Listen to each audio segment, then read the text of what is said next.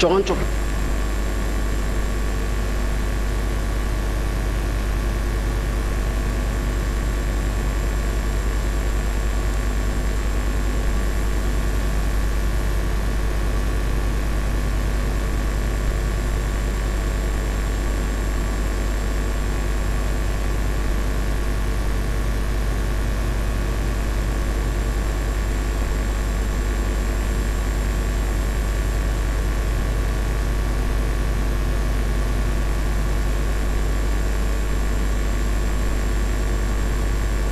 May we please settle down? We would like to start. Walter, may you please assist in terms of keeping the noise down? All right.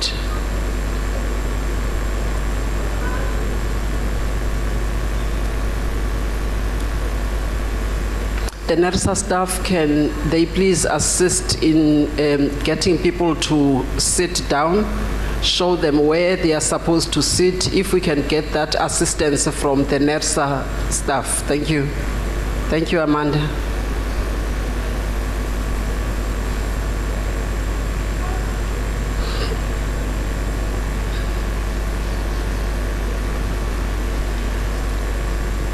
Good morning, ladies and gentlemen, and I would like to welcome you all to the NERSA public hearing.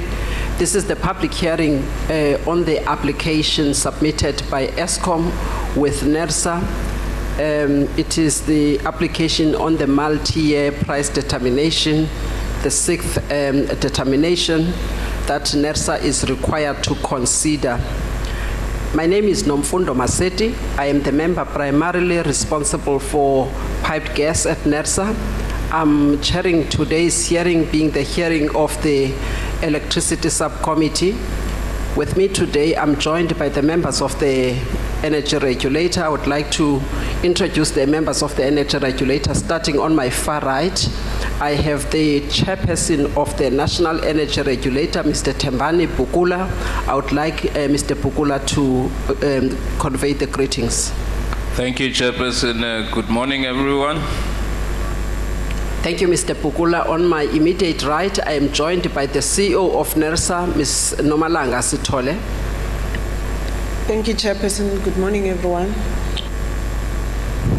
On my immediate left, I am joined by the member of the National Energy Regulator, Ms. Tembe Kasimani, who is also the member of the Electricity Subcommittee, as well as the chairperson of Finance Committee at NERSA. Thank you, Madam Chairperson. Good morning, ladies and gentlemen. Thank you, Ms. Semane. On my far left, I am joined by the member primarily responsible for petroleum pipelines and the member of the Electricity Subcommittee, Mr. Musuvukile Mkhize. Kabasela. Thanks, Chairperson. Good morning to you all. Thank you very much. Today's public hearing was advertised in various newspapers, including the Sowetan Report, other independent newspapers, Sunday Times, Business Day. It was also advertised in the NERSA website as well as the social media platforms, wherein we invited the members of the public as well as the affected stakeholders to come forward and present facts and evidence that could assist the Energy Regulator in analyzing this application from Eskom, and for the Energy Regulator to arrive at an informed decision, having listened to the views of various stakeholders. We did so that we can comply with the requirements of the National Energy Regulator Act of 2004, where we invite affected parties to present their views before we take a final decision on any matter, and that is in terms of Section 10 of that governing legislation. Today's hearing is therefore governed by the NERSA rules that we established in line with that legal requirement. I would like to summarize the rules as follows. that all parties that are going to make presentations today, they will be required to make such presentations under oath. The presenters have been allocated various times depending on the time that they've requested, but the only exception that we have is with regards to the applicant, which is Eskom in this case. Being the applicant, would like Eskom to take a little bit of time to explain the critical aspects of their presentation, as well as to provide additional clarification that is required by the energy regulator, and also the members of the public who may have sent some piece of paper with some questions that they would like the energy regulator panel to ask from Eskom. So we gave them more time as a result. Only the members of the panel will be required to ask questions to all of the presenters today. However, we do give the members of the public, the audience, an opportunity to ask clarification. We do that by requesting them to write their questions in a piece of paper and take the piece of paper to Mr. Walter Mabunda, who's standing over there. Then Walter will bring that piece of paper to us as the members of the panel to look at what is it that you would like the panel to ask on your behalf. Then we'll decide how to frame the questions and pose the questions to the presenters as well as Eskom.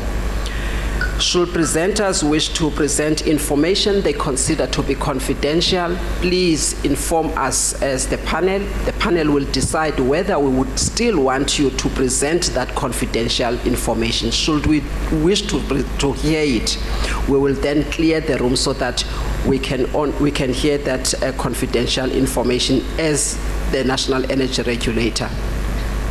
The recording of this hearing, which is recorded by microphones, will be the official record of these proceedings.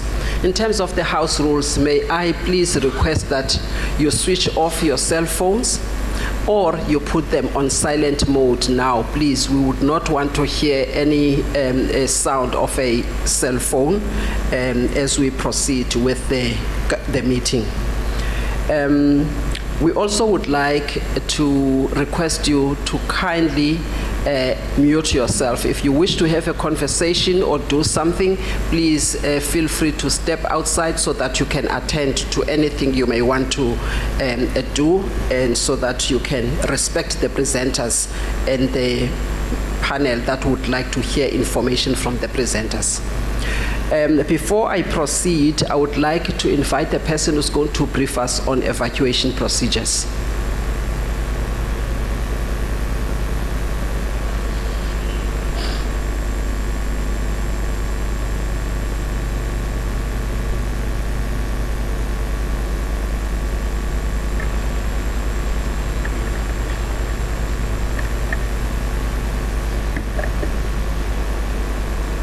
Good morning, ladies and gentlemen. My name is Lawrence Ngobo from Groundwork Convention Center. We as Groundwork Convention Center would like to welcome you. Our bathrooms are situated on the balcony side towards your right, which is this side. The smoking area, it's outside on the balcony side of the venue. In case of emergency, everyone is requested to leave through door 5, which is this side, on the passage of the venue. The assembly point is a small grass area near our main gate. That's our assembly point. There is a medical team on site for any medical emergency. Please do approach any NERSA representative or Groundwork Convention Center staff member should you be in need of any urgent attention. Thank you. Thank you very much for the evacuation procedures.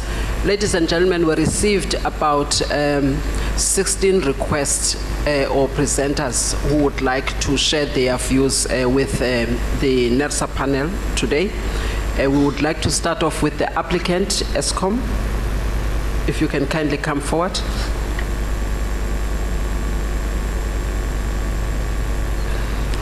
Just before Eskom starts, I would like to inform you that we do have these headphones should you wish to make use of them. If you do, please tune to channel 1 for English, channel 2 for Afrikaans, channel 3 for isiZulu. Thank you very much. Eskom, if you're ready, may you please raise your right hand?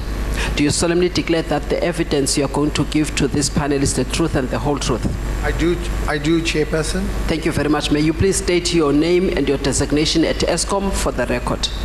Chairperson, my name is Caleb Kassem. I'm the Group Chief Financial Officer at Eskom Holdings. Thank you very much. Are you going to need some of your colleagues to assist you today? Not for the presentation, but maybe when we get to the Q&A. All right, thank you very much. You may start with your presentation.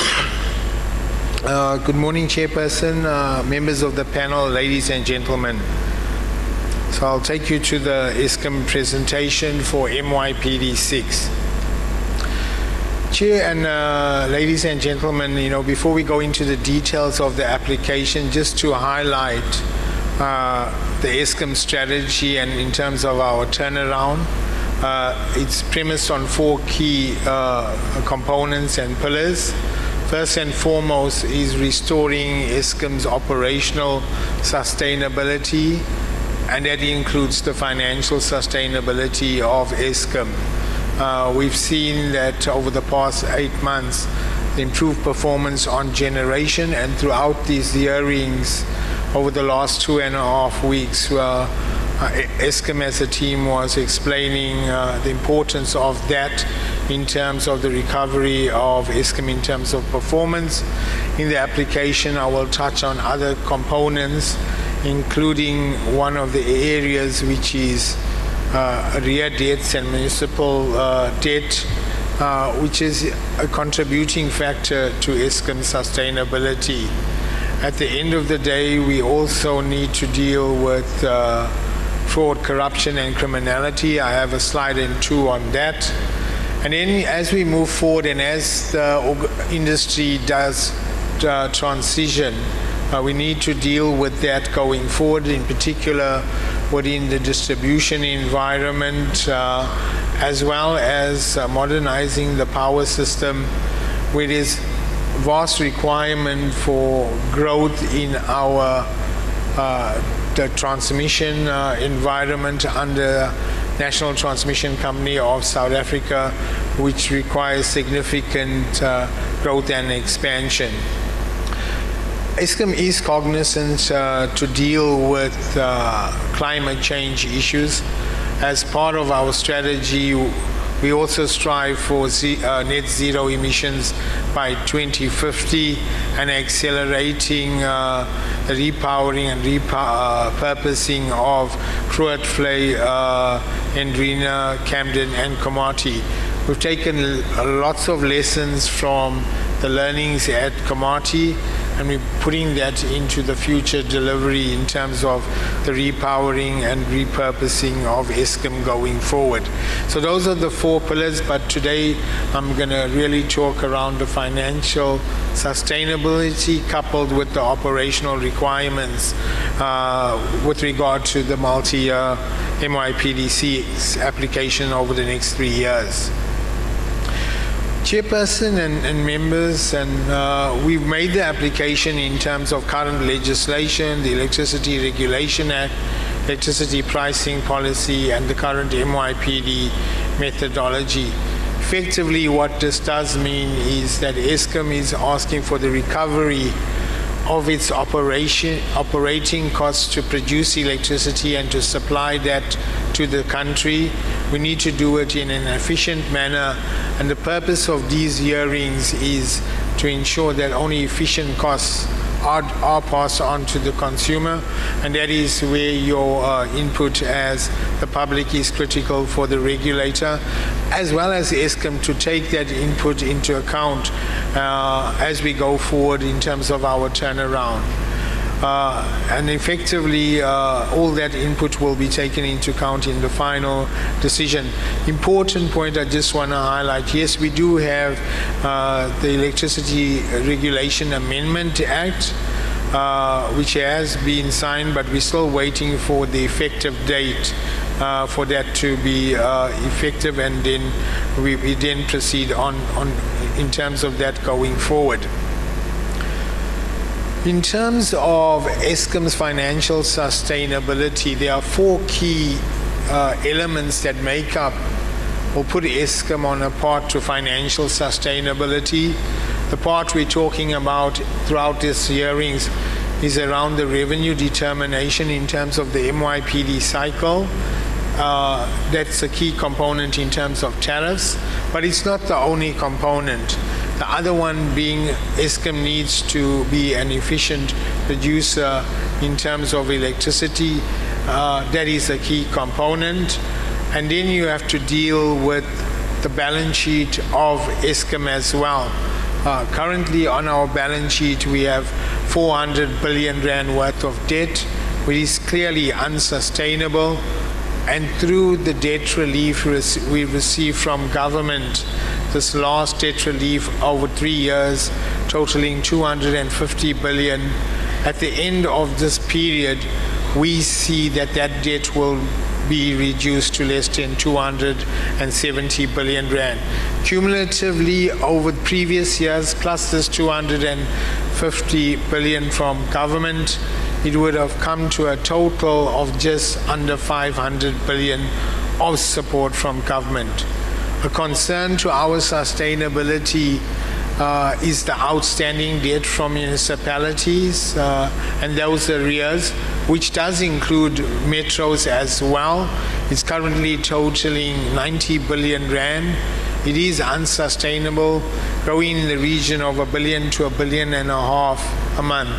Eskom needs to be paid for what is built and delivered to consumers, and we'll then touch on this. Chairperson, I spoke about this within the regulatory mechanism and the prudency requirements. We need to demonstrate that the costs we put forward are efficient for that to be passed on to the consumer. With regard to fraud and corruption and criminality, at Johannesburg in the closing session, our new head of group investigations and security presented to describe that yes, we have implemented a number of activities, but it is ongoing, and we are working with the law enforcement agencies through the security cluster to help Eskom deal with these issues. It does take time, and we do see that arrests have been made. We've just announced one recently, but those investigations and conclusions and to conviction does take a number of years, but we need to work with law enforcement to try to speed up that and to address those issues. So in doing that, it's important to look, one, at employees that are on the wrong side in terms of malfeasance, but we also look on the side with regard to suppliers and disciplinary action with regard to suppliers as well. So just to highlight some of the work that has been done and what have we achieved thus far. Following the Zondo Commission, we formed a dedicated state capture task team to address those recommendations from the Zondo Commission in dealing with threats to our infrastructure and our people, supported, as I said, by the law enforcement agencies.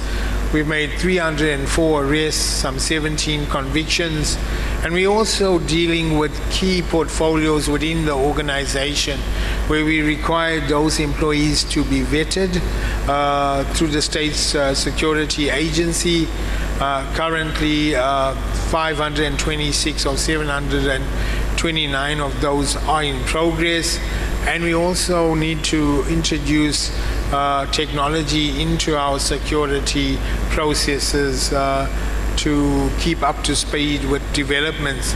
On the supplier side, some 145 cases were referred to supplier disciplinary processes within Eskom. 41 suppliers were sanctioned for removal, and we're engaging with National Treasury on that. With regard to 36 suppliers were given suspended sanctions. Two suppliers were removed, and there's still some 39 suppliers that are currently under review. These are ongoing. It does take time, but we're following the process within Eskom and with the support of our legal fraternity. Importantly, Chairperson and ladies and gentlemen, the biggest theme throughout these public hearings has been around affordability, in particular with regard to low-income households. A lot of representation also from pensioners throughout the hearings, highlighting that receiving 2,190 Rand a month doesn't go a long way when you must still pay for electricity, and a lot of it comes down to choices between electricity, putting food on the table, paying for your medication in terms of your health, and even it gets down to, do I have transport, etc. These are challenging times. It's a socioeconomic challenge for the country, and I think it's a clear message that's coming not only to Eskom and NERSA as the panel, but also to government, that something needs to happen to address the need in terms of affordability. What we've presented at these hearings is one of the areas we believe for improvement is around getting that access to what is allocated in terms of the 50 kilowatt hours per month that's allocated. And you'll see in the next slide, there's only a 20% uptake with regard to this. And a number of presenters throughout this 2.5 weeks has also put on the table the need to increase that 50 kilowatt hours to a higher number, whether it's 150 or etc. That is also a theme that has come through. As Eskom, what are we doing to protect low-income households in terms of our own tariff structure? At the home light 20 amp level, we've got an embedded subsidy of 43%. However, we do acknowledge that you're not only dealing with Eskom as the electricity distributor, you also got municipalities, and that low-income tariff structures across municipalities, there needs to be some rationalization to consistently protect that category of customer. There's another process that will be undertaken by the regulator with regard to the retail tariff plan and restructuring, and one of the proposals Eskom's put forward that with regard to the inclining block tariffs, we would like those tariff blocks to be removed and just have effectively one block, and then you address it at that level. That's a recommendation, and that will be consulted on through the regulator and their process.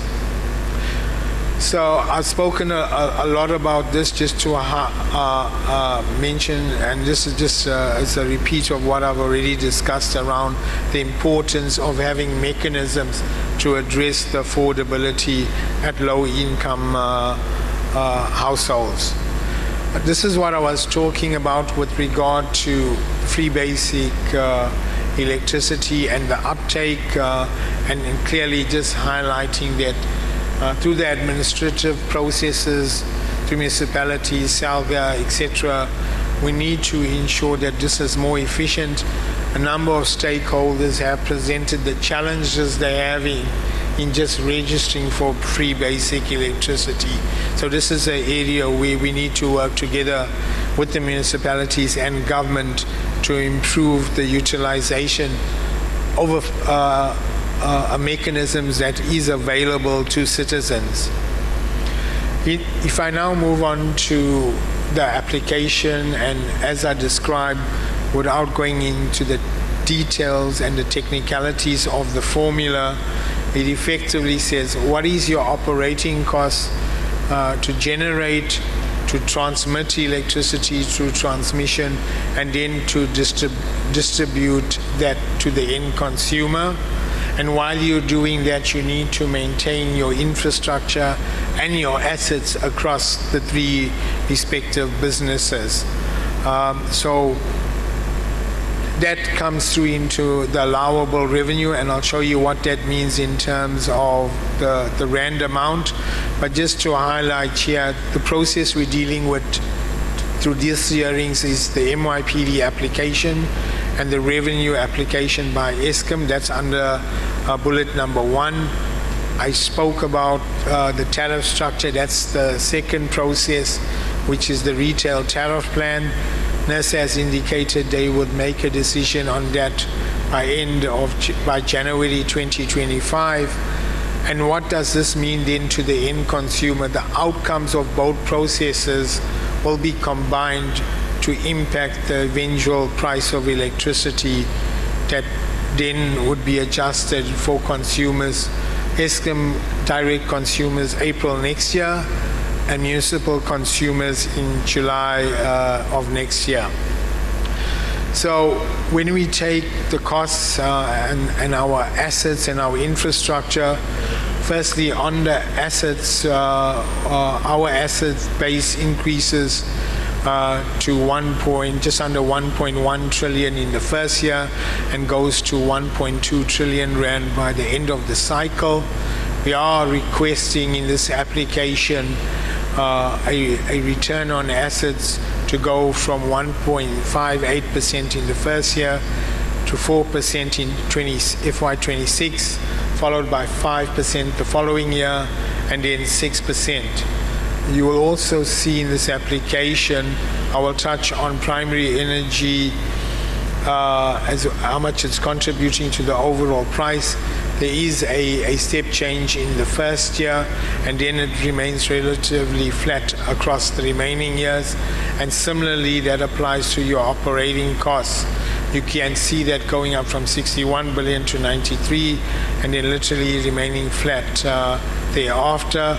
But also other components that are in this application include the introduction, compliance with the policy in terms of carbon taxes. It impacts for the first quarter, for the last quarter in the financial year of 26. So only one quarter impact is coming through in FY26 of about 5.5 billion. And in the following 2 years, the full impact of carbon taxes then filters through around 20 billion rand. We've also put in as part of the application a 2% of allowable revenue linked to arrear debts. We are currently running at about 4 to 5%. That's included in the application. And you also see that the timing of IPPs has been delayed since MYPD6's decision. That then drops from 77 billion in FY25 to 67 billion.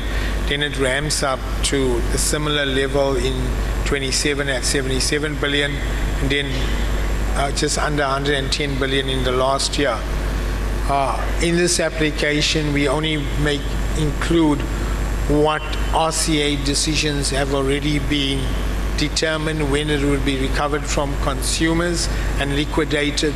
So an important point is, in the last RCA decision of 8 billion rand, none of that is included in this application because NERSA hasn't determined when that money would flow back to Eskom through the price of electricity. That decision still needs to be made by the regulator. And I think importantly, that doesn't mean it has to be within this cycle. NERSA will determine that.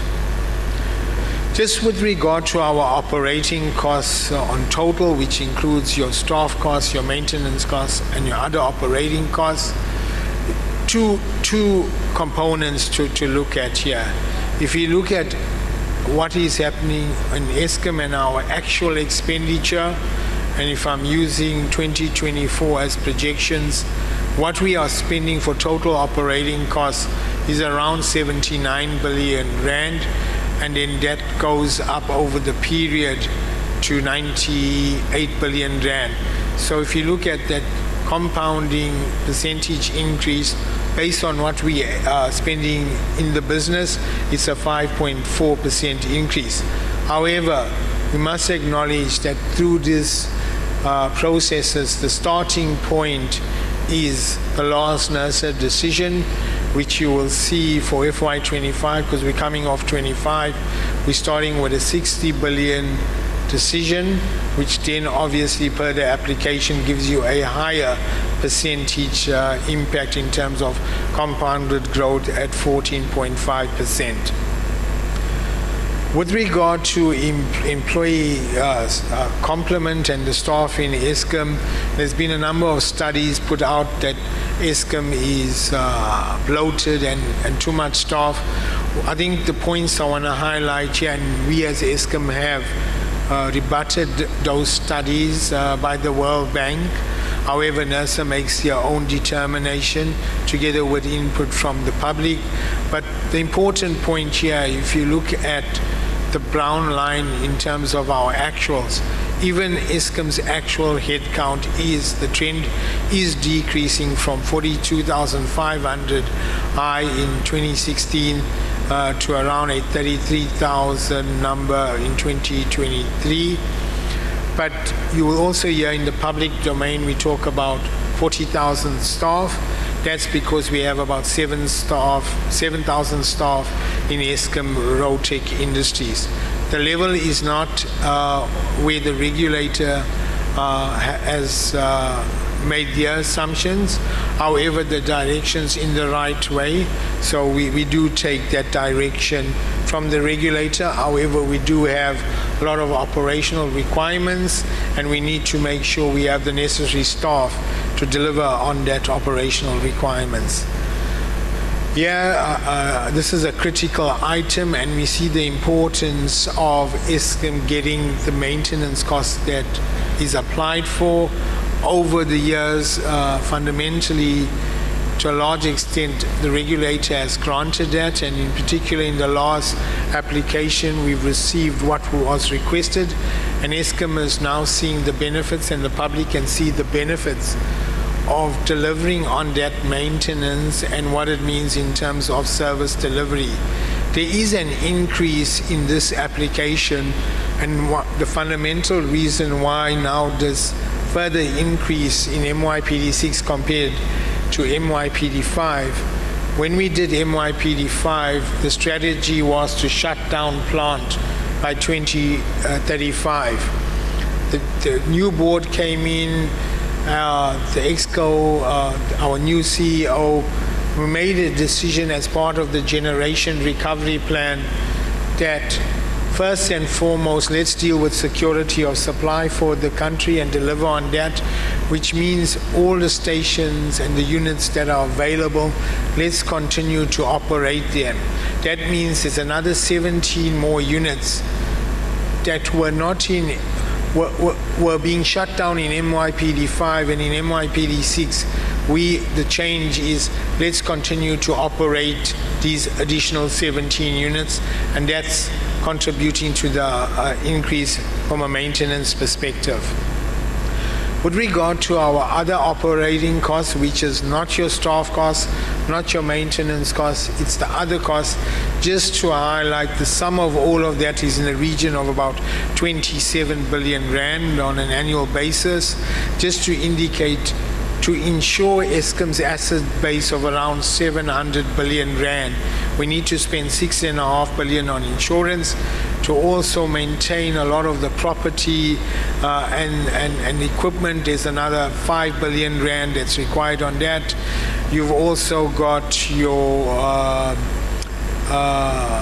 materials expenses, etc., that has to come into account to maintain that infrastructure, including other costs, which include IT costs, etc. So in terms of the application, and in the first year, the 36%, how is that made up, and what are the components that is contributing to the 36% in the first year?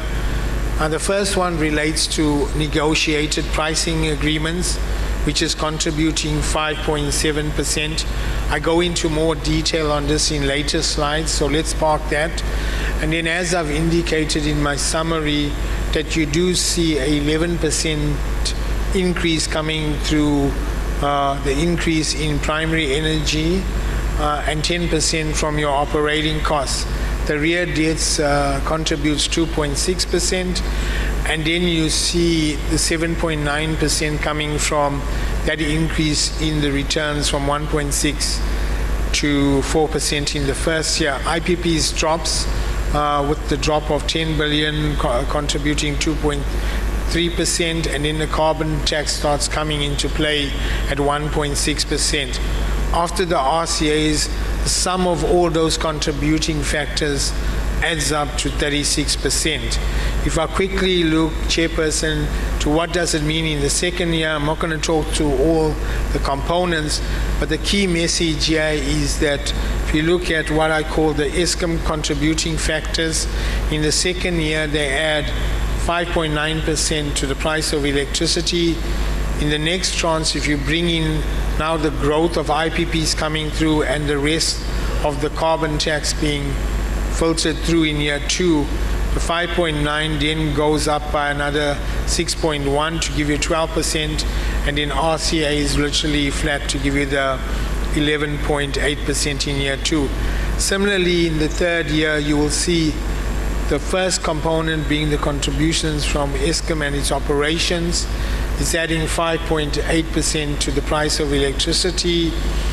Then remember, if you recall, the big further jump from 77 billion in year 2 of IPPs to just under 110 billion contributes 6.6% to IPPs, and then that effectively gives you the 11.9. But with the RCAs dropping off in the last year, you get to the 9.1%. Chairperson, there was a request to the hearings from yourself as the panel and yourself, Chairperson, around go into more detail around negotiated pricing agreements.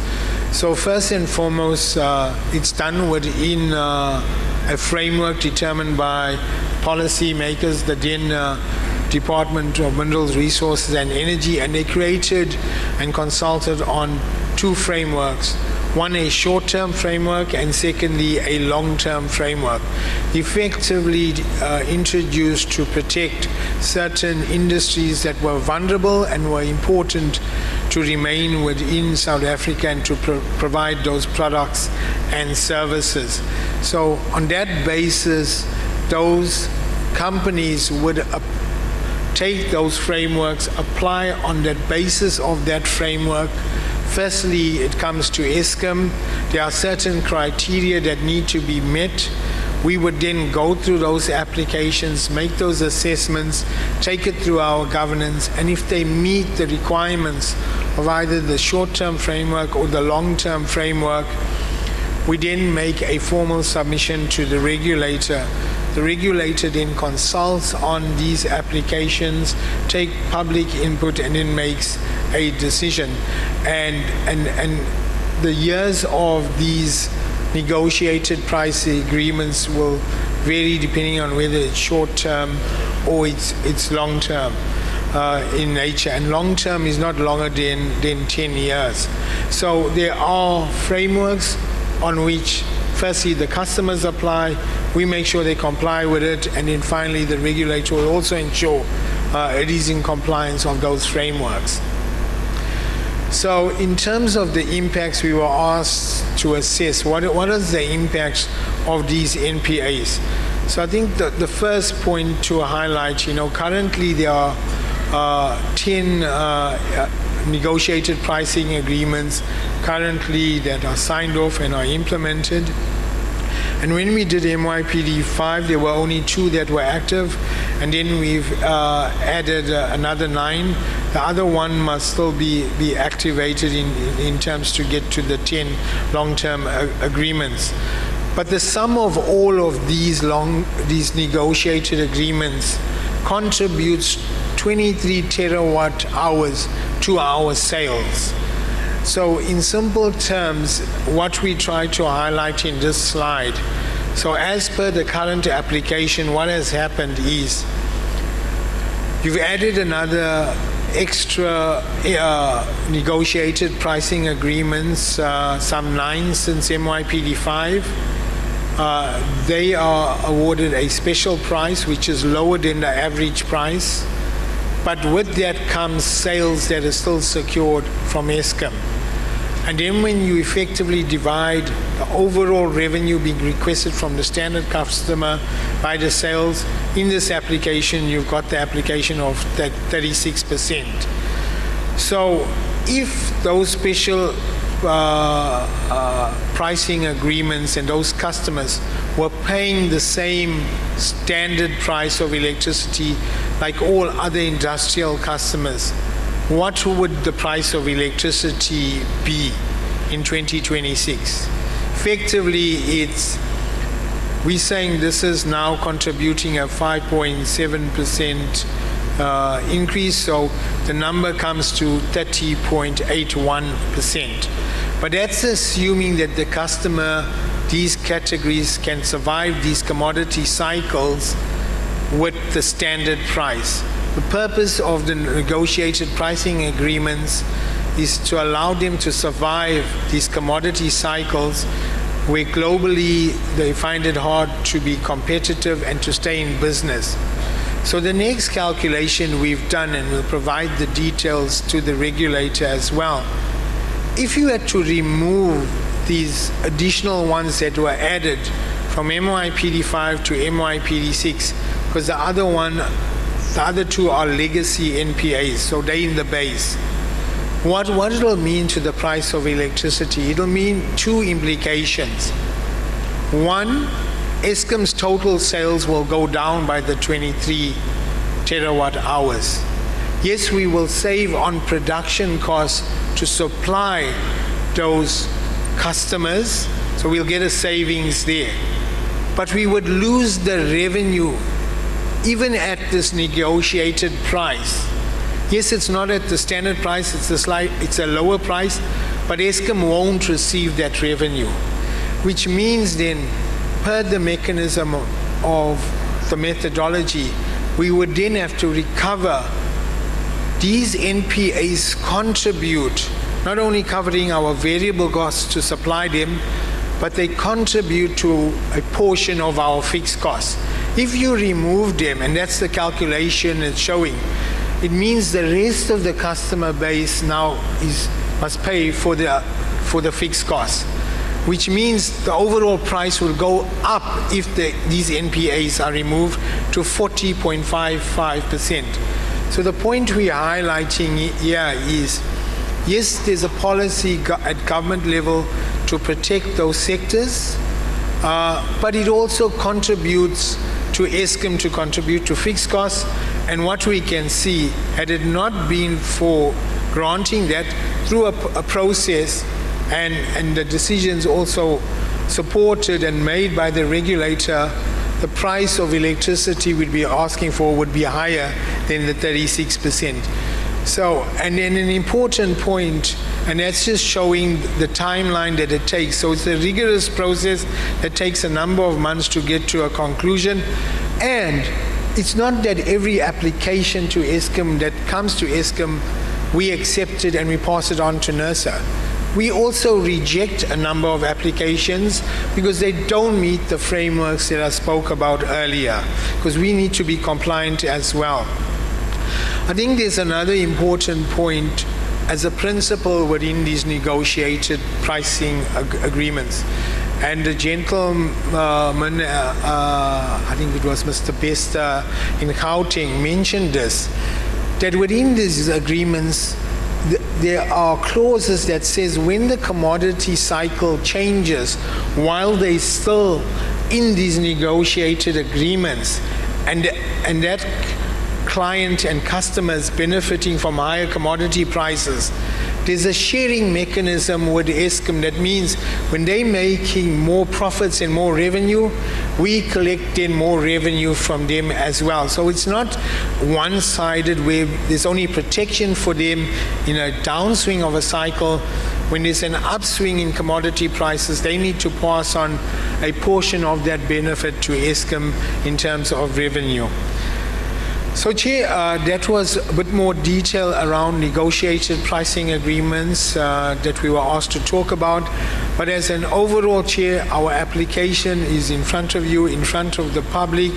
We are asking that in order to maintain and deliver the product of electricity to the country, yes, it must be done in an efficient manner, but it does come at a cost. Right?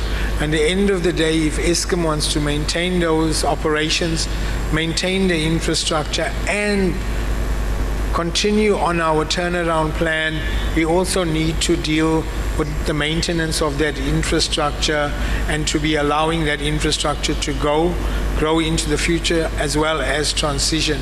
So, Chairperson, that is the summary of our application. We do understand and we recognize it's a tough decision to be made by the regulator to balance the requirements and the sustainability of the utility, but also to protect the customer in terms of their needs and their affordability. Where Eskom does not recover its costs from the electricity consumer, and it's critical that we need to continue. We have no other option but to go back to the shareholder and to ask for further support. However, acknowledging where the fiscus is, they've also indicated as National Treasury 500 billion rand of support over the years. They don't have any more room to maneuver from their side. So it is a tough decision that needs to be made. We've put forward our application. We take the inputs from the public during these 2 days, and we will also, as the normal process, reply at the end of tomorrow's session. Chairperson, thank you. I'll sit down to take questions. Thank you very much, Mr. Kasim, for the presentation on behalf of Eskom. I would like to open up the presentation for comments, questions, in fact, questions of clarity specifically from the members of the energy regulator. I would like to start off with Mr. Mkhize. Thank you, Chairperson, and thanks, Mr. Kasim, for the presentation. And noting that in the other public hearings, questions have been raised on some of the issues, and today you had to zoom to some of the issues that we promised to attend to, like the the NPAs. So from my side, I've just got about 3 questions. Noting that there were questions that were posed in other public hearings. You talk of path to investment grade. I would like to know what benefit would accrue to Eskom and then trickle down to consumers arising from the improvement in Eskom's investment grading. Can clarify that. And then if Eskom was the party litigated against, it would have considered some kind of provisional cause for the probable expense. Would Eskom be amenable to some provision in favor of consumers in respect of fraud and corruption, pending the conclusion of the investigation, noting the Balancing Act also afforded by RCAs? And then with regard to the NPAs, there is a 30.81% if all pay the same, and then the 36.15 that you're applying for. If that difference would come elsewhere, we consider that maybe the issue that was raised around it being a trade and investment issue, which could be looked at differently, such that it is excluded from the tariff, because it is also important to keep the tariff competitive. If you can just reflect on that. I'll leave it at that. Thank you. Thank you, Mr. Mkiza, for the questions. I do have about 3 questions from my side. The other members of the regulator are covered with the presentation. The first question from my side relates to the power stations that are earmarked for the transition. That is the ones that you've highlighted, the Endrina, Komati, Camden, I think in Grootfontein or so. How do you want NERSA to treat these power stations insofar as the fixed costs are concerned and the RAB value that Eskom has submitted as part of this application? I think that is important for purposes of the period of this application, so that we know exactly whether the fixed costs that are associated with those power stations are supposed to be part of the application.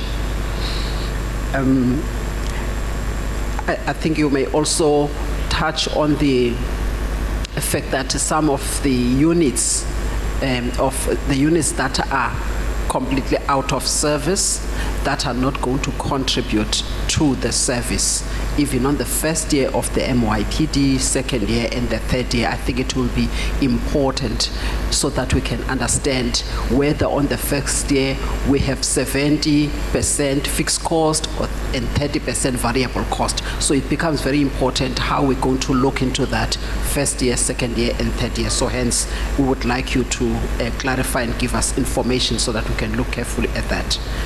And then the second question related to that, it relates to the information that Eskom previously submitted to NERSA under oath with regards to the units that Eskom identified and indicated to the regulator that they are inoperable.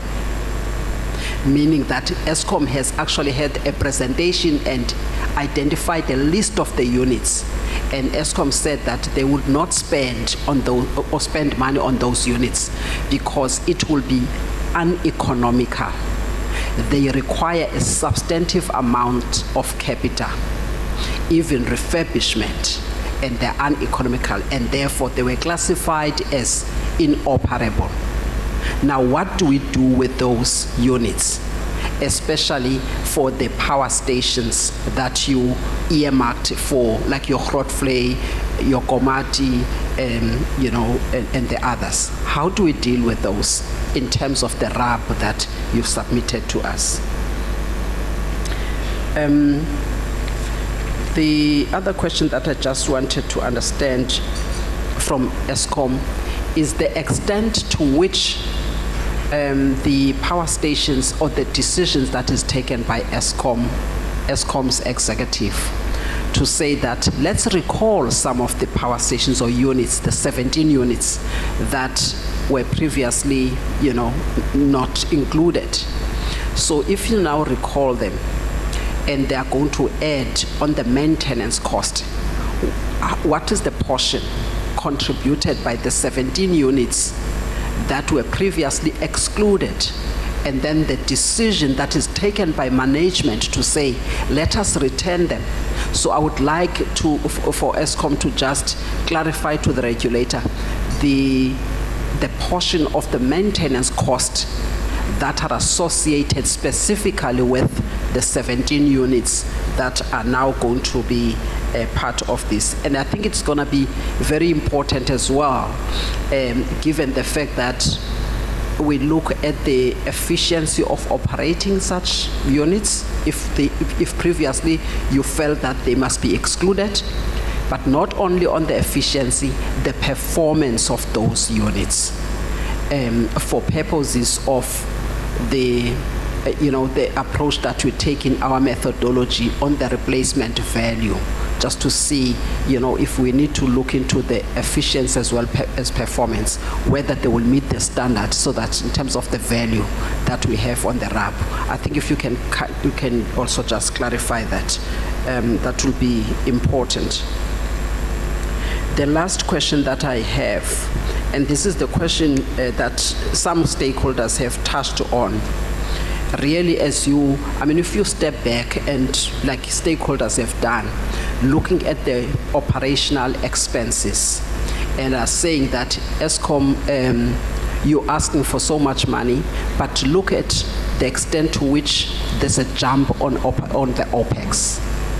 What is Eskom doing, at least just to reduce the operational expenses from your side? There's a big jump. You've noticed that as well, and some of the the factors that impact on that are your maintenance cost, and also given the fact that you're also bringing in some units that were previously considered to be uneconomical. And if you look at that from the efficiency point of view, and also, the cost-benefit analysis of that and the level of performance associated with those, would you then still think that it is worth bringing them back, and therefore the energy regulator must compensate for such units, even if they won't achieve the necessary efficiencies? Thank you very much. We will probably have a second round as we received the request from the members of the public in terms of some questions, but you may respond. If you need maybe some few minutes, 5 minutes, yes, that's fine. Thank you.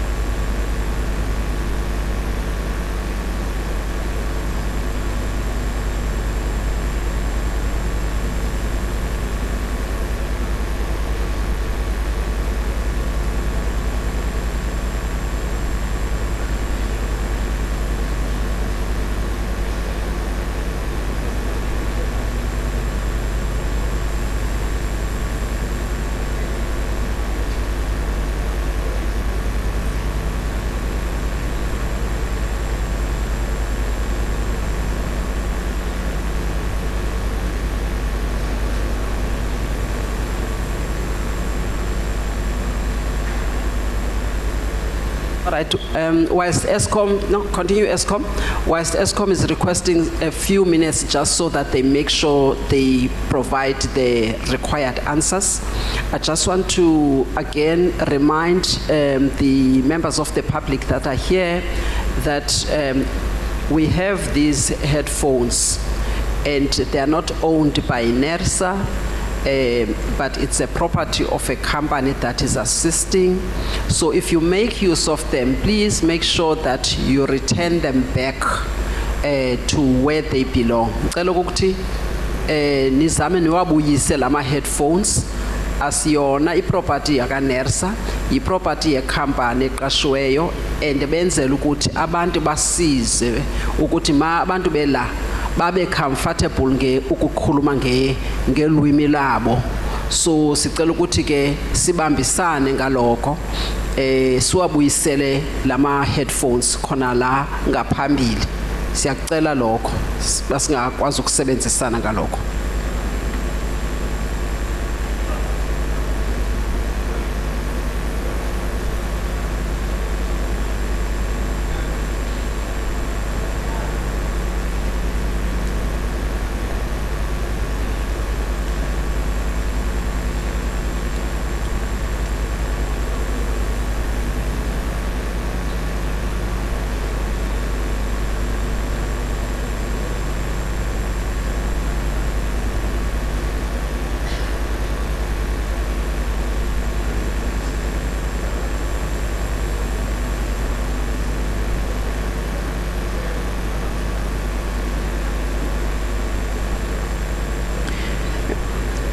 Mphinde nikhumbuze kwakhona ukuthi uma umuntu enombuzo nokuthi ufuna ukucaciselwa kahle ukuthi izinto lezi bafuna ukuzibuza ezibachaphazelayo uma unawo lama questions socela ukuthi uwanikeze uWalter Mabunda abantu bangazila kwi-panel la ngaphambili siyakucela lokho sizozama ukuthi uWalter abe khona la nikwazi ukumnikeza leyo ma questions eninawo enifuna ukuwabuza kubo bonke abazokwenza ama presentations nalapha ku Eskom if nifuna ukubuza ama questions ukwenzela ukuthi ningazowaletha la kwi-panel uWalter uzowathatha awanikeze i-members of the panel. Cela nokuthi if kunomuntu ofuna ukuzokwenza i-presentation maybe ufuna ukushare ama views wakhe neNERSA leyo muntu ke angakhuluma noWalter uWalter ke uzabe sekamnikeza indawo yokuthi umuntu loyo akhona ukuza ngaphambili akwazi uza ngaphambili azokwazi upresenta ukwenzela ukuthi siluzwe uluvo lwakho malunga nasisicelo esifakwe nguEskom ecela ukuthi uNERSA abhekane nesimo akuso nokuthi uEskom akwazi ukuqhubeka kahle ukuphehla ugesi abantu bakwazi ukuthola ugesi.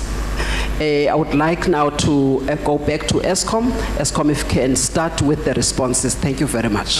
Thank you, Chairperson. To Mr. Mkize's question, the first one was around what's the benefits of Eskom getting back to investment grade? I think first and foremost, when you're at investment grade, it means your cost of borrowings is reduced. Secondly, you get better terms in terms of loans and facilities going forward. So for example, you would get longer term loans, which means the repayments will go over a longer period rather than having a very short term loan that's repayable within 1 or 2 years. But the cost of funding, the other issue is as you get to investment grade, you get access to more markets and you have access to borrowings. Because if you are not investment grade, without government support, we would even have problem raising money in the first place. So that's the benefit. So what does it mean to the consumer at the end of the day? As Eskom rolls out further infrastructure across the value chain, including the transmission development plan, being investment grade would mean financing costs would be at better cost, which means the amount that needs to be recovered as the component in terms of that finance element would be lower going forward to the consumer. So that's the first answer. With regard to the second question, and can we make a provision for fraud and corruption? No, at this point we cannot. We have to go through the process of the investigations, of concluding and recovering that money. And like we do to the regulatory process, whatever money is recovered from fraudulent activities, we include it in subsequent RCAs, which effectively then gives that money back to consumers. So, Mr. Mkize, no, we can't just make an assumption. It does take a long time to conclude, but we have to go through that process. But once we get those recoveries, we pass it back to the consumer. With regard to the NPAs and what does it mean? all these NPAs, even when they come to us as part of the process, we do get support and approvals from the DTIC. So they support these sectors, and then that's the basis of applying to the regulator. I think the point I was highlighting there, had you not included them and you removed them, then the impact on the consumer was worse. So the DTCI is also engaged with the process and has to support the applications. I think that further... do you mean DTIC? Yeah, the Department of DTIC. Trade and Industry Yes. and Competition? Yes. Okay, yes. thank you. Apologies. And then also, Chairperson, as part of the electricity pricing policy, it does allow for negotiated special agreements. So again, it's compliance in terms of that policy. If I then move on, Chair, to your questions, a lot around the RAB, let me start this. Firstly, the inoperable units. In MYPD5, those units that were inoperable, we've removed them. Those units are not, we not brought the inoperable ones back. They are still removed, and we'll even show the detail of that. It's in our application, but I just want to confirm that. So we haven't brought the inoperable units back. They are still out in MYPD6. Yes, per the RAB, we also agree that the units must be used and usable, whether in the first year and second year or the third year, to qualify to be in the RAB. So we agree with that. These 17 units, what is happening with them? Remember, the strategic change from MYPD5 chairperson to MYPD6 is we need to continuously maintain them to 2030. So when we applied, these units were in MYPD5, but we weren't doing maintenance to go to the end of 2030. Now that's where the ramp up is coming through, and we're seeing that. And Chair, we get your question. We need to show that much more clear and transparent, that this is the adjustment in maintenance that's coming on these 17 units versus what was in MYPD5. We must get that to you and to the members. So I spoke about that. The benefit of having these units and to continuously operate them, it's two fundamental benefits to Eskom and to the country. It means they do contribute to supplying electricity in the grid, which means we're using them to supply the demands and not load shed. So they contributed to less load shedding and now not load shedding. So that's the importance, and through my colleagues in generation, we'll get the exact megawatts of these 17 units. But also when they are producing, you've seen, as Becky Nomalo's indicated, we are now running OCGTs as designed. We run them in peak as intended, which means the diesel cost has come down. And as we indicate, that you can see so far for this year, some 17 billion worth of savings compared to last year this time. So that's the other importance with regard to the 17 units. I think, Chairperson, as an example, if we take Komati, that was out in MYPD5. It's also out in MYPD6 from the asset base. The last point is the issue of repurposing and repowering. The units, the 17, and especially the Endrina and Camden, etc., they're running as continued operations. Repowering and repurposing is going to still occur, and we'll double check the numbers, Chairperson, of how much of repurposing and repowering, if any, is in MYPD6. I think if there's any amounts, it may be very little project cost, but the big spend on repurposing and repowering is not in the MYPD6 application. I think those were the key questions that were asked. And Chair, even tomorrow we'll try to give more detail, but definitely come back in writing. Thanks. Just before you go back, we do want to take a second round because we've got a number of questions from the members of the public. But please, if you can also add as to Camden, yes, you may sit down, thank you. Camden, the fact that all of their units are out of service. So within these 3 years, for now we don't have a sense of when those units will come back online.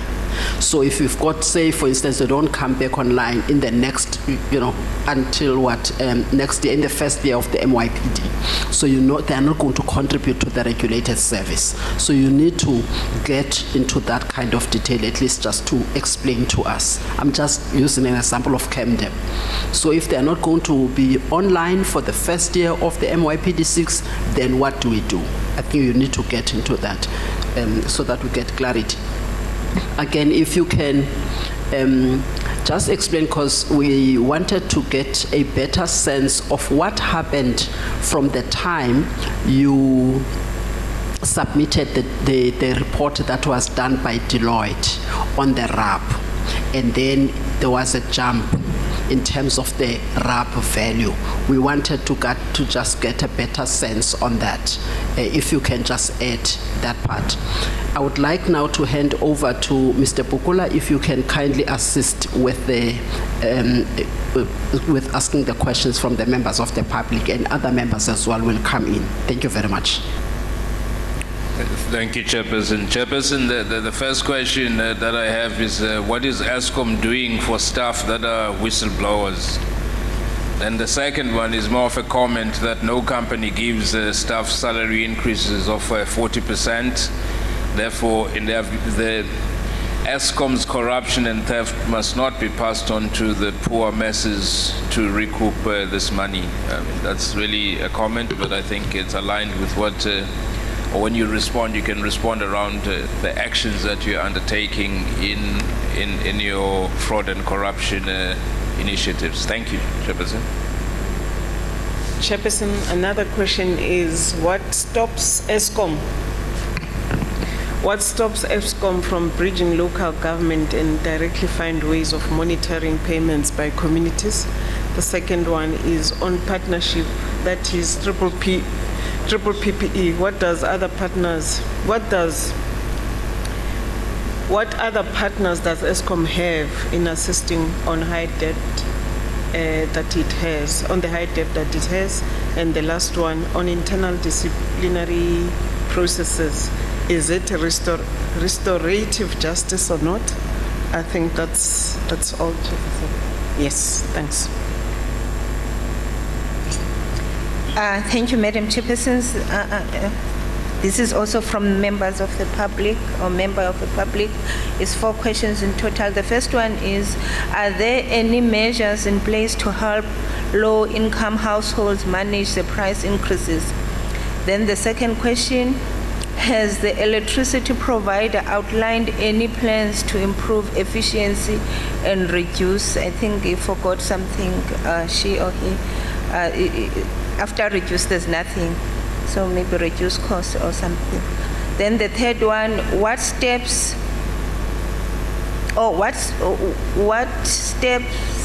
stops Eskom taking, or what steps is Eskom taking to improve plants' operational efficiency and reduce costs to potentially lessen the need for future price increases?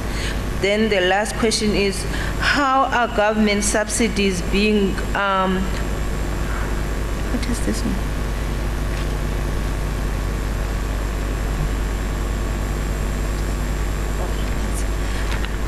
That's Mr. Nkesi. The last question is, how are government subsidies being adjusted to address the impact of the price hike on low-income consumers? Thank you, Madam Chair. Thank you. From my side, it's only one question from a member of the public, Guyanda. How can you trust the municipality to allocate free basic electricity, whereas they can't identify our problems as the community? I guess that you can weigh in terms of what you can assist with in respect of FBEs, the free basic electricity. Thank you. Thank you very much, members. Over to you, Eskom.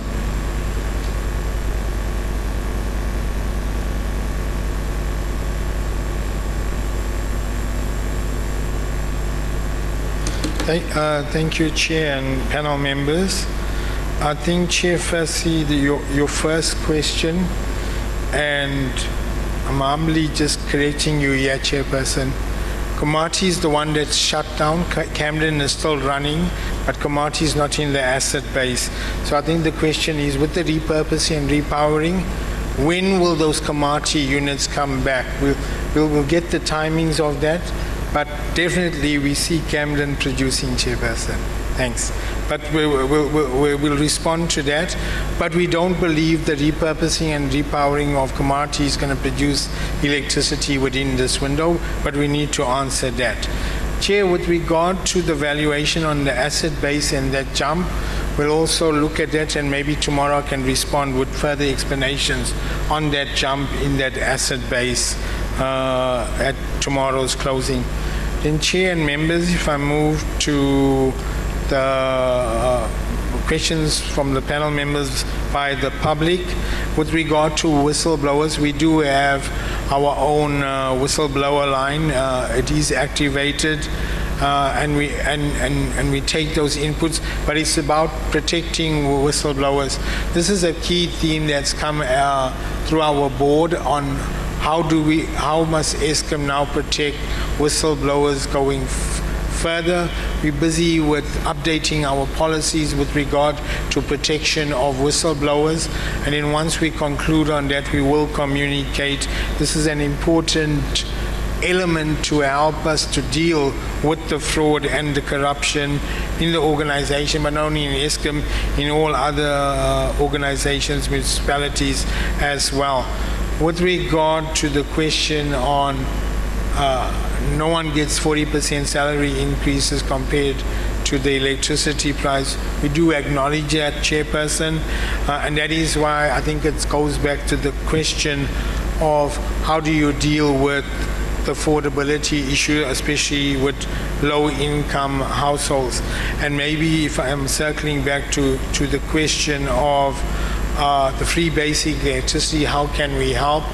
As Eskom and as part of also trying to collect from municipalities, we've offered municipalities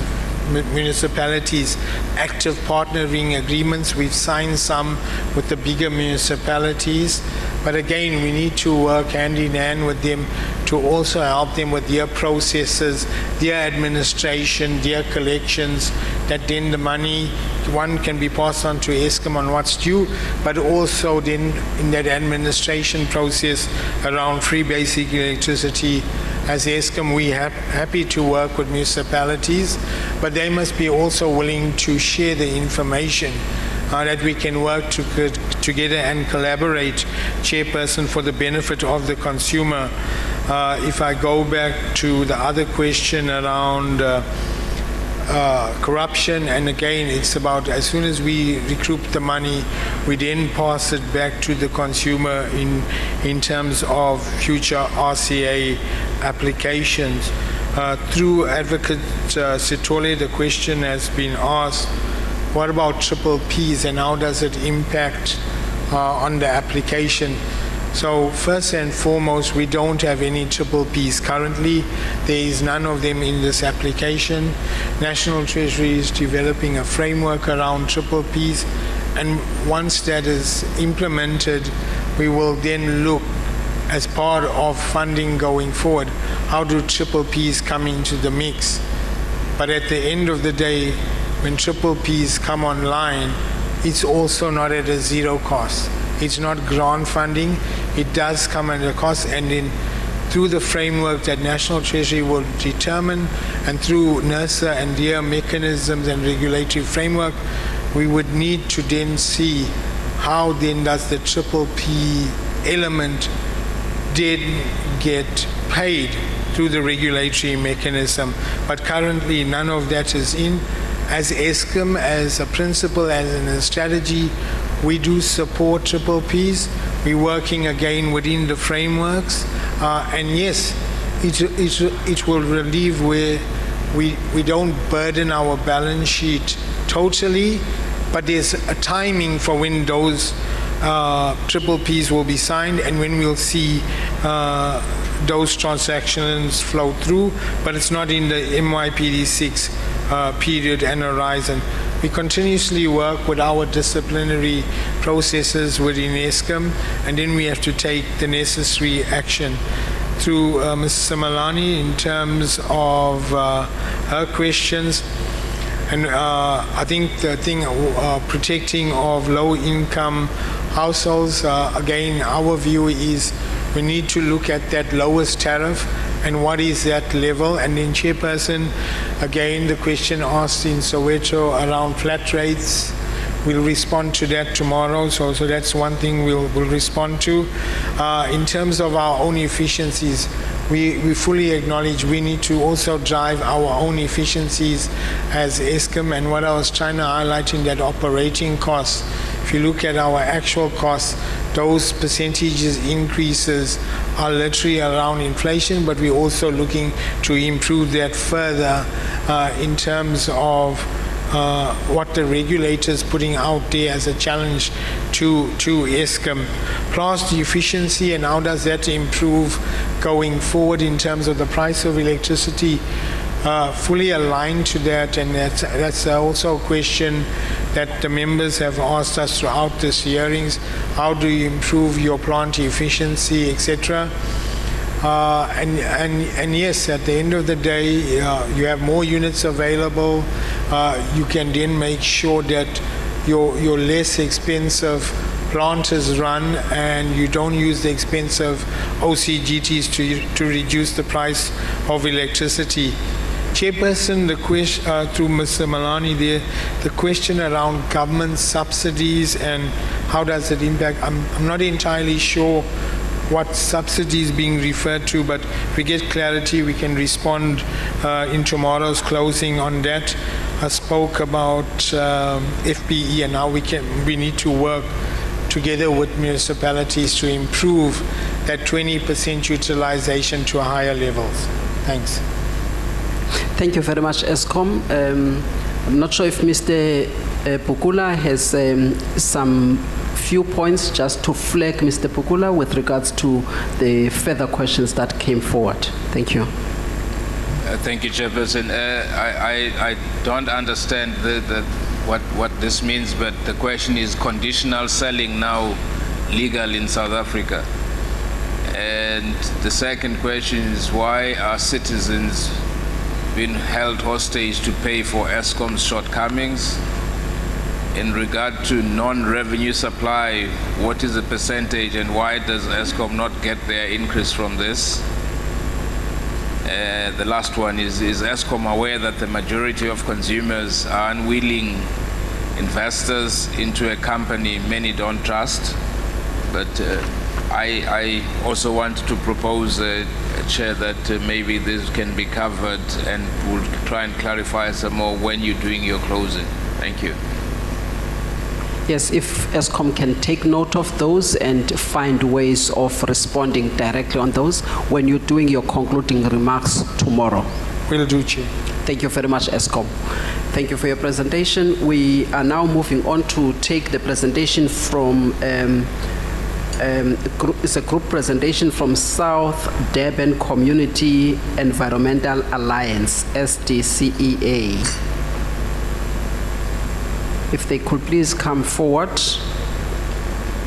We've got Tristan Miek, Bongani Mthembu, Mvuzo Ntombela.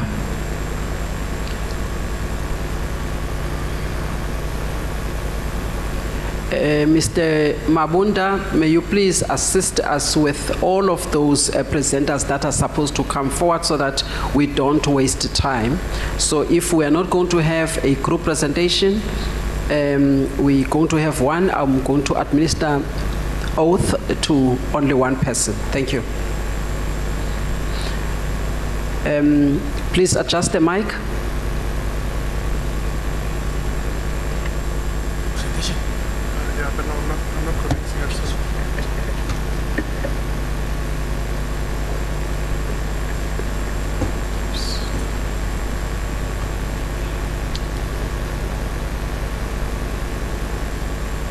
All right, May you please raise your right hand? Or you one at the time. The caps is kulul. Kulmela. May you please raise your right hand? Do you solemnly declare that the evidence you're going to give to the panel is the truth and the whole truth? I do. Thank you very much. Please state your name and your designation at SDCAEA for the record. Hi, my name is Tristan Meek, and I'm from the South Durban Community Environmental Alliance as a projects officer. Thank you very much. You may step back so that we can have the next one.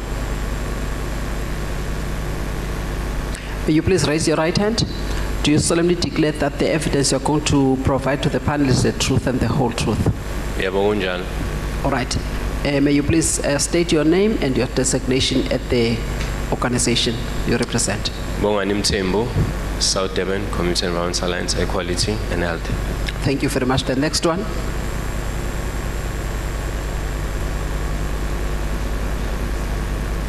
May you please raise your right hand? Right? Raise your hand. Do you solemnly declare that the evidence you're going to give to this panel is the truth and the whole truth? Yeah, ngiyavuma. Ungakhulumeli ngathi ukukhathele kusesekusasa manje. Ukhulume kahle. Ngikhuluma nje vele. Angukuzwa la khulumela la umbukweni. Ngikhuluma kanje vele. Mara masuzwe la embukweni so that be recorded. All right. Ngicela ke utsho igama lakho nesikhundla osiphetheyo la ku SDCAEA. Igama umvuzo Ntombela, ngiqhamuka kaSetsi. I'm a community mobilizer in youth and media. All right. Thank you very much. Angazi ukuthi ngibani ozawuqala. Ayiqala obizwe kuqala Tristan. All right. Okay. Isikhathi senu siqala khona manje ke Ntombela.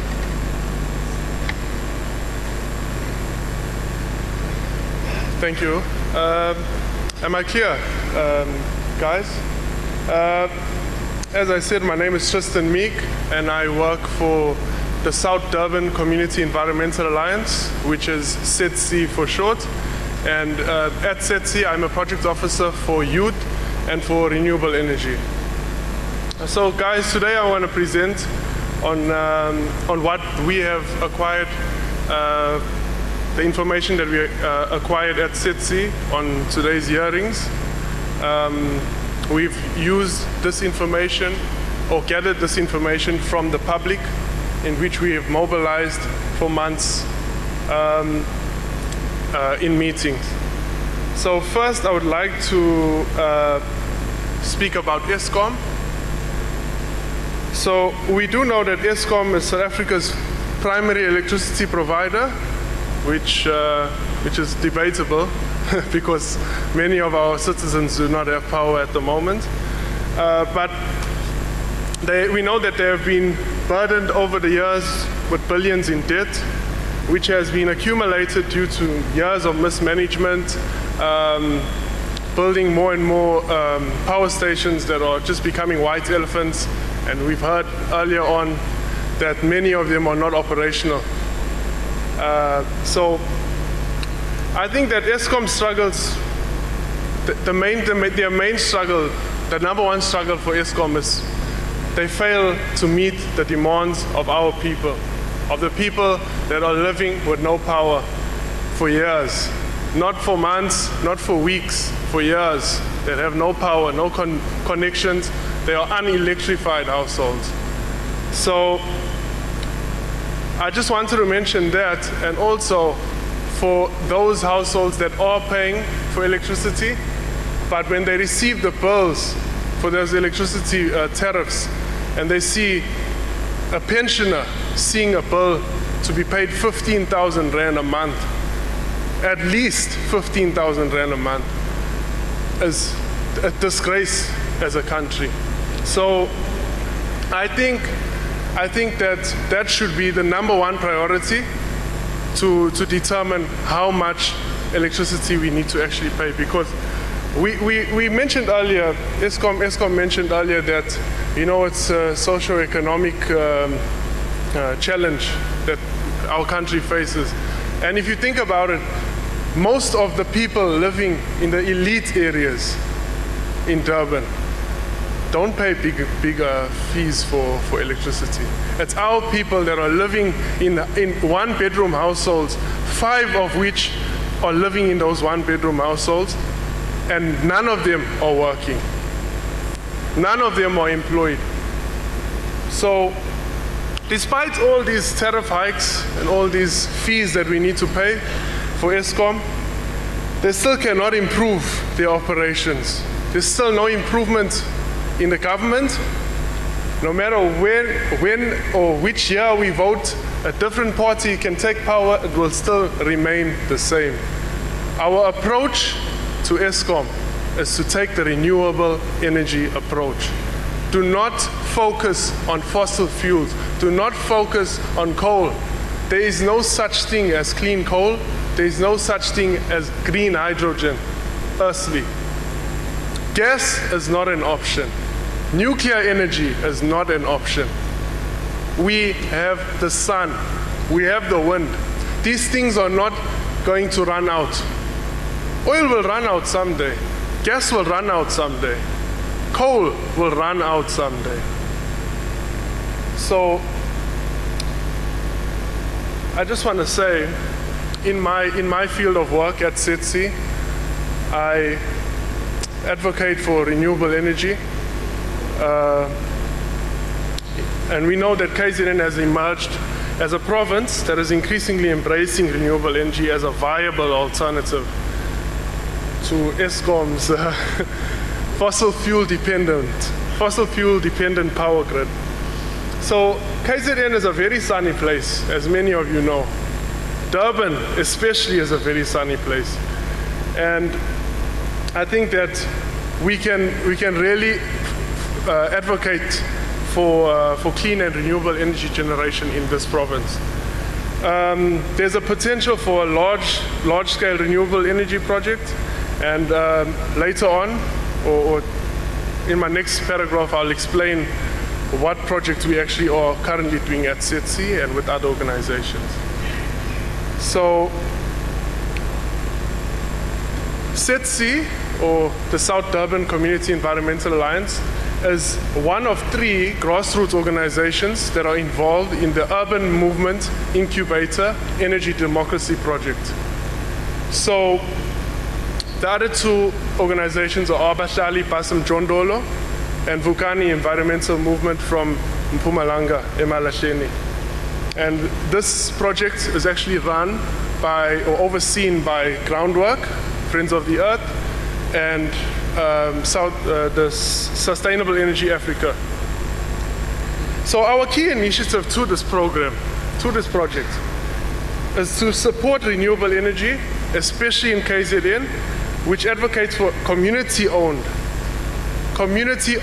renewable energy as a sustainable way and equitable solution for our people. And this approach emphasizes that local communities should not only benefit from renewable energy projects, but also should have ownership stakes in them. So you would be getting income from this power that you are generating. So you're not only generating power for yourself, but you're also generating income, which lowers the risk of unemployment in our country as well. So the UMI project promotes energy democracy, but it also ensures that economic benefits of renewable energy remain within the community rather than being funneled out to large private corporations. Many of you guys have seen I'm sure have you seen at Checkers or Macro, the big solar panels on the roofs or on the parking lot. And most of the time, they are surrounded by communities, and I can guarantee you that they do not get any power from those solar panels.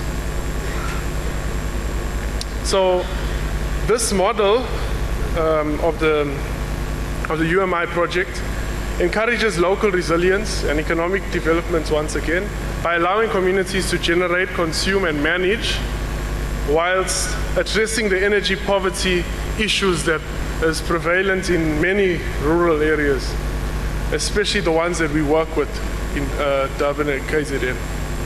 By prioritizing community-driven projects over traditional top-down energy policies, KZN could set a powerful precedent for the rest of South Africa. Moreover, ensuring that the energy produced meets the needs of the people rather than serving interests of external entities. Comrades, I just want to close off with the last statement. I say that a just energy transition is a framework for moving of fossil fuels.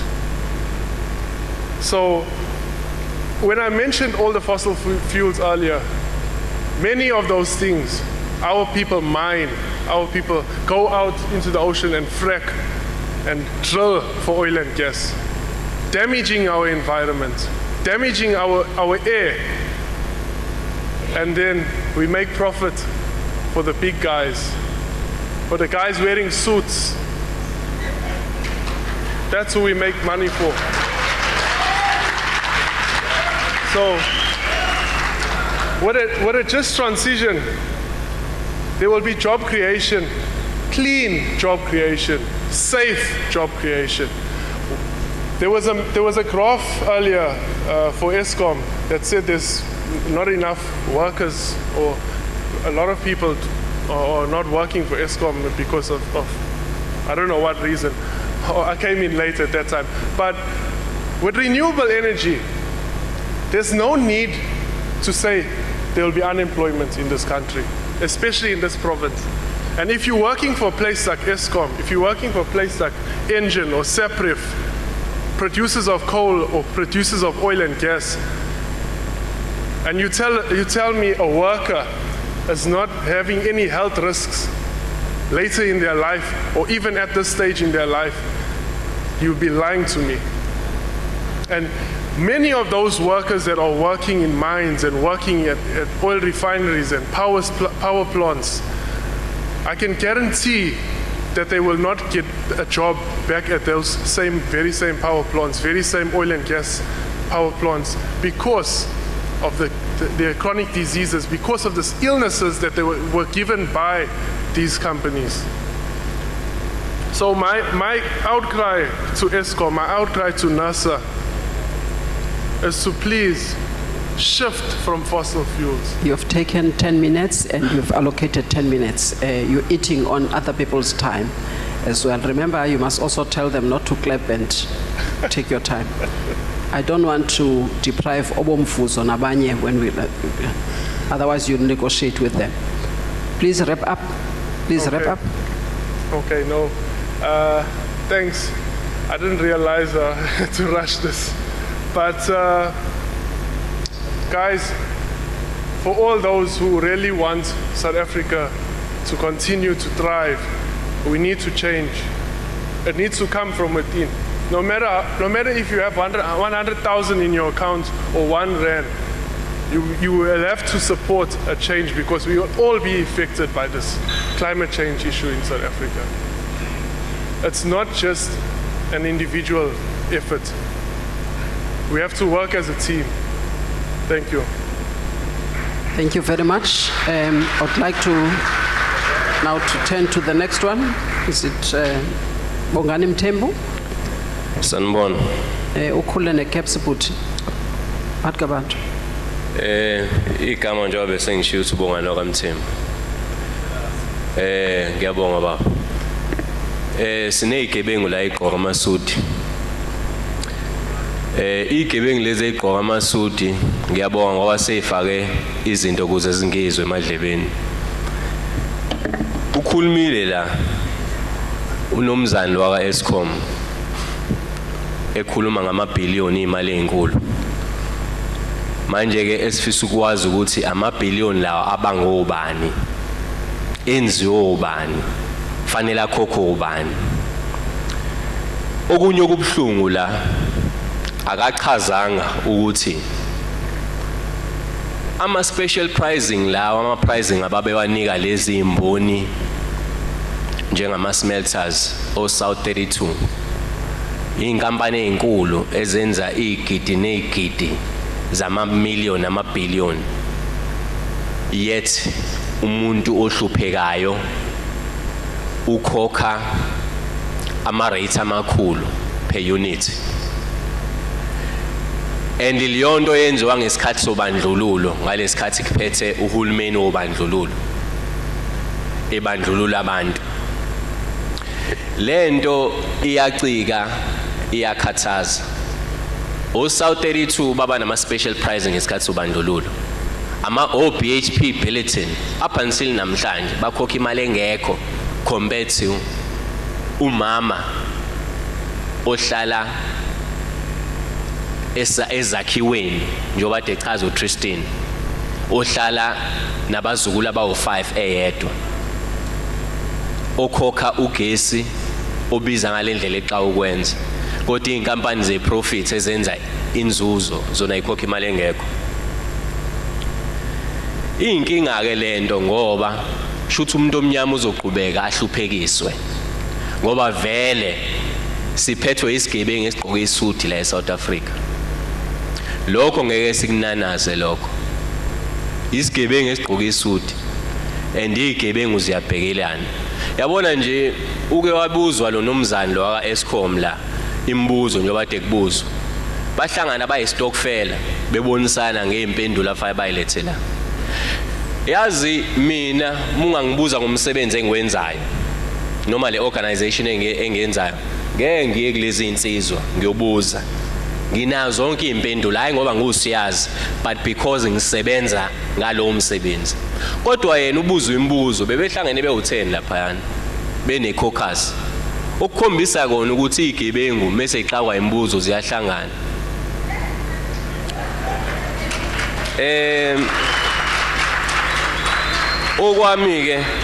Okwami kulula kakhulu ngine minute bengaqala ukukhuluma mangizokhuluma manje. Iminute lami liyaqala manje. 1 minute ebengudinga kuphela la. Angidingi isikhathi esiningi. Ngoba nersa ngikhathele sitikiwe sikhathele ukuza la sokhuluma day 1. Sikhathele ukuthi njalo uEskom mase bentshontshile bayabuya bezothi abantu bakithi kakhulukazi abantu bakuthi abamnyama abahluphekile bona fanele bakhave ikoleti zabo.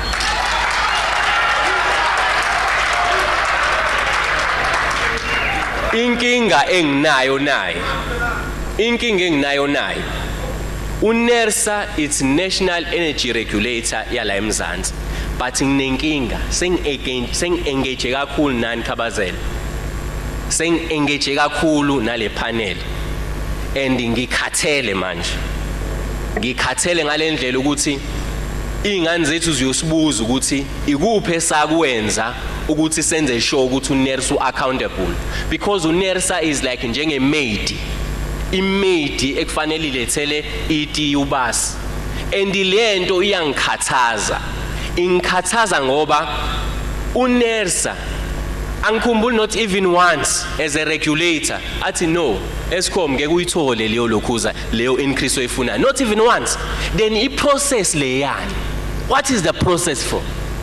Shuthi kahle kudlalwa ngama taxpayers man sila nje imali yentela le imali yethu le and the process le ukuthi isibluff isiqambela amanga and asikwazi ukuvuma ukuqanjelwa amanga siqanjelwa amanga abasiphethe opresident balendawo bale country sizophinde siqanjelwa amanga futhi ngeimali zethu ukuthi size la sonikwa lama sandwich lawa uEskom anikwa imali le ukuthi alokhuze anyusa ama tariffs.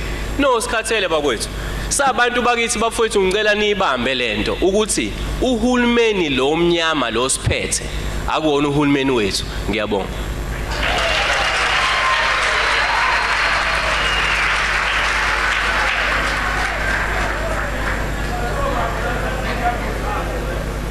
Manje ke ngicela ukuthi silalelana ngithi mtshilo ukuthi laba phambili sibahloniphe abantu abacele isikhathi sokukhuluma senzela ukuthi uma sizokuhlala la njengoba sikhuluma ukuthi imali kaHulumeni at least sikhona ukuthi silalelane sizwe nomyalezo nezinto abazasiphakamisa. So ngicela kanjalo and if NERSA staff you can try to assist the panel. It's not a problem to clap but please don't speak. Babu Ntombela ungaqhubeka. Sanibona. Sinishelviswe. Sanibona. Angazi noma sabotage le.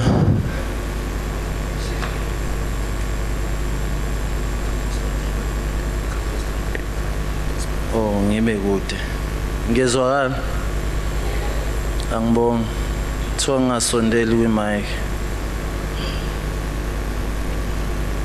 Umvuzo Ntombela Sibongo ngokudabuka ngidabuka kwaHlabisa.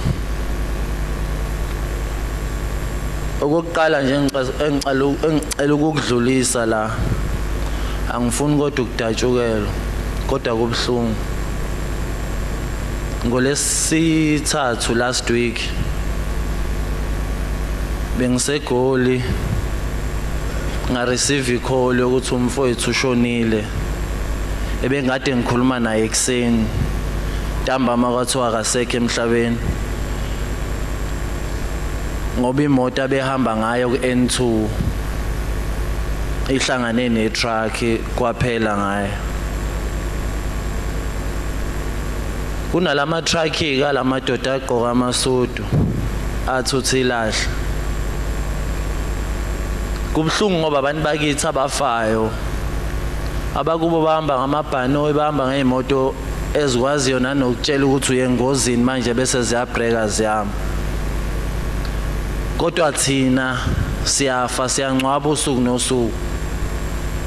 Abantu bakithi sibangcwaba ngisho bengabanga seyingozini zeimoto kodwa ngoba bahlala emphakathini ehlala idlula ama truck agcwele ilahle kusuka idust iyongena emzini yabo. Ba inhale lento engcolile ukungcola. Abantu bayafa ileukemia, bayafa o-asthma, bayafa o-cancer ngenxa yalabantu laba namhlanje abaphambi kwethu abathi bazofuna i-increase. Sihleze ke soma la sikhuluma into eyodwa ecikayo ke kodwa manje uma ngempela kuukuthi ukushintsha noma ushintsha lokho mhlawumbe kuzomela senze ngenye indlela ukuthi abanye abantu abasikhathazayo yilabantu bakulamanye ama province. Into esiyibone lapha bafethe Royal Hotel njoba namhlanje sila kwamanye ama province bafethe it's just a tick box exercise. Ngike ngezwe amanye ama comrades asegoli athi bebengafikile ngisho ku20 kodwa lento ibaluleke kanje. So uma singayithathi serious into siyisukumele thina bayasithathela izwe lethu. Kulesi sikhathi namhlanje kukhulunywa into okuthiwa kudliwa umzila bayawudla kumzila nalomuntu osiphethe. Usethi usebenza kakhulu ke ekuthenini ueducate umphakathi. Ekuthenini sifuna ukumove from ama fossil fuels siyosebenzisa ama renewables. Into ehleze sisho le. Kodwa ngisho simema ama companies simema ama department aka electricity kumele sibaqoqe kodwa sizokhuluma ngezinto ezisithintayo of which is wrong. Asikwazi ukuzohlala la kube ngathi siborekile la eminyakeni ephambilini ngicathi bese wabambela kako ICC ama public hearing.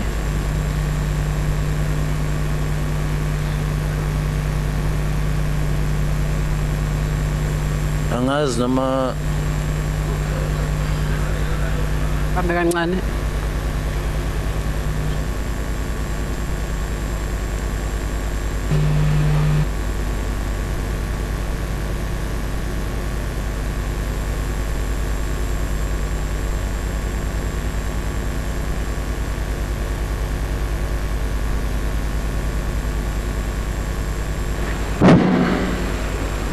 one.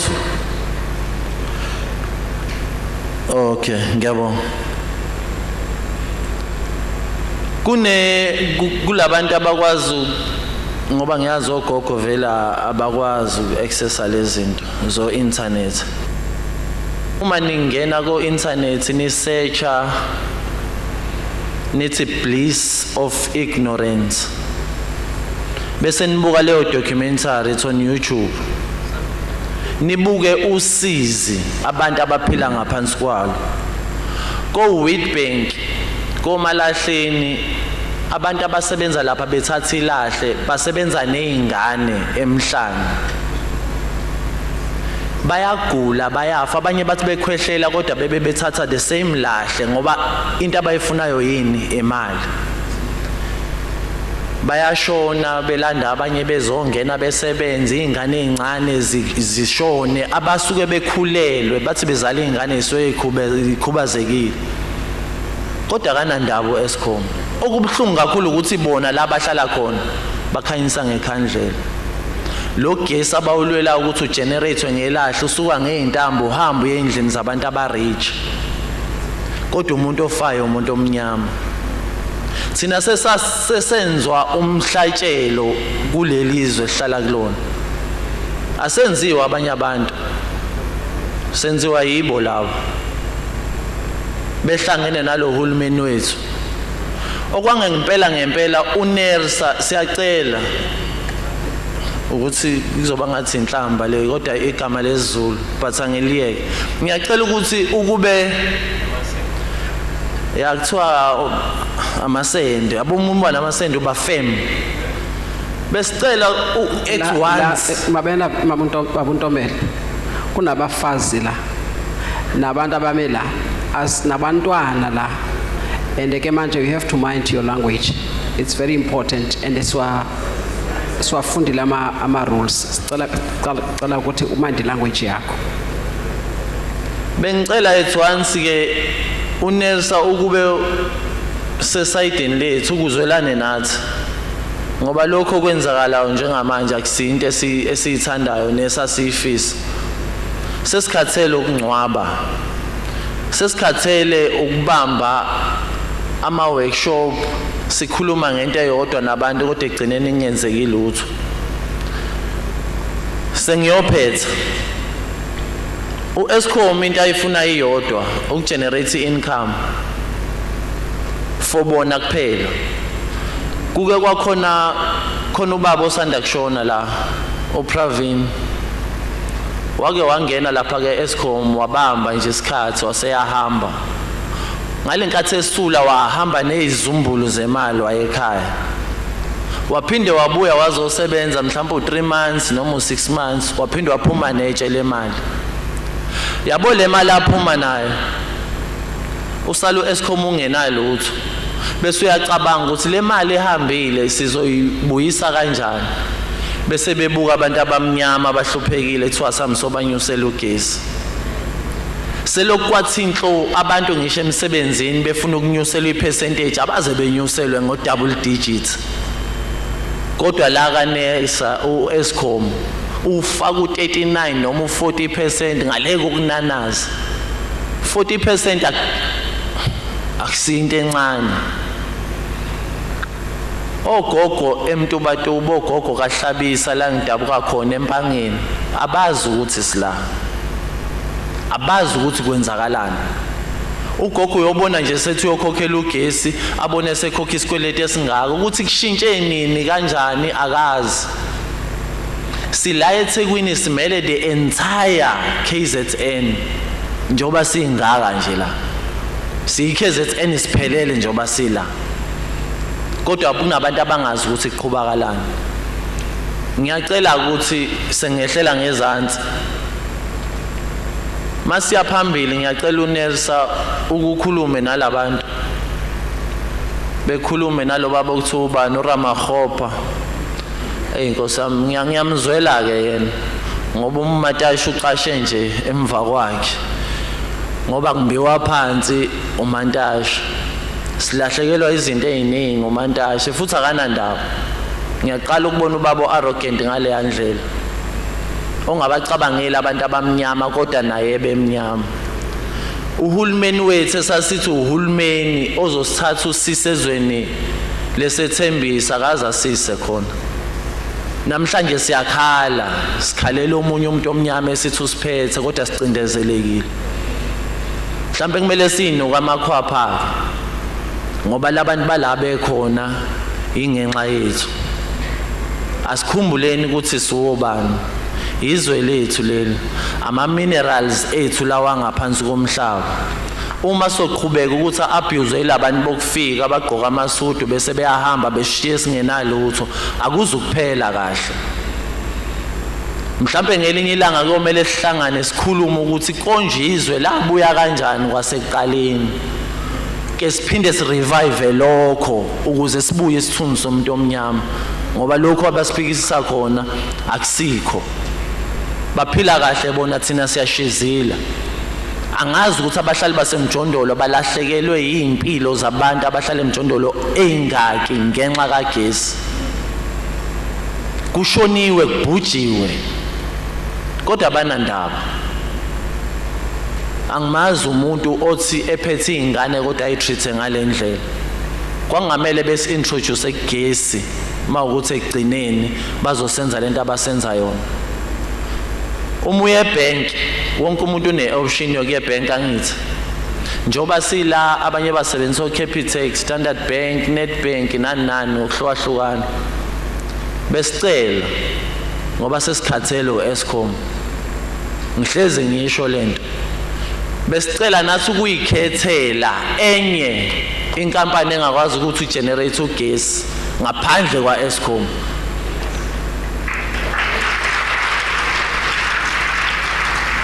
ngoba lokho akwenzayo ukwenza vele uyazi ukuthi asina choice uyena uyena uma abantu sebeyithathela ugesi bese kuba inkingi babangamele besifundisa ugesi besisuse enkonweni sihamba siyotheza sibuye sibase mawukuthi bazosenza lento abasenza yona ngiyabonga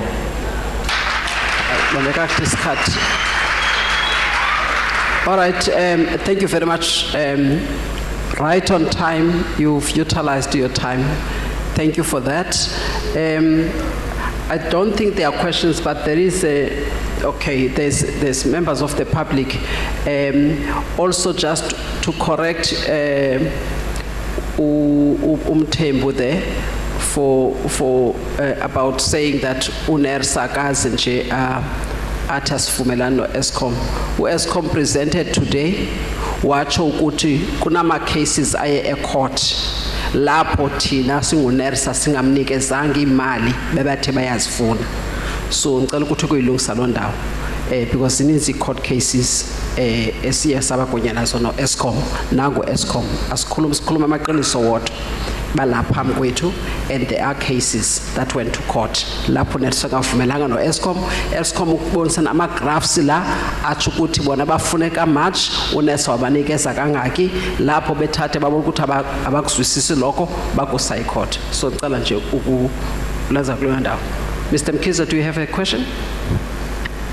Yeah, siyabonga kakhulu. Thank you. We've just got some questions amabili or amathathu. Bengicela ukubuza la ukuthi nike naxhumana yini nomasipala ukubeka ikhalo zini enikuthiwani ngoba uma ubheka umasipala iwona ozodila nezinto zama the billing not necessarily Eskom kwezinye indawo lapho kusupply khona umasipala uthi nixoxe nafika phi lapho uma nixoxile. And then okunye kwesibili ngiyanizwa impela niyakhuluma ukuthi asuke kuma fossil fuel singene ku renewable energy.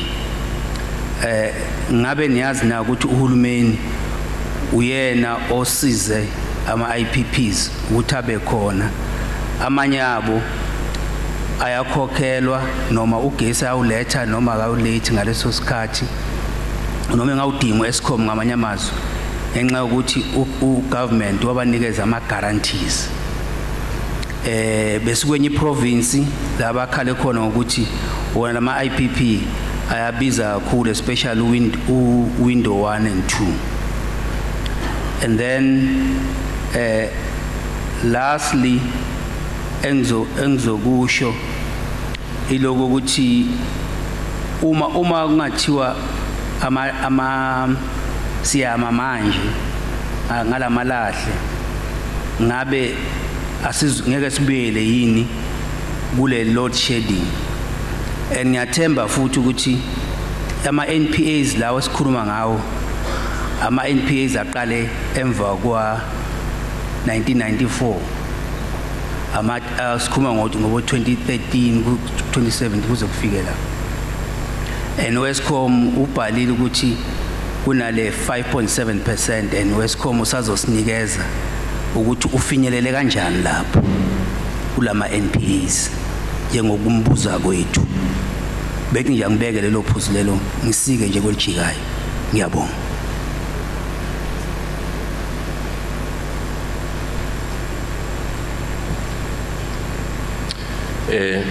Sibonge Khabazela through you chair. Khabazela la ukuqala embuzweni wakwamasipala. Umasipala si-engage kakhulu nawo. Si organization siyawumema sibe nawo la eDaikhonya simeme nomphakathi bazochaza ukuthi why ugesi ubiza kanje.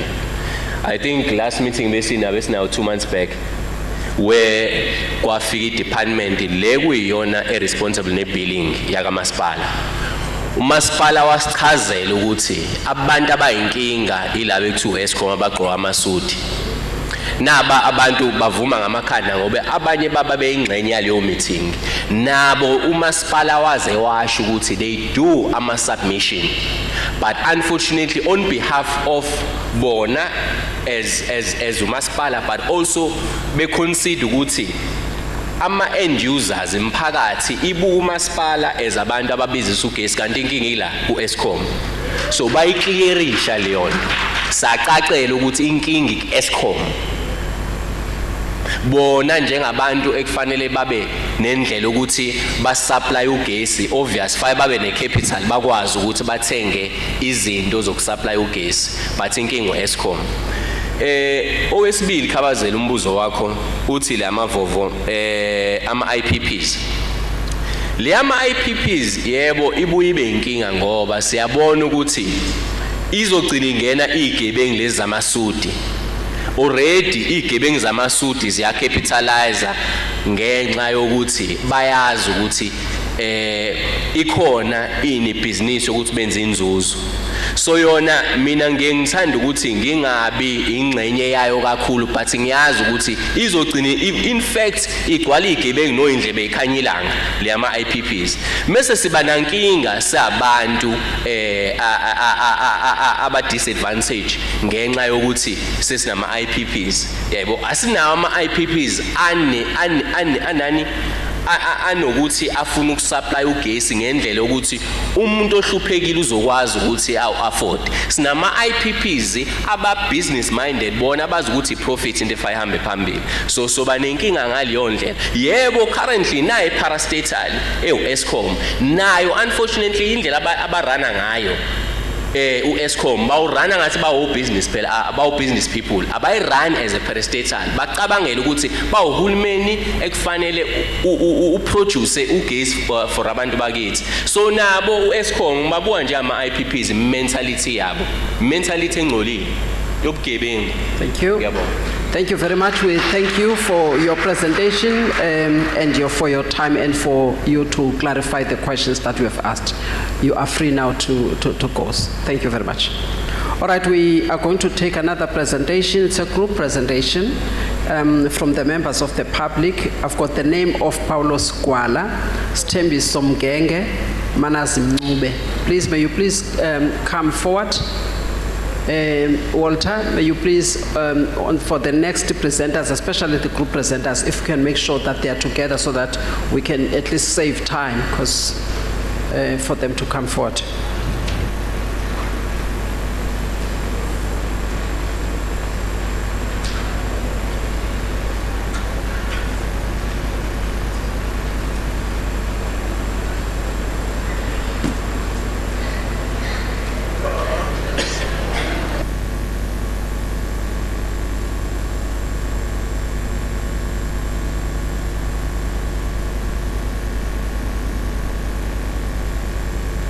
Alright, ngizocela ukuthi ke basukume sizokwazi ukubafungisa.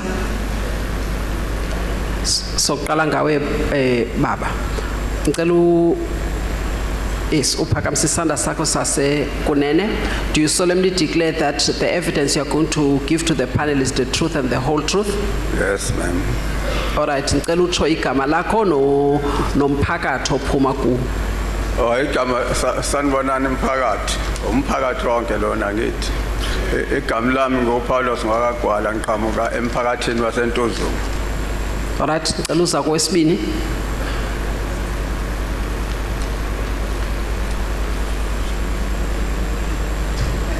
Ngicela uphakamise isandla sakho sasekunene. Uyafunga ukuthi lo bufakazi ozokunikeza le panel izabe iliqiniso neqiniso elipheleleyo. Ngicela uphakamise isandla sakho against sasekunene uma uzophendula uphakamise isandla ungafaki inqindi. Oh, Uyangizwa kahle? Uphakamise isandla. Uyafunga lapho ukhuluma nenkosi phela ungakhuluma into ezingekho. yebo ngiyavuma. All right. Ngicela uthi igama ke nomphakathi ophuma kuwona. Igama ngusithembiso elokufesa welcome isibongo ngwakwamkenge. All right. Ubuya kuphi ke?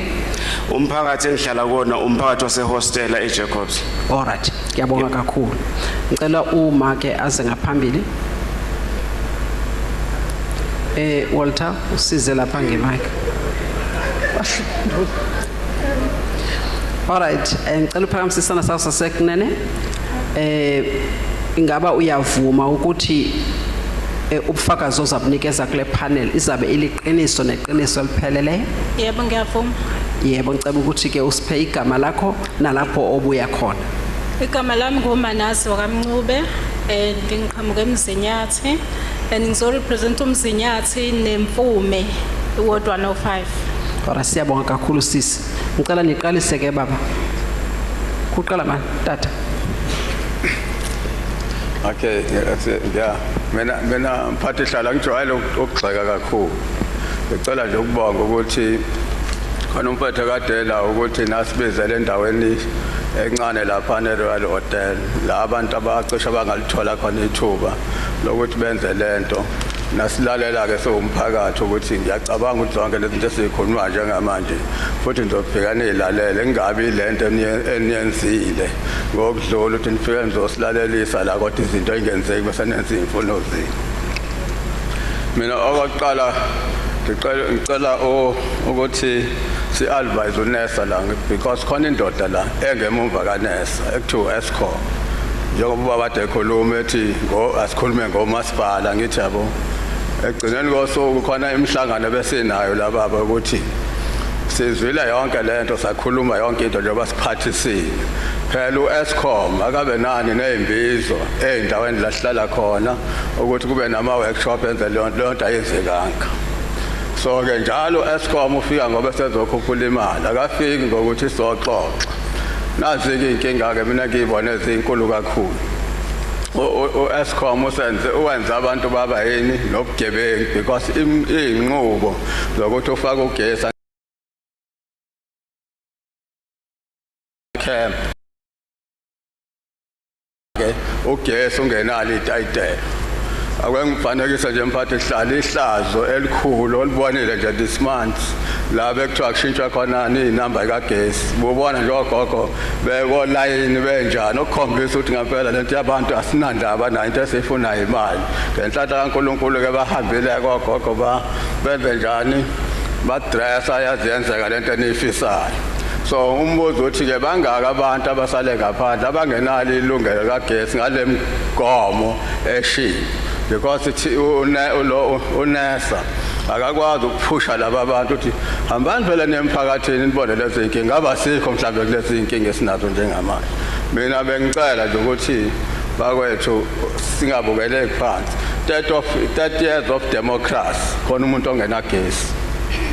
Letha sibuyela ke sihlala nemphakathi ehlukene khona laba abantu abanogesi laba ama-cable ma so ke nabo bakhokhiswa manje o30,000 angithi yabo because yena Eskom nomasipala lo mina ngiyabahlanganisa abasinikeza abantu basiba-estimate ukuthi ngoba umuzi ngaba ugwala une-stage fanele ukhokhe u20,000 kuyafanekisa bese sibonga ke mhlawumbe into esicishe yenziwa umasipala manje okufana no-Eskom ayenze ukuthi kubizwe bonke khona la izinto abayisifomile la kuthiwa ama-indigence forms yabo la ufike ubhalise khona usho ukuthi angisebenzi imali ayisekho ngithi yabo bese kwehla lezo ikweleti-ke okwenzekayo njengamanje uphi u-Eskom kulezi zinto ngampela mina bengithi bakwethu akwesicabangeni ngenye indlela lo Eskom lo ngendlela enofihle ngayo naye unesa sifikile kwenye indawo lapha e-ICC benza lento inima benza kakhulu la ko-ICC lama-advertise abo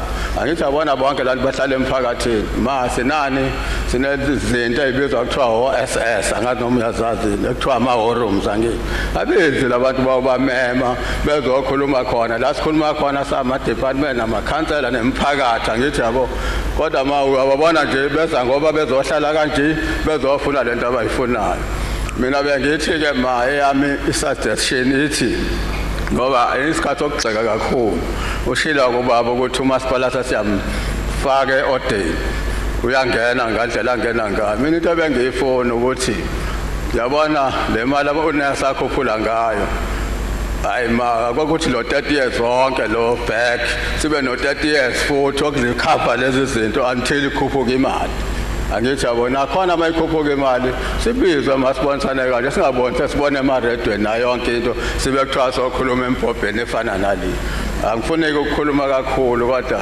khona le ndoda angisho mina baba ukuthi indoda yamasudi awu yazi bengithi umlungu ubaba lo umuntu omnyama hayi yena ngasibuki isimo esifana nalesi kodwa ngempela mama uncisha ukugesa abantu uncisha amanzi abantu ukuthi abaphile nganina senikhohliwe endla nihlala khona noma mhlambe sihlukile nathi imbuzo nje leyo ngelinye ilanga ngaphandle kweyibuzo so-ke mina ngibonga kakhulu lezi igcawu uma zenzeka ma kodwa lezi igcawu kusukela namhlanje unesa before akhuphula imali kwesimbone kulabantu esihlala nabo nje beshile ubaba lokuthi yabona nje besikhonjwe Royal Hotel sakhonjwa la makhona umuntu ongakwazi ukungena la khona lo muntu ngempela oyidingayo lento odinga ma usumshintsha i-mindset ukuthi ngempela sisebenza kanje kodwa ngempela isimo sinje ngempela ugesi ma bazophinda abantu bawuntshontshe ugesi balimala abantu because ubani osenza sitshontshe ugesi ubani yilo Eskom nina nimfake phi ekhwapheni le ngiyabonga kakhulu Siyabonga baba.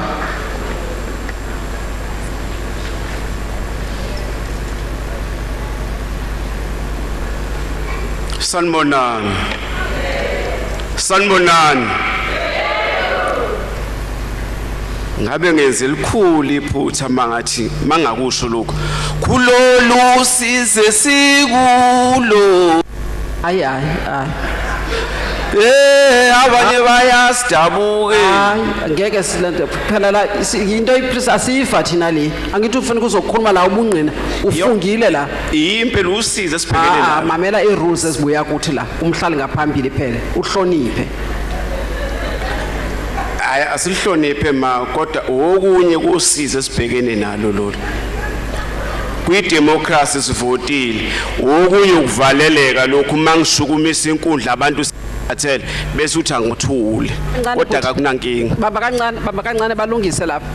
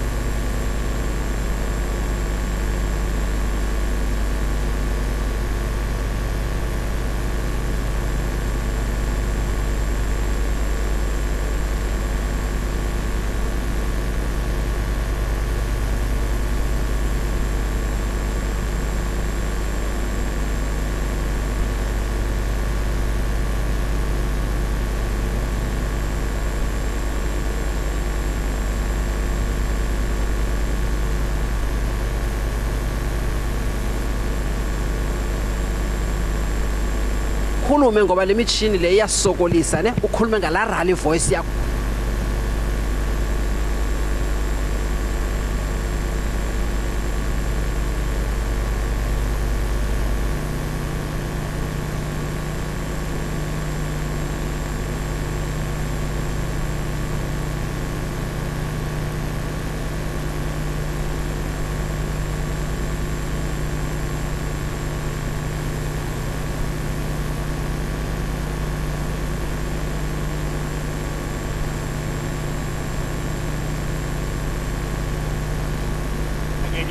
Sanibonani. Ake sibingelele abantu abangasebenzi sanibonani. Ake sibingelele abantu abaphume bengadlile bezala ngoba bekhathazekile sanibonani.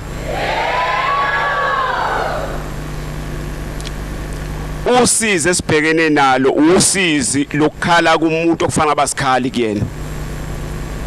Usize esibhekene nalo lokuhlunyezwa umuntu ofanele besikhala kuyena. Usize esibhekene nalo lokuhlala sizokhala kuzotshenwa thina kuzokwenzakala kodwa singalalelwa kwesikushoyo.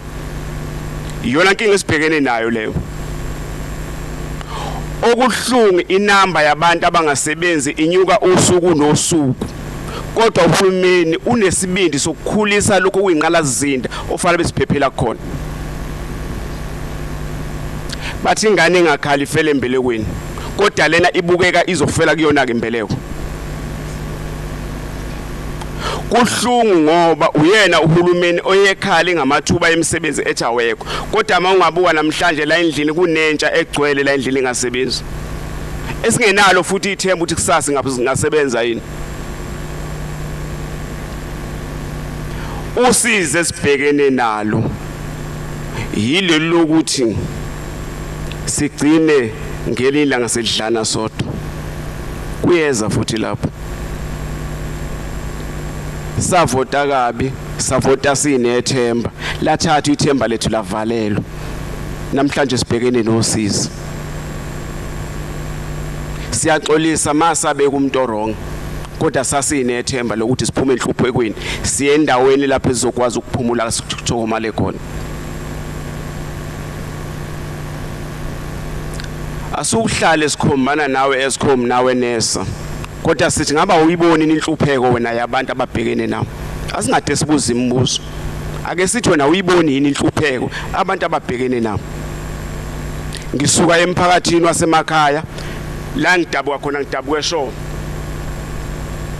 La kusenemindeni engenawo ugesi khona. Umbuzo ukuthi mhlaba uthola lo gesi uthola usukuliphi ipercent. Siyaqonda ukuthi kunabantu abenza ukurobha ugesi kodwa umbuzo ukuthi ngabe bawurobha ukube bonke abantu bayasebenza. Asisho ukuthi bosebenza bonke abantu welinye la kodwa bakhona bayocela kwabanye kodwa babe bancane abacelayo kunokucelwa kubona kodwa kubuka bebancane abacelwa kubona kunabacelayo. Siyahlupheka singabantu abamnyama. Isilungele futhi. Okay, si right, siyabonga. Hayi lento engidla bafesona. Siyayicelela kweminyango exhumene nezombiwa phansi. Sicela ke nihlale phansi ke nixoxe nimunyunge le. Inhlupheko yabantu abamnyama, inhlupheko yabantu abahlala emjondolo, inhlupheko yabantu abahlala emaflatini. Beyitshela ukuthi bona abahlupheko behlala eflatini kanti baxakekile. Endimali abayikhokhala abantu abahlala emaflatini bakhokha imali la ko 3000 kuyaphezulu ngenyanga. Kodwa la sebenza khona uholo 7000 ngenxa yokuthi uxakekile ufuna usondela imisebenzi egcine ekhokha ama rates amakhulu. Akekho umuntu ohlupheka njengomuntu ovotisa uvota umuntu omnyama. Bavota ngomningi bahlupheka ngomningi futhi labo bantu. Endoso politiki mabekhumbule ivoti labo bayazi kufanele beqale emjondolo bemahostela bemakhaya. Bayagcina emaflatini bayagcina endaweni ngamalokusho ngoba bayazi usuku obvious vele bazovotela bevotela bazohluphekisa abantu futhi kakhulu. Ngisacela ukufunda le ngibhale ngesingisi ngoba yona bengenzela nami ukugcina ekudlulile anginambuzo kwenza ubuzwa wona mangiqeda la bengizosho mina ngizifunkusho.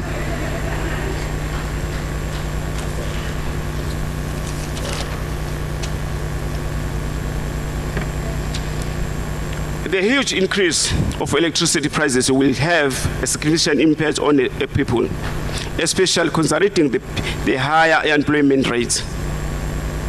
We're facing a large number of unemployed people already struggling to find their jobs. To increase electricity prices will add to their financial woes. The price hike will lead to the higher cost of living, which will affect not only individuals but also a small business who already obtaining only their thin emissions. To increase electricity prices could be push more people to poverty. Kona kunzima. Instead of increasing prices, government should focus on improving infrastructure, reducing energy losses and preventing thefts. It's unfair to punish honest citizens with higher prices. Government needs to have a community engagement to organize a meeting, workshops, and awareness campaigns, educate citizens about consequences of electricity and impact on economy. Our government needs to promote alternative energy sources, such as solar and wind power, wind power, to reduce dependence on the grid and provide affordable energy options. Kodwa ke iboshela noma izacina. Usizi lubhekene nathi. Ngicela sibambane bese siyahloniphana bese siyalekelelana ekulungiseni izwe lakithi. Umnotho ukuthina isiqubulo sithi izwe ngelethu kodwa umnotho akuwona owethu. Usizo olukhulu lubhekene nomuntu omnyama othi izwe ngelakhe othi umsinzo okuyimilele. Ngiyanithanda niqhubeke niphathe kahle. Ngiyabonga. Yebo, siyabonga kakhulu.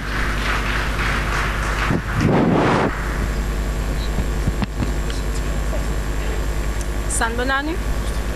Sanibonani. Mina njoba ngilana ngizokhulumela abantu basemakhaya. Njoba ngizokhulumela abantu abasemakhaya, i-information eningi ayifiki kubantu. Njoba information ingafiki kubantu, siphinde sibe nenkinga ukuthi kusanamakhaya anganawo ugesi. Nawo lo gesi esutholayo awukho kwi-standard sokuthi mengabe siyawukhokhela.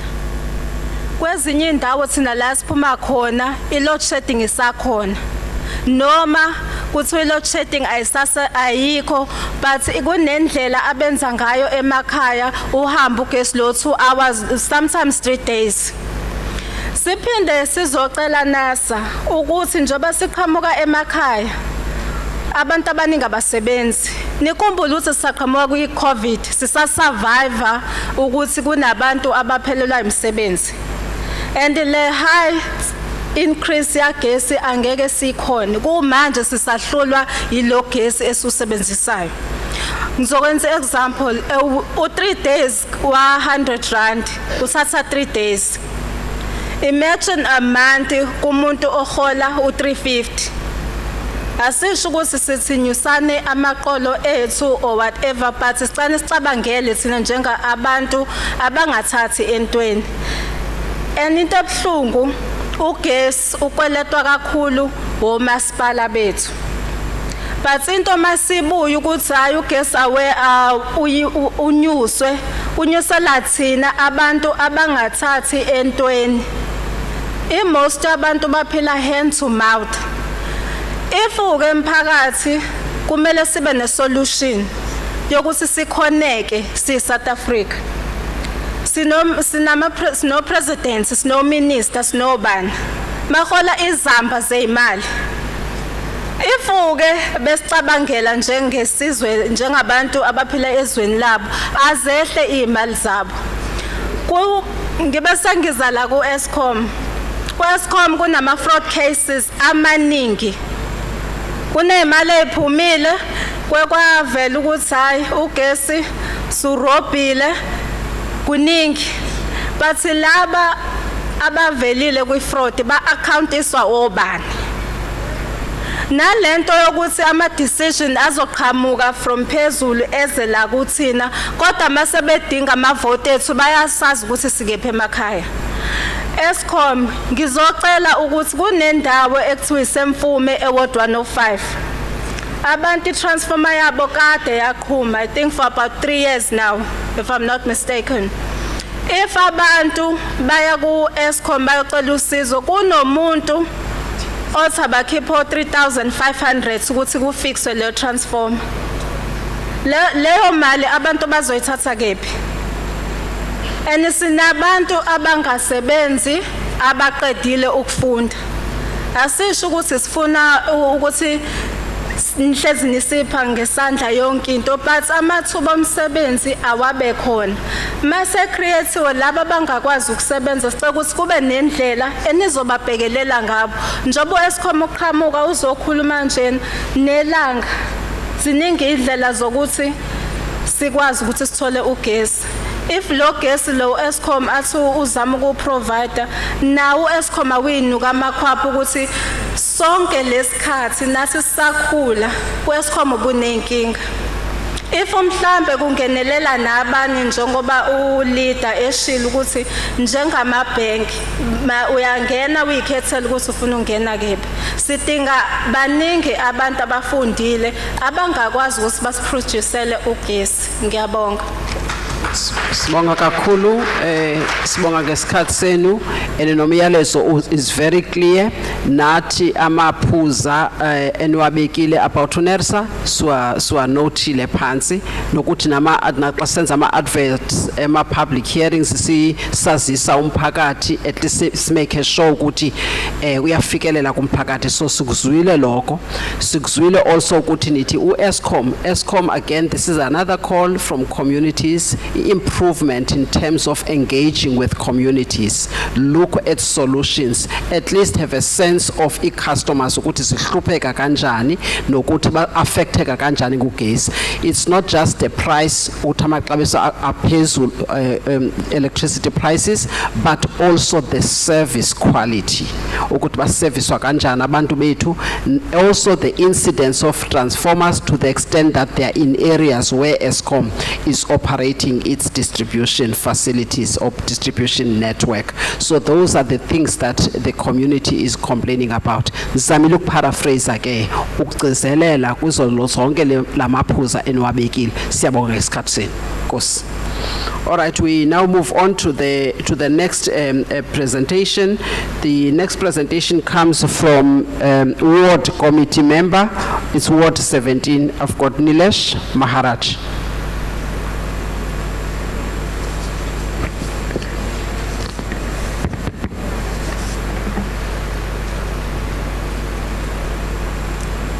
May you please raise your right hand? Do you solemnly declare that the evidence you are going to give to the panel is the truth and the whole truth? Yes, I do.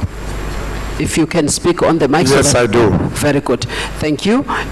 Please state your name and your designation at Ward 17. My name is Nilesh Maharaj. I'm a ward committee member of Ward 17. Okay, thank you very much. You may start with your presentation.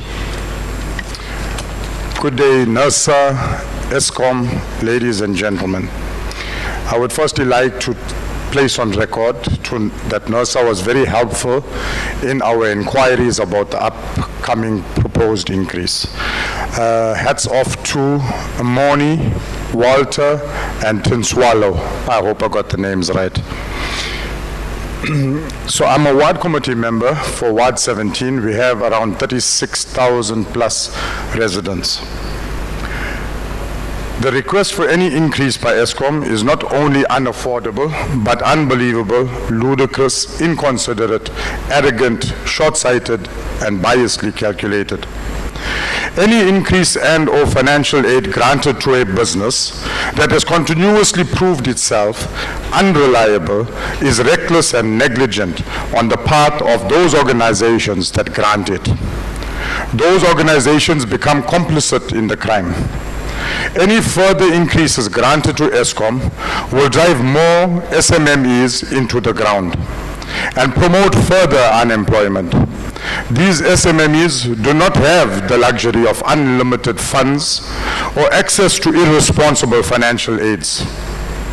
These SMMEs are forced to creatively find alternate means to increase profit margins, create additional income streams, and or reduce expenses, costs, and or losses to keep their doors open and ensure the staff they employ are able to feed their families.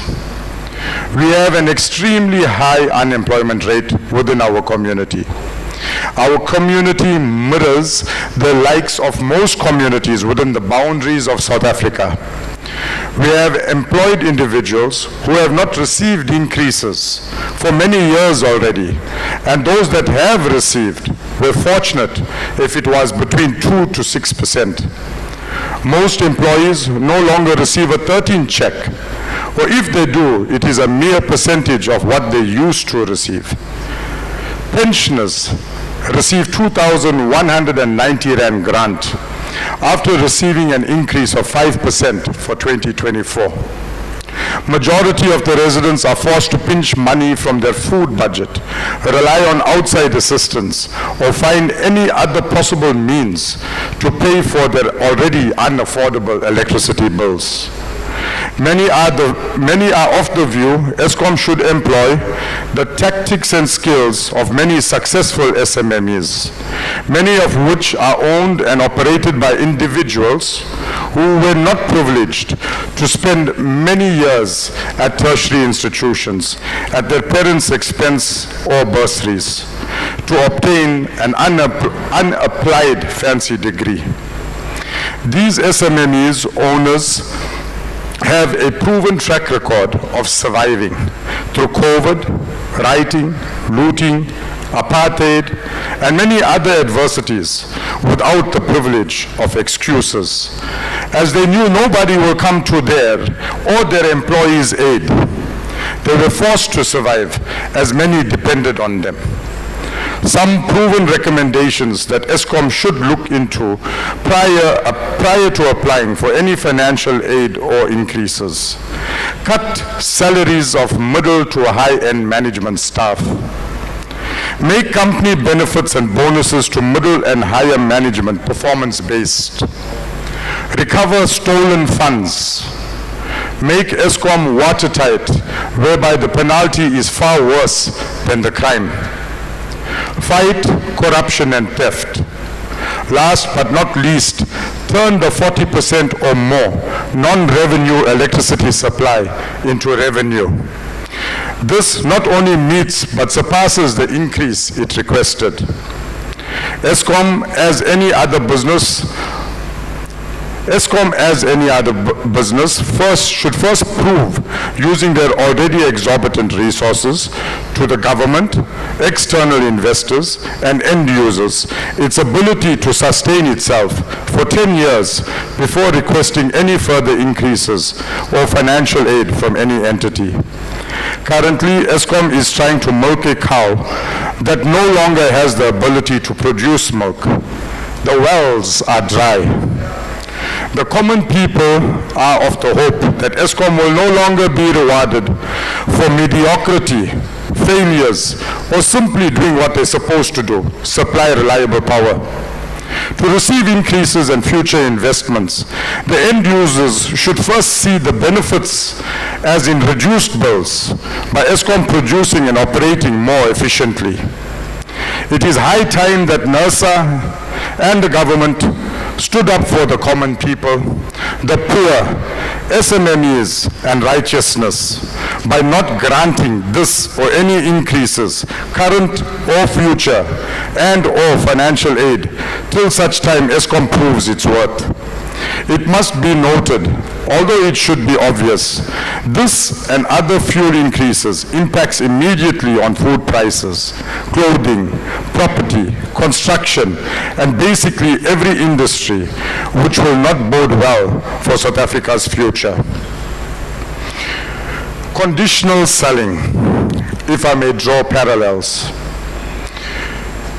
Similar to those days when we used to go to a bank and apply for a bond, the bond would only be approved if we bought insurance from their preferred supplier. Similar to this, Eskom is now telling us only if they receive these increases, then can we receive reliable power. They have many highly educated engineers and individuals within Eskom, and they need to put that degrees that they spend many years studying for into practice. Thank you very much. Thank you very much for your presentation and also for the suggestions that you have made to NERSA as well as to Eskom. We take note of that. And if you can share, what you are reading from with NERSA, give it to Walter Mabunda so that we can have a copy of that. We'll appreciate it. Thank you for your time. Thank you all very much. Thanks. We now move on to the next presentation, and this is the presentation from Groundwork. I've got the names of Spesi Mvundla or David Hallowes.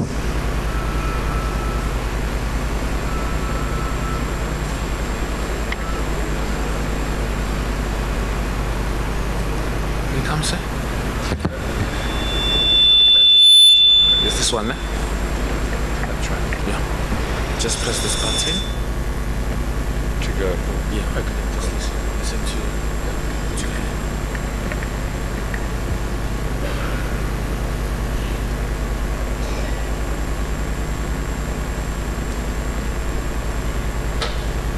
All right. May you please raise your right hand?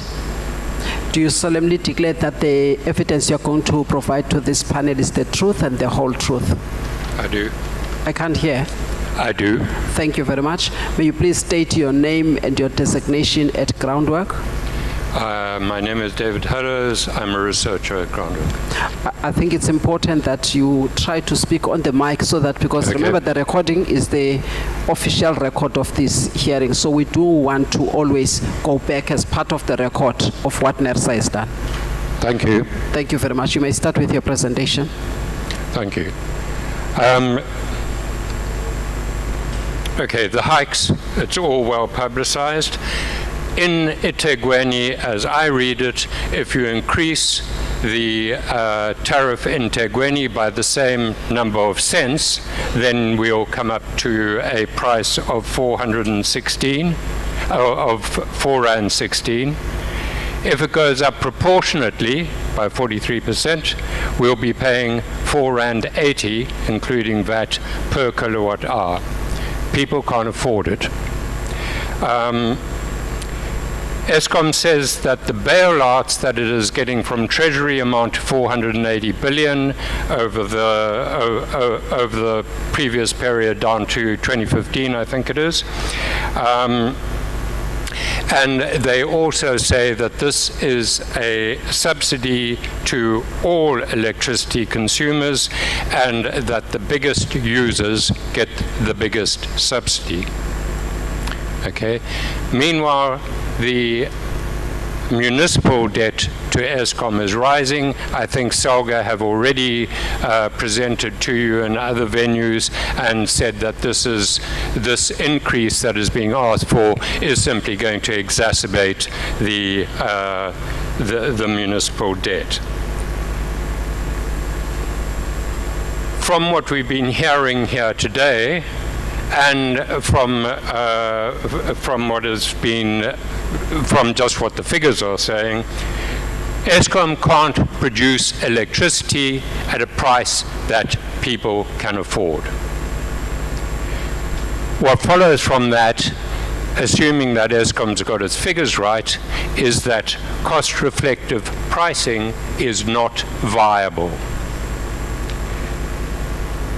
Proposed new pricing policies are centered on cost to serve. Essentially, that methodology is calculated in a manner that advantages big industrial users and disadvantages others. If we have high line charges, reduced energy charges, who benefits are rich households. Who is penalized are poor households. people who conserve energy, and people who install renewables. Cost-reflective pricing also ignores the harm to the environment and to people's health, and I think that something has been said about that already. So it does not reflect the costs that remain purposely externalized. Okay. Eskom's own account of the price hikes is that the NPA's subsidy to big industry will be paid for by everybody else. Yeah? So we have the situation where people, where residents, where the SMEs that we've just been hearing about will be subsidizing large industries. But not only that, Eskom doesn't actually want to tell us who it is that we will be subsidizing, and they don't want to tell us what the deal is. We've been here before. Back in 2010 or 11, I think, Eskom was taken to court to reveal the pricing on the special pricing agreements with Billiton's. At the time. That's now with South 32. So who else are we going to be subsidizing? Right, you mentioned ferrochrome, so I imagine that Glencore is probably on that list. That's a very large transnational corporation. I imagine that there are a couple of other large transnational corporations on that list. The other forms of the costs, correcting for nurses' past decisions, those are the court cases I think that you referred to earlier. Coal costs increasing, and more coal being procured because of the failure of DMRE's IPP procurements. Return on assets, the municipal debt. Again, it appears that what Eskom wants to do with this application is to pass the cost of municipal debts on to those who are paying. And then, of course, we have the carbon tax and the environmental levy, and I think I've heard the Minister of Electricity and Energy nominating those as the first cut that they want to make in order to mitigate Eskom's price rises. In other words, in the longer view, what we've seen is system failure, essentially. The minerals energy complex, the electricity system isn't only about the supply, yeah? It's about who's consuming as well. The MEC model was one of big power stations supplying cheap and abundant electricity to big industrial users. To reproduce that model, they built Medupi and Kusila, and as I recall at the time, big industry applauded those choices. So what we have is a situation where one of the drivers of the increases was the choice to build those power stations which were demanded by big industrial users who are now getting the benefit of negotiated price agreements. Coal prices. The Highveld coal fields are past their peak. We've had short-term contracts in consequence instead of the long-term agreements where you have coal being delivered by conveyor belts rather than by trucks. We also have Eskom competing with export coal now in a way that it didn't do before, and they're saying that there's declining investment in the mines. Doing more coal is simply going to exacerbate those kinds of fundamental cost drivers. We also had the corruption in the new build and in coal procurement. We have an intensification of the the utility death spiral that is now manifest in municipal debt. The reforms that are proposed relate to cost-reflective in-pricing and prepaid meters, and they shift the burden onto households. Eskom's monumental environmental and social debts are largely ignored in this whole equation. Eskom talks about protecting the poor. This isn't what's happening. 56% of people in South Africa are poor on official statistics. The next 25% are at risk of slipping into poverty, and so that's 80% of the people in the country. This kind of application simply pushes them further over the edge. There's a gendered impact on that as well. Women do most of the shopping in households. They do most of the getting in of food, and then they are left with a choice. Do they get the food, or do they get the electricity to cook it with? We've also had conversations about access to energy and energy justice. The free basic electricity, first, is not enough, and secondly, has been hijacked by municipalities. Eskom already made a comment about that. They don't want you to use inclining block tariffs. Our call is that what we should be doing is looking at a system where we have 350 kilowatt hours of electricity a month for all households, in order to bypass the whole problem of free basic electricity. That should be followed by steeper increases on the next steps, so that you have a system which is progressive, essentially. The externalization of environmental costs, I think you've heard something about that this morning. Air quality costs on the Highveld are around, not on the Highveld, from Eskom's fleet are around about 2,200 people dying a year, but then you have a whole bunch of diseases, of asthmas, of incapacities that go behind those figures as well. We have, in terms of climate, we have increasing costs of climate impacts.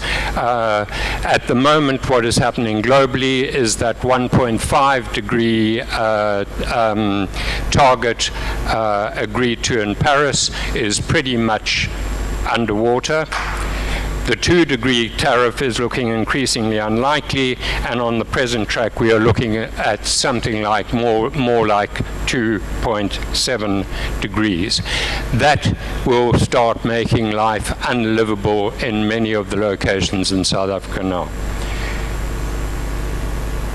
Despite the delayed decommissioning, Eskom says that it will meet the target of cutting emissions by 70 million tons a year by 2030. It's not clear how that will happen, and in terms of the IRP application, that is the IRP that has just been published, it would seem that the Department of Electricity isn't quite on board with that reduction. They are looking at 170 megawatts, million tons of carbon dioxide being emitted by 2030, whereas Eskom's figures are implying that it should be around 120. It would be good to have some explanation of how that is arrived at.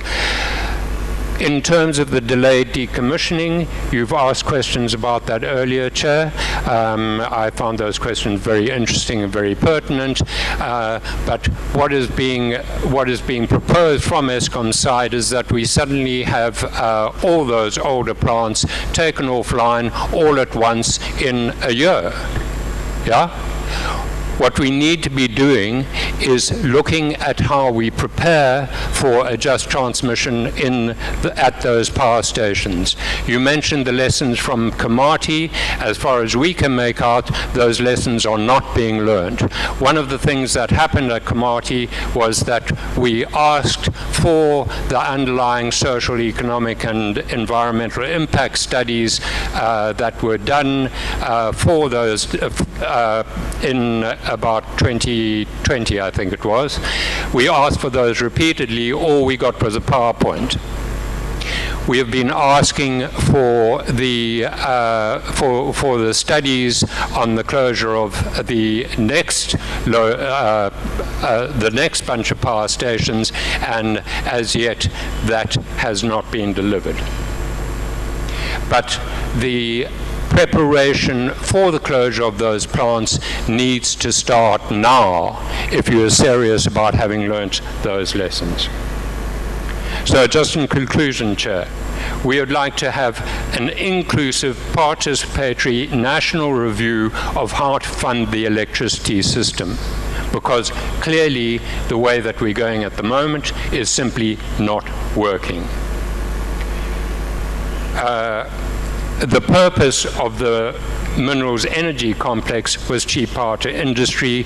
We think that if we are having a review of how to fund the electricity system, we need to look at what our purpose is. And we think that it should be a just transition to energy, to a renewable, socially owned and democratic system inclusive of all people. That everybody should get enough for all.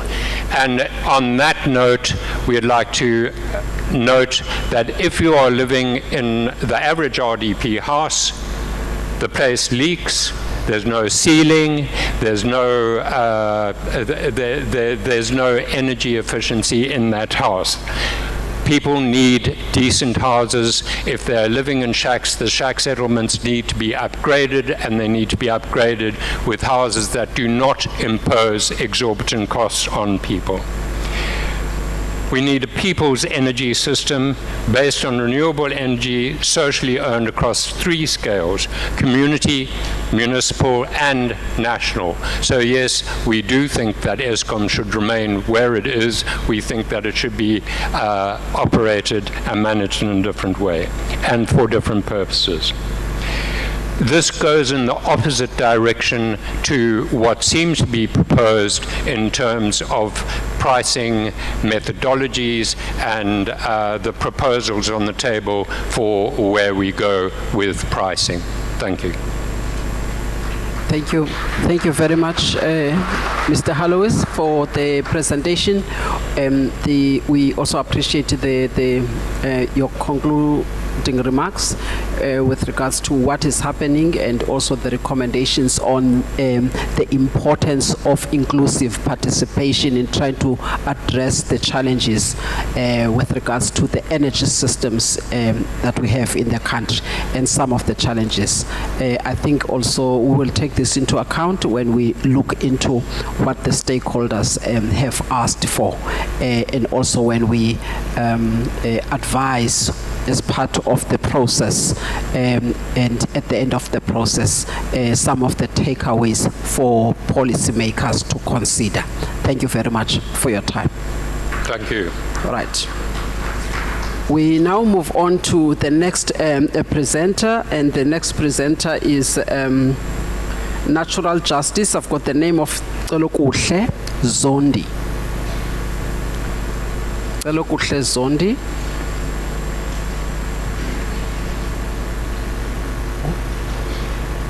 When? Oh. Okay.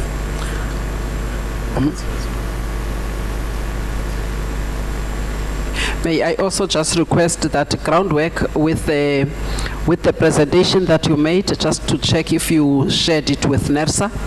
David Hallowes? Okay. All right. Thank you.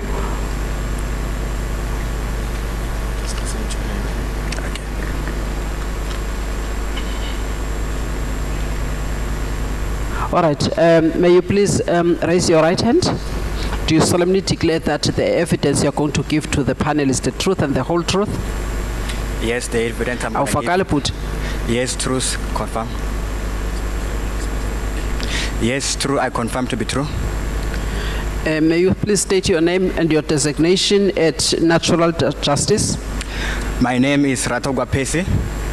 I work for... Khuluma lapha kumboko lo. Can you please speak on the mic so we can get your surname, because you are not the person that is shown here. My name is Ratepayer Pesi. I work for South Durban Community Environmental Alliance. All right, you may start with your presentation. Any proposal increase above 20% is more than double inflation rate in South Africa. This will put more pressure on the cost of living, affecting individuals' income and purchase order. Business will increase operational costs, which will lead to high prices to consumers. That will lead to job cuts and business closing down. This will lead to increased illegal connection, which currently Eskom is failing to manage. So NESA is not considering this, and there's no plan, because this 4 years plan doesn't address this matter. So this is a plan to sabotage the people of South Africa. When education is a key for any child, through NESA decision, children cannot study due to no electricity.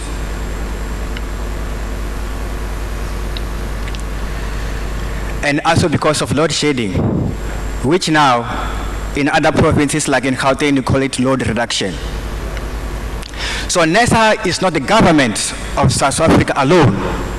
The government of South Africa is the people of South Africa. So NESA cannot take decisions and dictate how the South Africans should live their life under this pressure of electricity increase. So we are saying, we are the government of South Africa.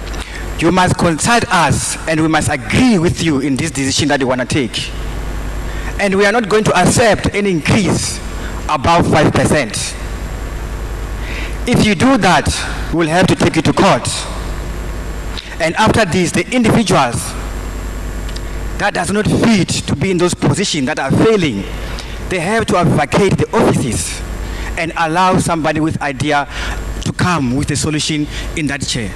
If you know, like this is to show that Eskom has run out of idea, allow few individuals that have got idea to come and solve this problem of electricity in South Africa. Corruption. This increase is because of few individuals that are corrupt. They want to benefit from this. And for decades, this pocket of these few individuals that are corrupt has never been full. For experimental learning, you can go and borrow these trousers just for 1 week and try to put dollars and billions in that pocket. It will never be full. So Eskom has to come with a strategy to deal with the corrupt individual. For the face that there's a consistent increase of this corruption, it is a sign that the system which Eskom is using to deal with the corruption is weak. Pensioner. Our pensioners are paying a lot in electricity, which is supposed not to be so. These people have been paying tax for decades in an attempt to secure a future that will speak for them. But today, these pensioners are paying a lot of tax. By so doing, you are betraying them on the last moment of their life. Just like Judas betrayed his master. Why are you behaving like Judas? Betraying our elder people on the last minutes. And this thing that you said the municipality will be accountable for this, for them to get a free electricity, it's not going to work, because a municipality, each and every municipality is controlled and influenced by the political sphere. I am from there in the municipality, I'm from there in politics. Municipality cannot do any operation without consulting councillors in the community. And all the councillors, the first priority is their people. And those who cannot speak for themselves will never benefit from this. Damage of load shedding. With this increase, you have never addressed the damage that you have caused through load shedding. which now you are calling it load reduction. You are bringing new English to confuse us more. So there's a lot of accidents that has happened because the robots are not working because of load shedding. We have got a lot of children that are dropped out of school that couldn't write exams. And because most of them today are written online. An example as UNISA. I also struggled to have my exam done because of load shedding, because it affects the signal.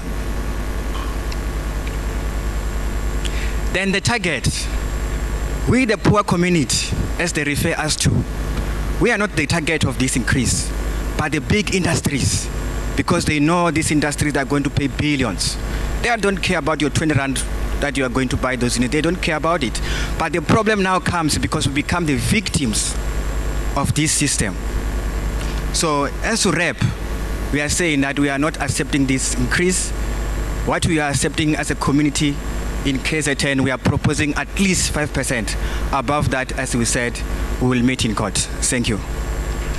Thank you very much. We thank you for your time, and we thank you for the issues that you have raised, as well as your proposal of 5%, and I'm hoping that Eskom also has heard that. All right, the next presenter is, may you please switch off that, the mic there, Mr. Mateja. The next presenter is supposed to be NUMSA. Do we have NUMSA? Do we have NUMSA ready? Is NUMSA here? If NUMSA is not ready, and lunch is also not ready, we now take the next presenter, which is Street Committee 4092. Desmond is the name.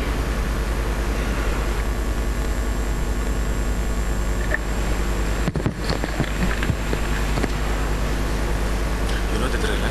Yeah, I've been watching. All right, may you please remove first the cap? Oh, sorry, my apologies. Okay, thank you very much. May you raise your right hand? Do you solemnly declare that the evidence you're going to provide to the panel is the truth and the whole truth? I do, nothing but the truth. We can't hear. We would like to capture that on the record. I do, nothing but the truth. Very good. Thank you very much.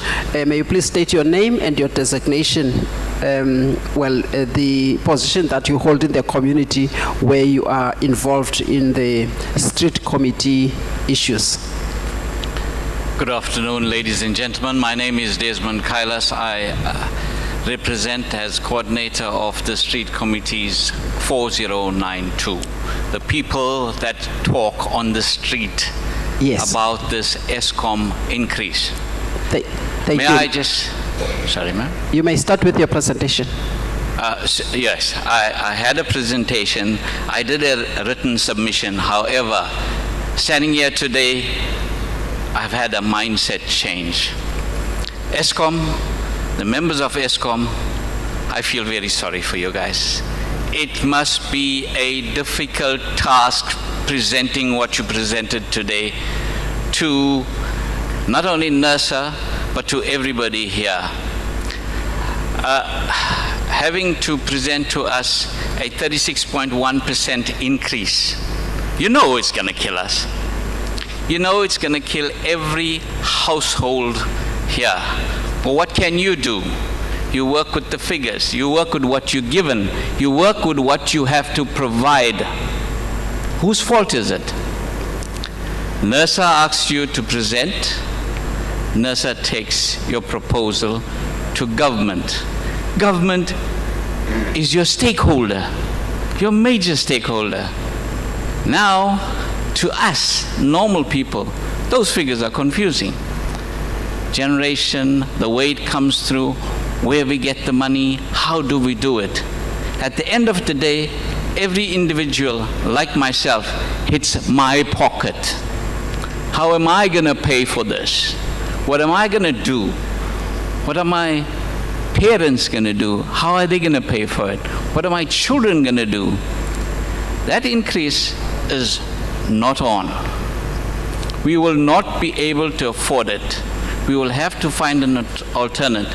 And as it is on certain alternates, it's either too expensive or too dangerous. Last night I was at a hospital and you see the burns cases that come through because of trying to use alternate power to electricity. Kids are being burned because now you want to save the Eskom electricity by using alternate fire outside, gas, whatever it is. So I'm asking Eskom to consider a ground-up approach. The current CPI index rate is at 4.6 odd %. Compare that to what you are proposing. But coming back to my point of Eskom, NERSA, the government, this whole process of the increase is rotating within the government space. And you know who's the fools here? We are the fools. We are the fools within this increase that's happening. We have talks amongst ourselves, hey, you know, Eskom is increasing the price. But who is supposed to manage the poor, to look after the poor? The government. And who owns Eskom? The government. Now it made as though Eskom is being the bad guy, NERSA is being the people in between, and government is saying, not to worry, we'll give it to you for free. It hits us in our pockets. Your increase, as much as you may appreciate it, we don't appreciate it. As much as government may say no, we don't appreciate that also. It's not giving us, those of us that live on a pension, on a retirement plan, on a subsidy, on no income, it's not helping us at all. I can understand from a business perspective that these guys will make a plan and have that money somehow or the other, but increasing business tariffs is also going to affect us because the businessman simply takes it from his clients, and who's the clients? Us. So I'm pleading to you. It's a plea. It's not a request, it's a plea. Would you go back and look at it. I know if you say you're going to cut costs here and there, it's also going to affect us. Look at it from the ground up, the poor person's perspective, the perspective of your family and your friends that sit out there. Can they afford it? Will they afford it? This is my plea. NERSA, do the right thing. Do the right thing in considering these people. And I know you are a government entity to a level. Speak to government. Don't let them fool you. Do your job. They'll tell you, do your job. They will fool you because at the end of the day, they want to fool us, the poor people that have to take the brunt of this increase. This is, and it will lead to other things. Increase in electricity is definitely going to bring this country to a standstill. And that is my plea. Thank you for your time. Thank you for your time, and thank you for your presentation. We appreciate your time and the views that you shared with us. Thank you very much. We are going to take the next presenter. It's the Ratepayer. Do we have the Ratepayer? Board Dayal? Do we have that person? Mr. Mabunda, may you please indicate if we do have? Okay.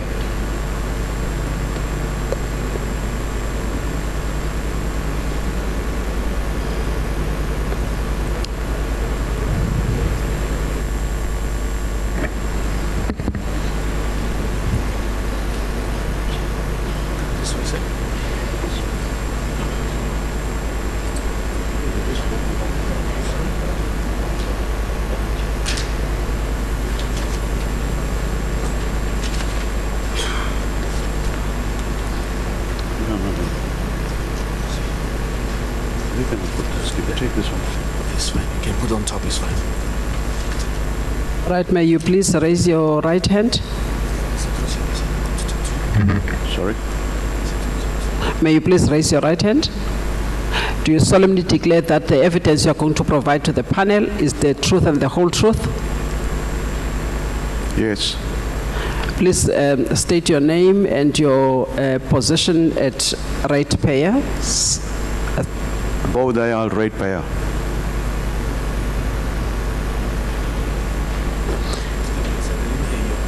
Bodayal Ratepayer.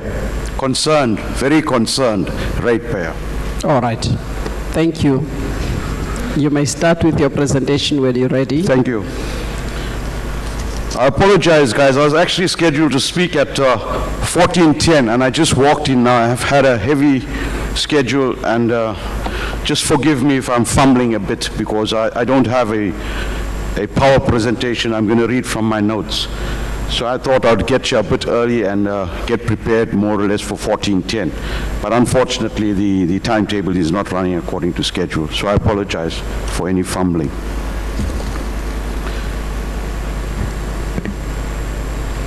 We, the people of South Africa, recognize the injustices of the past, believe that South Africa belongs to all who live in it, united in our diversity. We therefore, through our freely elected representatives, adopt this Constitution as the supreme law of the Republic, so as to improve the quality of life of all citizens and free the potential of each person. Good afternoon, NERSA. Good afternoon, Eskom. Good afternoon, brothers and sisters, ladies and gentlemen. As I started, I said I am very concerned. Besides being concerned, I'm frustrated, I'm disappointed, and I live optimistically with some hope. I want to go to NERSA's legal context of the MYPD multi-year price determination application by Eskom. Firstly, NERSA has a general mandate to regulate prices and tariffs embodied in Section 4 of the Electricity Regulation Act. The generality of that section is amplified by Section 15 of ERA, the Electricity Regulation Act. The exercise of administrative power, NERSA, is an act requiring fairness, balancing of interest, compliance with the law, and reasonability. I note the CFO is seated there. Mr. CFO, with due respect, it's very difficult to find your annual financial statements. I'm yet to see that somewhere, either on the website or not, but I've not seen the annual financial statements, and now NERSA has to make a decision, and we don't have privilege to have a look at the annual financial statements. So where is their openness and transparency whilst NERSA is conducting this exercise? Eskom believes its operational performances is owing to entirely external forces, such as delayed government decisions, and NERSA not granting its request, and Russia-Ukraine conflict, and lower electricity consumption. We, the consumers, believe, and rightfully so, the people of South Africa, that this government made poor and bad decisions over 20 years ago, and therefore this ongoing high tariff increases are on a yearly basis.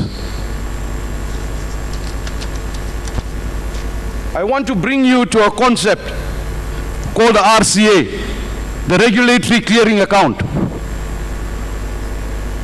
NERSA and I, standing here before you, believe sometimes this regulatory clearing account is abused. It's not used in its proper sense. The key purpose of the regulatory clearing account is the risk management function, and to ensure both the industry, Eskom, and us, the consumers, are treated fairly and are not subject to unfair gains or losses as a result of incorrect forecasting, inaccurate information, and system shocks. NERSA, you must consider adjustments for inefficiencies and extensive prudency reviews and performance thresholds. I again request from you, NERSA, that you review the efficiencies of all contracts before the conclusions of such contracts. Examples, Eskom's IPPs, independent power producers, to ensure prudencies. Is there a fair allocation between the IPPs and the buyer Eskom? Whether a cost is prudently incurred depends on how the decision to incur the cost was made, not only the outcome of the decision. In assessing prudency, NERSA should consider the expenditures that meet a standard of care which is a reasonable person would be expected to exercise under the same circumstances encountered by the licensee Eskom at the time of the decision that was made. It is also necessary, NERSA, to make a distinction between forecasting and committed cost. I want to introduce this House to another concept called there's an equation in how NERSA goes about determining the cost. Eskom is aware of the equation, NERSA is aware of the equation. Now when you put into that equation what we call committed cost, that is disallowed. It's not okay to put a committed cost into the equation. There's no drawing board here. No. You see, the equation goes like this. The regulatory clearing account, AR, which is your, okay, let me just read it. AR equals to RAB times WAC WACC plus E plus PE plus D plus R&D plus IDM plus SQI plus LNT and the RCA that I'm talking about. RCA is a variable in that whole equation. So the AR is your allowable revenue. The RAB is your regulatory asset base. You must check the returns on that, Eskom. And your WAC WACC is your weighted average cost of capital. Your E is your expenditures, your operating and maintenance cost. PE is your primary energy cost, which takes a big chunk. That is all the diesel and the fuel oils they use. D is the depreciation, R&D, research and development. IDM is the integrated demand management, where we talk about the energy efficiency, demand side management. SQI is the service quality incentives related cost. LNT is the government levies and taxes, and the RCA that I'm speaking about now is a regulated clearing account. It's a risk management device of the MYPD, multi-year price determination. Now, you know, when we look at the weighted average cost of capital into that equation, we want to use it for investment in valuations. We want to use it for company valuations. We want to use it for funding decisions. So we need to carefully analyze that equation. Instead of Eskom just coming here and giving us a generic answer, capital cost and what you call this thing, they want a cost reflective outcome. And so at the end of the day, they don't realize the deficiencies within their own running of the business. So that equation needs to be evaluated properly. And as I said, the financial statements are not here. We haven't had privilege of looking at it, or at least I haven't had the privilege. So the high WAC ratios generally indicate a riskier investment, and a lower WAC tends to correlate with more stable business investment. Now, what happened in 2022-2023 financial year was Eskom took NERSA to court. They won that case. But now it's impacting us. The elephants are fighting, the grass is suffering. So what happened to that one there? The court ordered 23 billion to be added to this very same RCA, regulatory clearing account, the clawback mechanism. So now, at the end of the day, that tariff increase is of 36% will be in that AR I spoke about, allowable revenue. That I don't know, it works out to about 69 billion, and they'll spread it over three financial years. So every financial year they'll probably add a 23 billion clawback, 23 billion clawback, 23 billion clawback, something to that effect. And we have to pay for it in terms of the tariff increases. So the 36% now we got, it's like all due to these allowable revenue equation.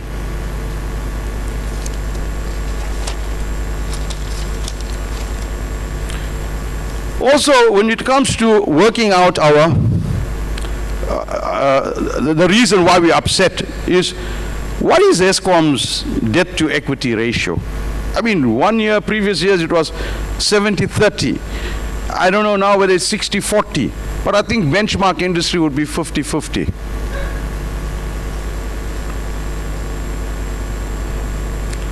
The South African Reserve Bank says the electricity pricing has increased by 450% since that load shedding in 2008, and it's driving down demand. So there has to be a clamp down on poor quality coal, the corruption. So that's part of that equation also. When they talk about the cost, are they including, you know, their own deficiencies within the company where the corruption is so rife? There's a concept, a solution to that coal problem from my side. There's a thing called geofencing, where you can use, you know, technology to mark the route of the trucks. So if a perimeter, so to speak. So if the truck goes outside that perimeter, some alerts can go on. So we need to look at different ways of doing things. And then I want to bring you now to the Auditor General's report. I mean, the Auditor General itself says there, it's been written there, the irregular, fruitless and wasteful expenditure. Eskom doesn't bring that to the front line. The Auditor General is also a bit upset because it says there's financial misconduct in certain areas. So as much as you're getting the audit, this audit comes with findings, misstatements. So there's an effort to drive out accountability and consequent managers. And there's a lack of audit evidence and support taken for consequent management. The medium-term system adequacy outlook 2024 to 2028 is there's two scenarios. The EAF, which is called your energy availability factor, is averaging at one scenario 50%, and if you have an EAF energy availability factor that's high, above or averaging around 65%, it's not good enough. We need to get an energy availability factor of 70 plus. There was a stage when you can go up to 80%. And then you know we finish and clear with load shedding. Now the Minister of Finance also earlier on came out, this is how Eskom operates. All these things I was speaking about finances, they refuse now to put this thing in their annual financial statement. They didn't want to have it, they asked for an exemption. They didn't want to include all these things with regards to irregular, fruitless and wasteful expenditure in its financial statements. Then the granting of the exemption, which they claim was from the Public Finance Management Act, which is a prerogative of the Minister of Finance, as empowered by Section 92 of the PFMA, the Minister now has come to his senses and withdrawn that exemption. I said, no. Now you're going to put all this irregular, fruitless and wasteful expenditure into your annual financial statements. You've exceeded your time. Where was... No. I direct the program. You've exceeded your time. I will give you 2 minutes to wrap up. Lunch will break. I want for to lunch. place it on record that I was given 15 minutes. Oh, just hold on. Sorry? Hold on. You finished your 10, you are now at 13 minutes. I'm saying you have exceeded your time because I've delayed. The 15 minutes that you think maybe it's not up, it has expired, the 15 minutes. Well, you have once a year meeting, what do you expect? We're talking about a deficit of 500 billion, you want me 10 minutes it's not going to work like that. It's not going to work fair. like That's that. not fair. What Have is not regular fair? meetings, keep us in touch, and then You we'll are come to wasting you. your time at half past Well, that's 12. fine. Place it on record. The nurse has stopped me You from are speaking. You are speaking on record. That's not a problem. You are speaking on record. I'm advising you that we will break for lunch at 12:30. All right, And can I I've just given round you- up? I've given you the time, And like everybody would want to speak today, we will give that person an opportunity to speak, but it does not mean that it is not fair. It means that you must be given several hours so that you can make your point. What about other people? So we don't have the luxury of time. You can wrap up now. All right, because thank we'll you. break for lunch.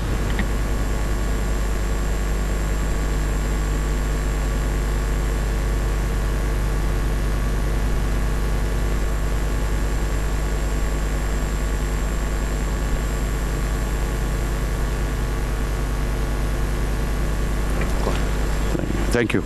All right, there's some solutions. Let's get compliance. Let's fix corruption, consequent management, bring back skills and capacity, public-private partnerships, stop government interference. In other words, if the board is elected and assembled by the government, there's a memorandum of understanding, let the board run with it. Let Eskom board run with it and hold them accountable to the deliverables. And this thing about rent seeking, stop manipulating the political environment, which can result in social harm. Thank you very much. Thank you very much. There's one question. There's one question that comes from the member of the public. You were not here when we read out the rules, right? We had said... Switch your mic off. Yes. Okay, can I now speak? I'm saying that you were not here when we read out the rules. We had asked the members of the public that are here that if they wish to have questions to ask from the presenters, they must write the question on a piece of paper, then bring it to us, then we will read out the question. So it is that time now that you are done with your presentation. We received one question. I'm going to read it out for you to respond to. Yes, I've stopped you. It's fine because you have to respect it. Whether you're not done or not, the time is up. Now, this is the question. In essence, are you stating that Eskom is inefficiently operated with zero accountability? That is the question. Repeat. The question is, are you stating that Eskom is inefficiently operated with zero accountability? That is the question. It can't be that there's zero accountability and zero inefficiency. The point I'd like to drive home here, there are some very good people in Eskom. There are some excellent engineers, but unfortunately, they are not allowed to do their work as they were supposed to be doing the work because of interference. With terms of accountability, yes, there is. Today, breaking news, the United States Department of Justice has just found a company called McKinsey, and given the McKinsey, which was part of the Eskom, all this bribery and corruption was going on, and it's given back to Eskom and Transnet, I think a total of $102 million, which is about 2.2 billion rand. So obviously there is some accountability happening, and we look forward. I have an optimistic view that going forward now with the new set of people, I'm very confident that Dan Marokane, Becky Mwamalo, the CFO here may have something to say, but I'm happy with the team right now that's going to try and make things happen for us, the people. All right, thank you very much for your time. We are going to now break for lunch. The lunch it will take about 40 minutes. The time is now 12:32. We will be back here at 10 past 1, 12 minutes past 1. Thank you very much.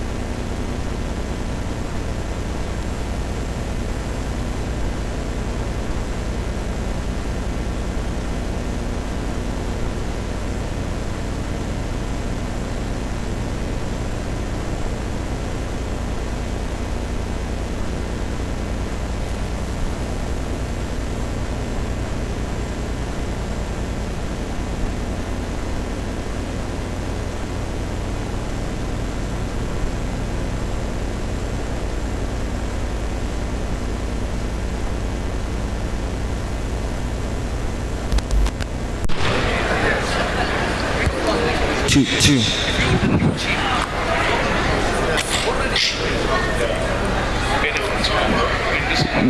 1, 2, 1, 2, 1, 2, 1, 2, 1, 2, 1, 2, 2, 1, 2, 1, 2, 1, 2, 1, 2, 1, 2, 2, 1, 2, 1, 2, 1, 2, 1, 2, 1, 2, 1, 2, 1, 2, 1, 2, 1, 2, 1, 2, 1, 2, 1, 2, 1, 2, 1, 2, 1, 2, 1, 2, 1, 2, 1, 2. Oh, it's different. 1, 2. Oh. 1, 2, 1, 2. 1, 2. 1, 2, 1, 2. 2, 1, 2. 1, 2, 1, 2. 1, 2. 1, 2, 1, 2. 1, 2, 2. 1, 2, 1, 2. 1, 2. 1, 2, 1, 2, 2. 1, 2, 1, 2, 1, 2. 1, 2, 2. 1, 2, 1, 2. 1, 2. 1, 2, 1, 2.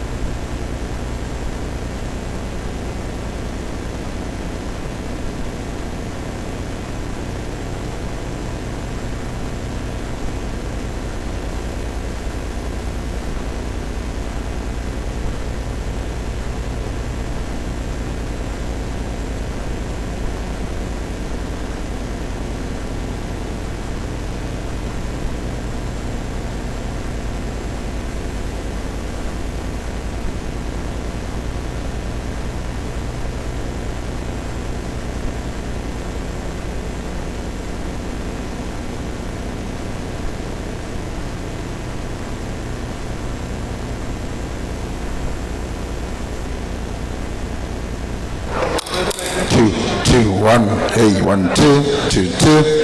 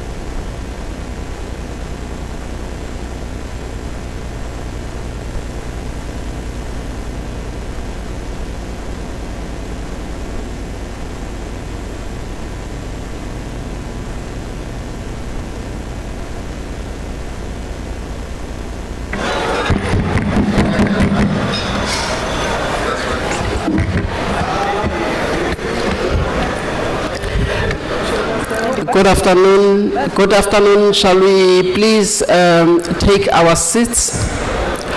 The time is now 12 minutes past 1. We want to resume the hearing. May I request the NERSA staff at the room where we are having lunch and also those that are out there to try and get everybody to come inside.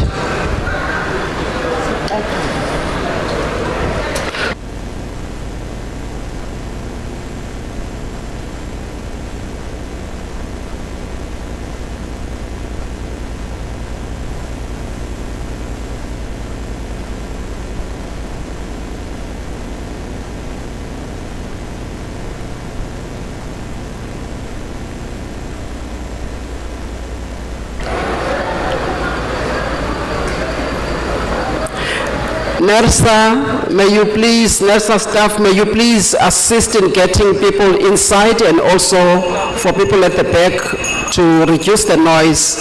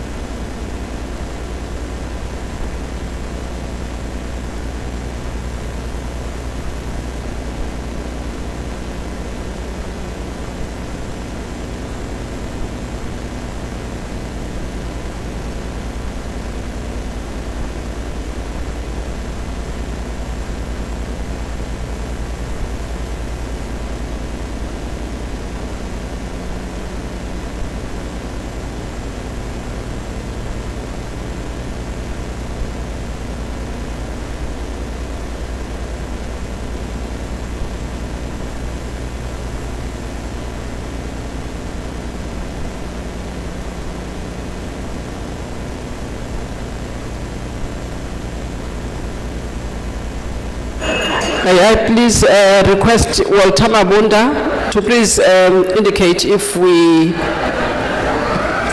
the presenters are ready. We are supposed to go back to NUMSA. Is NUMSA available now?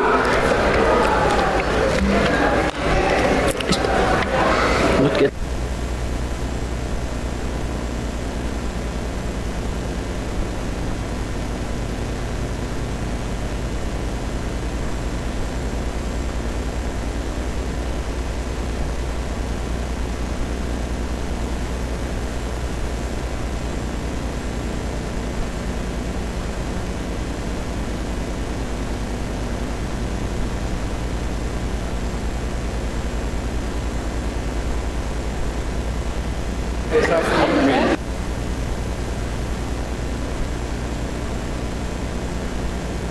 Ngicela ningabanga umsindo, ngicela sithathe isihlalo zethu please.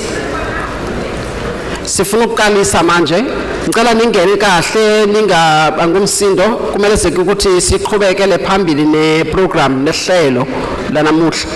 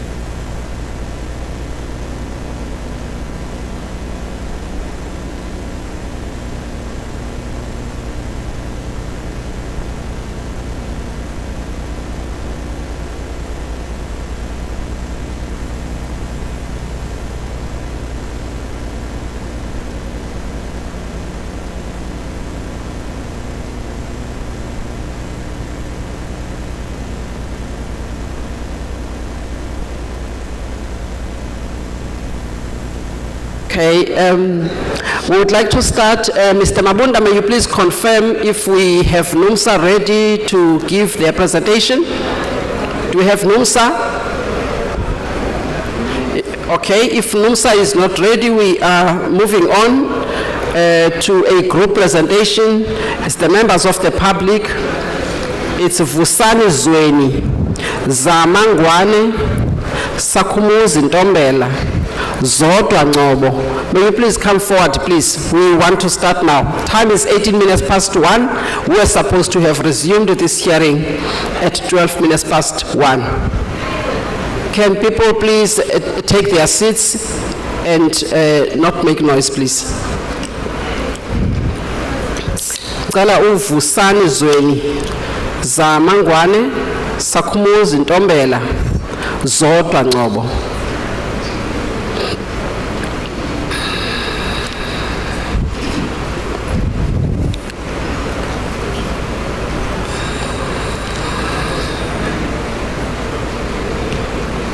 Right, ngicela ke ukunifungisa sizothatha isifungo oqala. Abunda, ngicela usize ngomuntu oqala uzothatha lapho uzakufunga. May you please step forward?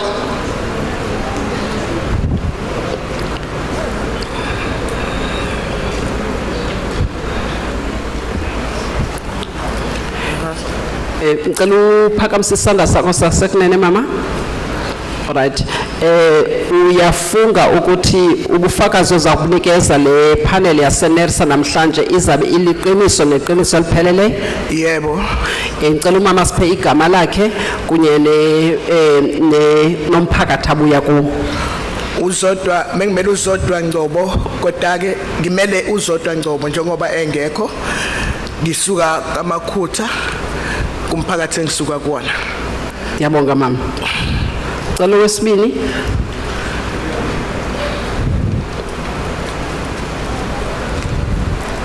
May you please raise your right hand?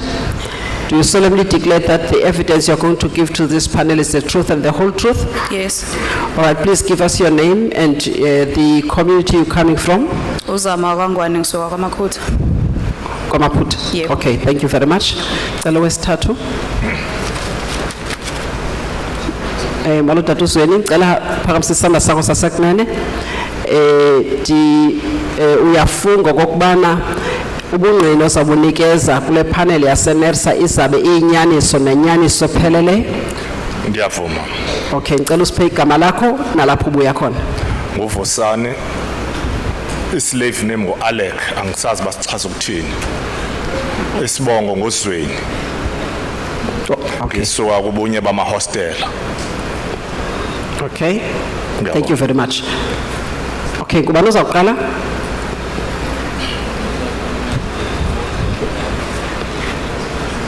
Ngiyanibingelela bakaNERSA, baka Eskom, umphakathi wonke okhona kule ndawo.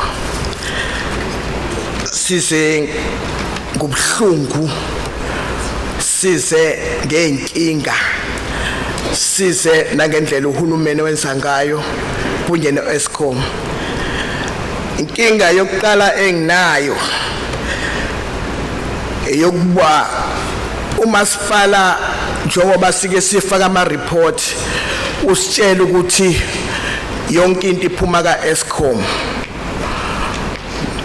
Bese siba nenkinga ungabi nezimpendulo.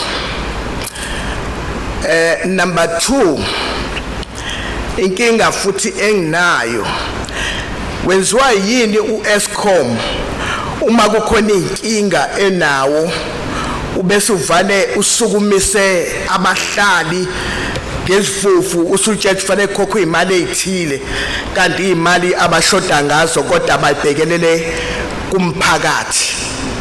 Lento isiphatha kabuhlungu ngoba kuze kusukumisa alikwazi zize ziyobamba ama queues lalele e-station kuze kuphume imphefumulo khona kunjalo kuphuma imphefumulo ekade yenziwe wona uEskom.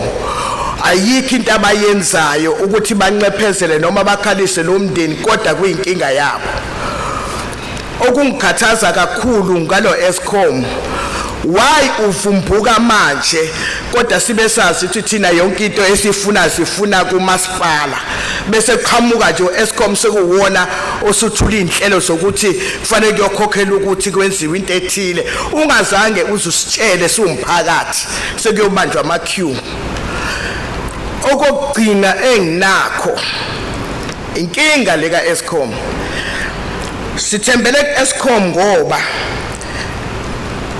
sinezinto esisebenzisayo esenziwa yina bona belungu ama TV yonke into ngoba nakho idinga sisasazelwa ngakho ngoba idinga ugesi sithenge nathi kodwa mase kuqhamuka indaba yokuthi ugesi kufanele kube kanje sikhokhe imali ezinkulu iyashaya leyo nto ngoba asinaso akwengiye kubantu abahola impesheni siyayihola le mpesheni ehola ugogo ubhekelele ingane zonke ekhaya le mpesheni ehola ugogo kufanele iyokhokhela lo gesi yini manje imali yempesheni ithi suka ehola nje ugogo iphinde ibuyele kumnikazi lo sekufanele uthenga ugesi kusho ukuthi ugogo kufanele ngabe namali ngoba phela isihlelo yini ilo Eskom ngiyabona nani ngabasebenzi nani niphila njengathi nani layitha lo gesi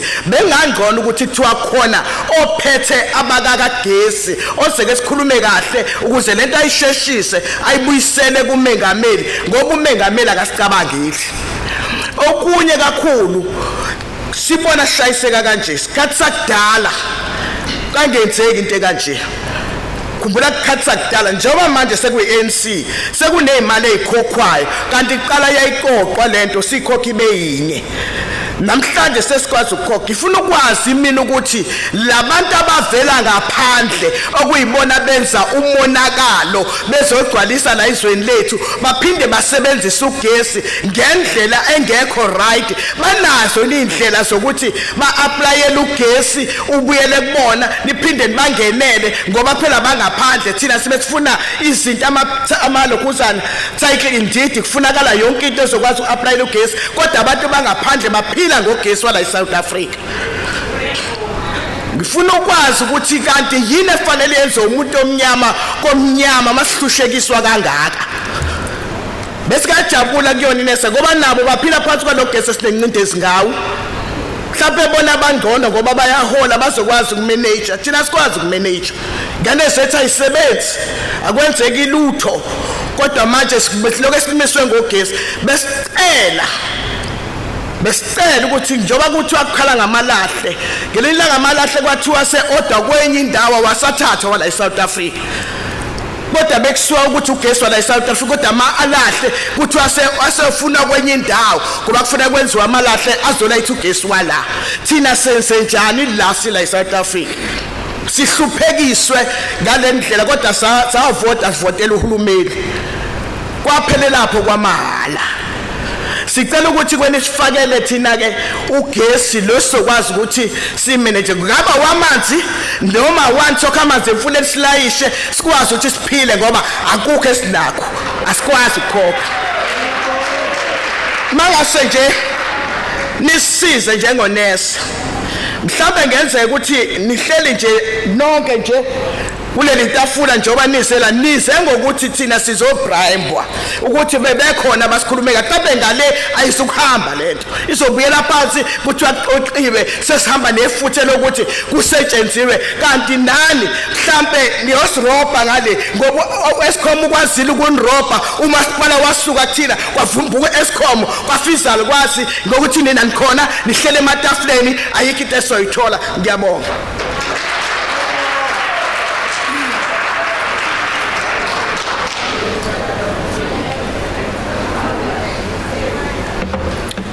Ngiphinde ngibingelele uzama wakwangwane ngisuka kaMakhutha.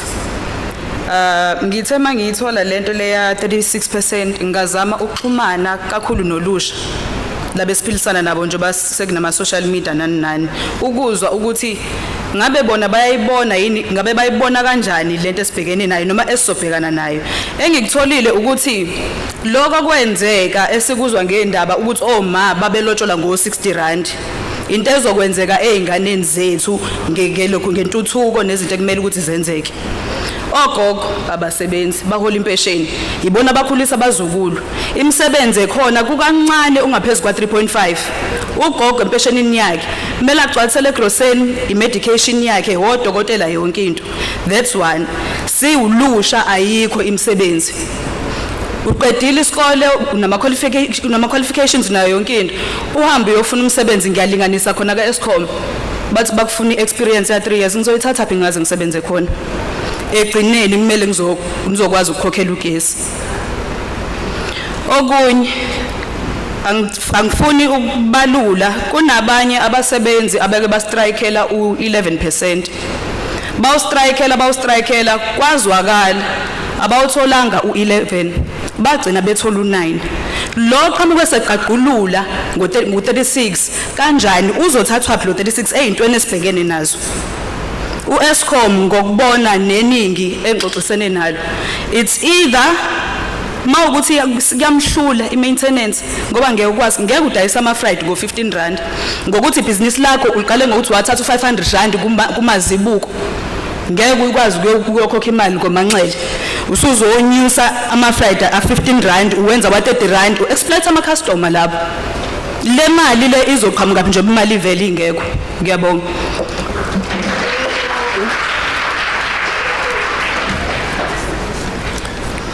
Ngiyabingelela uprogram director abapanela wonke nomphakathi ogcwele indlu ngiyawubingelela. Kuvusi ngwakwazweni usuka kubunye bama hostel. Namhlanje ngigcina ukukhuluma noNesa ngaba nesicelo esokuthi uEskom ungala uzingane zenu umphakathi wase South Africa wonkane ungala uzingane zenu. Isicelo sethu njengaba hostelers asithi anike nibe nozwela ngathi ngoba ubuke kuEskom eyindlalifa ebulldozer zonke izinto ezifuna azayebe nenkantolo ezekunina athi imali ayikho kodwa benayo imali yokunifaka enkantolo. So ngicela ukuthi sisimplify lento singayisi kulama billion bebewabeka la sike siyenze ibe umuntu wasemakhaya where we are standing simplify. La eSouth Africa sisuka kwi-COVID and everybody knows what COVID did in South Africa in the whole world. Lonke iresult ekupheleni kwemisebenzi. uEskom la KZN kwaba ne looting inkampani eningazi ezibuyele ezinye phela kwemisebenzi kwaba nama floods abanye abantu basahlala emahholo kwafa abantu. uEskom uyi contributing factor uyingxenye yokungcolisa owenza isimo sezulu sijikajike njalo. So njengama hostel sizongcela nina again mhlawumbe kokugcina angazi ngalendlela ayibeke ngayo uba anike nibe ngakuthina ke manje njengomphakathi ni consider lezi zinto uEskom ngenhlanhla ukhona umama Mantombela nabanye okwafelwa nje ngama fridge nge load shedding shaya ifridge washaya ugesi wakhokhela abantu uEskom yena makaveza uEskom kunina athi naba abantu aba affected load shedding nabe ngabakhokhela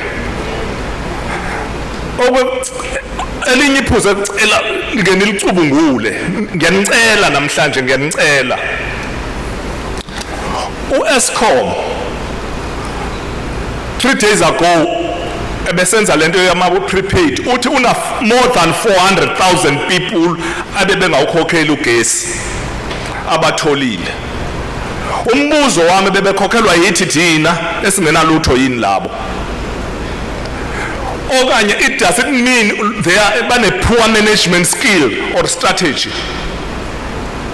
Mabethi namhlanje naba abantu bawu more than 400,000 bebewuthola mahalo ugesi benezigubhu kodwa izigubhu zika Eskom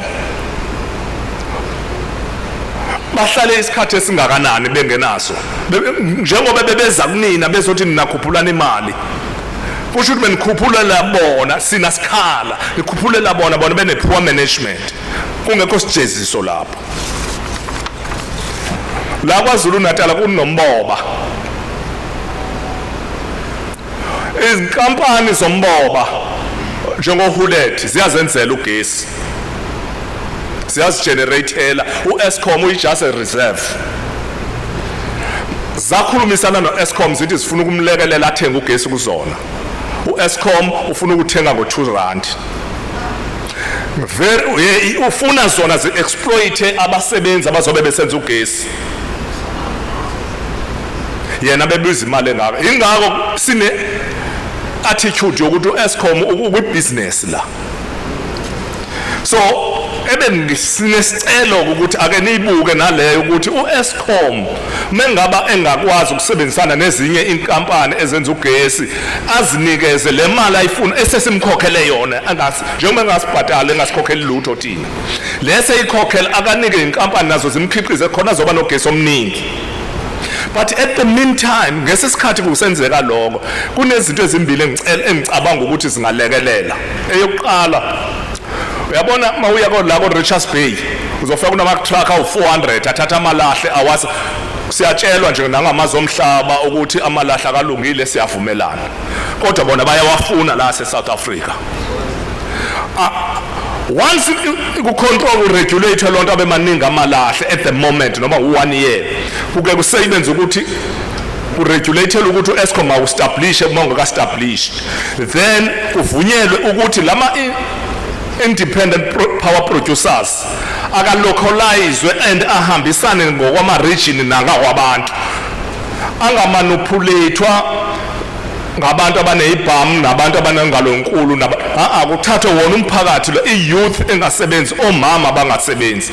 Ngiyajabula futhi namhlanje ngoba ngibona omama bebaningi bazoba nayo uzwela ngabanye omama abayizalukazi abathwele ubusisi. Mama ngicela ukusho ukuthi ugovernment for the last 4 years awukazi unyuselele emsebenzi wakhe imali. No increment for the last 4 years if I'm not mistaken. Awubene margin ke engathi abasebenzi bengatholi ngikhuluma ngama middle classes in fact. Lobo bantu abawutholi ugesi wamahala. Abatholi isubsidy laba bantu abaphakathi naphakathi kuthiwa ama middle classes. Banengane bayafundisa ingane zabo futhi azisebenzi naseziqedile. Manje igrosa ngoba impilo yomuntu awukwazi ukuyohlula kwigrocery kupetrol unyuka kwapetrol onyuka ngo2 5 rand every time per liter uphinde ufake la kaEskom ongayazi kuba yona yeyiphi percent uyifaka kuthina lonto is going to create more crime abantu bazothatha ugesi. Ngicela ukuyisho ngesilungu ngibhekise kubona Eskom no matter what you can do if you don't want to listen the people will always do illegal connection as you say but people they took what they belong to them. They are not stealing. And no matter how security you have, how many prisons you have, but people will get the electricity. If you not work with them, solve the problem with them, make the people to understand what is your problem, and accept their advisors. You can talk to about billion, we are talking about 4 rand, 50 rand, 60 rand now. I'm not talking about the billion you are referring to.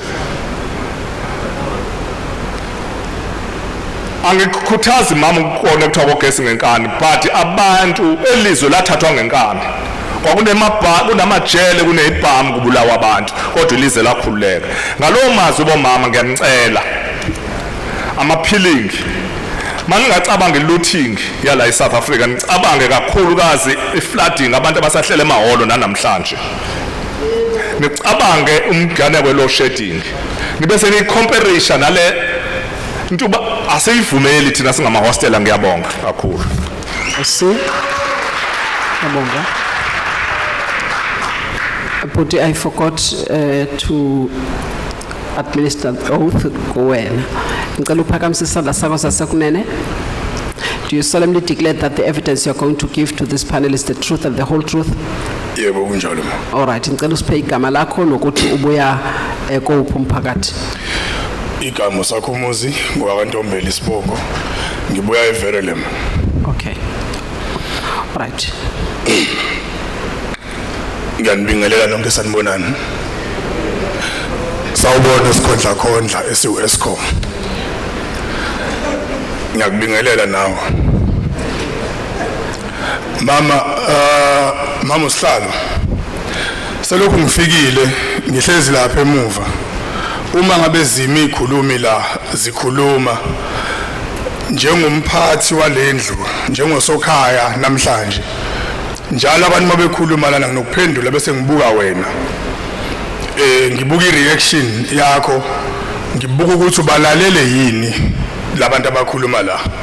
Abakhuluma bekhulumela lonke lendlu uyabezwa yini? Ngicela ukukuncoma kakhulu mama, ngikushayela izandla mina.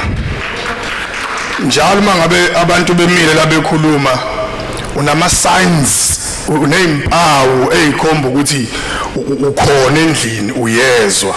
Nginokulibona igoda livuma lithi. Okusho ukuthi ulalela umama njengoba bekhuluma abantu la. La ngazi kahle khona ikulezi ikhulu zami. Lapha ngaphambili lapha nginayo ishow. Mhlambe kwenza ukuthi siflathelene mina nawe sibhekene. Kodwa sengena enkulumweni yami ke ngizokhuluma kanje. Bafowethu umuntu ocela ndawonye njalo akuvalele khoneni ngiluse kakhulu. Umuntu athi inkomo uyivalele odongeni uyificezele odongeni bese uyishaya.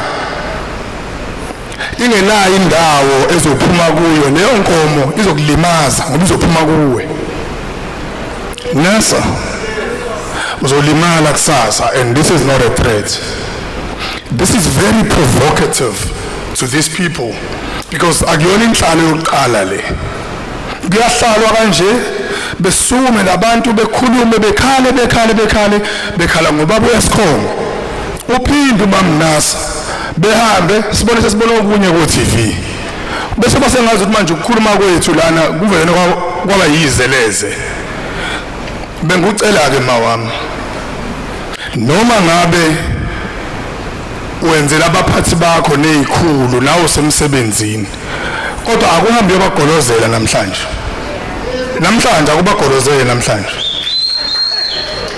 Ubatshela ukuthi kancane isineke siyaphela emphakathini. Siyafisa ukuthi kulolu suku lwanamhlanje uma sizohlala silalele siubone umehluko ukuthi awu sizwakele kanti. Eskom nanku umbuzo wami. Ngizwile la ethi mama niyababopha noma benigolozela. Ukuba ngimhloniphi niyalingana nami. Bese ngicela isukume ngibheke emva kwenu bangakanani abantu abala emva kwenu. Labantu bathwela abantu abangakanani la emakhaya abasuka khona. Batshela lo mndeni izwe lodwa ukuthi lento eniyifunayo asifuni nayo. Nizophinde nisukelane nina nibafake enkantolo mabenqabela. Uma senimenzile lokho nize nikhumbule ukuthi umuntu nomuntu unesilwane esiphila kuye. Kanti nendlala ibangolaka. Ngenxa yenu bafowethu ninesandla ekufeni kwamalungu emndeni yethu. Kunenkosazana eVerelem eshonelwe ingane ngesikhathi seload shedding. Ingane yavukwa iasthma wangakwazi uyasisa ukuxhuma nebholaza aphilisa ingane yakhe. Lo mphefumulo usesandleni sikabani. Konje uyakwazi yini ukungena emzini ongenalutho emsamo ufike weluphake udle ebhodweni eli-empty na? Uma ungakwazi ukwenza lokho usho kanjani pho ukuthi umama la bakuvumela ukhuphula imali ezokhokhwa yithi soyithathaphi? Bekunganjani mafethu nenze ezinye inhlelo kahle yona Eskom shithu nomona noma uyayisaba i-competition. Ngoba ngabe ungayisabi i-competition leminyaka eminingi kangaka usiphakela ugesi kumele ngabe khona amachwane akho osowaqeqesha wena ukuthi ugesi wenziwa kanjani. ukuze muhlangabezana nezingqinamba lezi ngane zakho zilithwala izwe sikwazi ukuqhubeka sikhanyele ugesi emzini yobaba kodwa awufuni unomona ugombela kwesakho ulele phezu kwamandla kagesi uma suxakeka bese ufuna uphuma uzoshaya thina futhi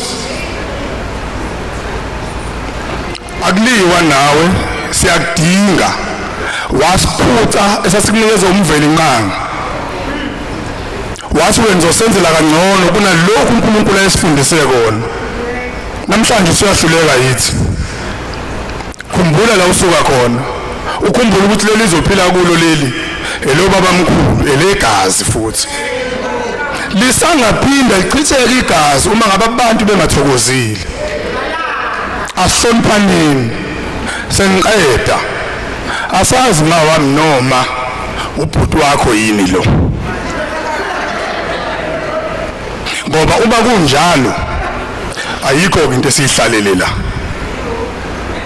ngeke ungene emzini wendoda uqhathi ingane zendoda eyodwa zilwe ibulalane ngenxa yakho khohlwa ngeke kwenzeke lokho uma kubhuti wakho lo kushuthi senihlezi nje la ukuthi nithi saya ebantwini sawenza umsebenzi oshiwo yiphepha ukuthi uma ngabe nizokwenza ukuthi uqana abantu nikhulume nabo kodwa nina nobabili seniqedile seniyazi ukuthi vele usekutholile akufunayo uma engatholanga khona kodwa ukutholile okungconywana lokho okungconywana kuzophuma phi kithi kathi uNkulunkulu enganikhumbula nibe nonembeza enhlizweni ngoba awena ama bank account aphethe ama digits engikwazi ukwabala nokwabiza kodwa la ngemuva unenhlanhla unama digits amathathu ku bank account yakhe ngale kwekhoma kodwa nina ayiyakho bank account ezeningane mhlamba zikho ngisho kulo lelizwe leli eniliphokuthayo ziphila endaweni engconywana zinekusasa engcono sengicela mama ngithunywe umunye umngane wami ngayokhonga emzini thizeni la eNanda ngifika ubaba lapha no security uthi awu mfana wami kube ngiyazenzela ngabe ngene inhliziyo yengane yami ngiqedwe uthando walomfana ozoyilobola hawu baba uchitha inhlanhla engaka uthi ngoba ngineminyaka engaphezulu kwa16 ngiyisecurity kulo nyaka ngihola 6500 unomuzi lo baba emakhaya onezindlu okumele ikhanye ugesi baba Eskom unomuzi la eNanda unezingane uyafundisa unonkosikazi unomama emakhaya is 85 years old isalukazi lapha ekhaya umuzi usohlala ubiyiwe ngoba lo yagogo usiphethe isifo somuntu omdala unqaba ukuganisa ingane yakhe ngoba ibiyenza unyaka wokugcina euniversity kulonyaka usanenhlanhla ukuthi sizosebenza lengane ingilekelele ngikwazi ukukhokhela Eskom imali efunayo before nilale namhlanje ngiyacela bafowethu noma ngabe benenza umsebenzi wenu kodwa ake nizame ukucabanga njengomuntu omnyama ohluphekileyo ngiyabonga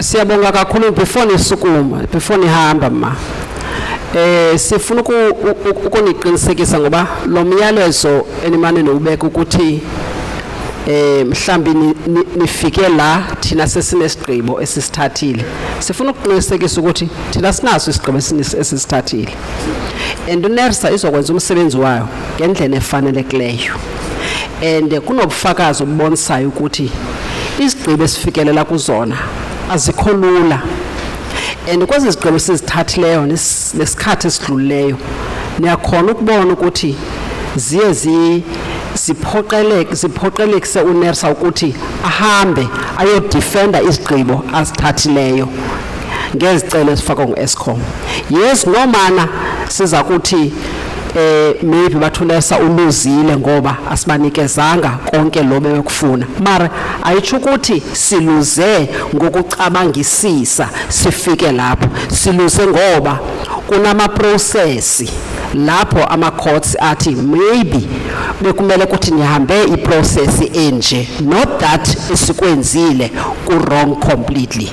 So ithetha ukuthi ngesingesi yilento ithi asiluzanga ngokwe-merits the kind of reasoning nokucabangisisa esikwenzile, but the procedure maybe yiyo esifeylayo kulapho. So sifuna ukuthi ke akukho ukuthi thina singu-regulator sithi yonke into eyenziwa ngu-Eskom ilungile, and sila namhlanje masibuza ama-questions bayazi u-Eskom, siyababuza ukuthi nifika kanjani la, sihamba line by line yama-cost yendleko lezi bazifunayo ukukhiqiza ugesi.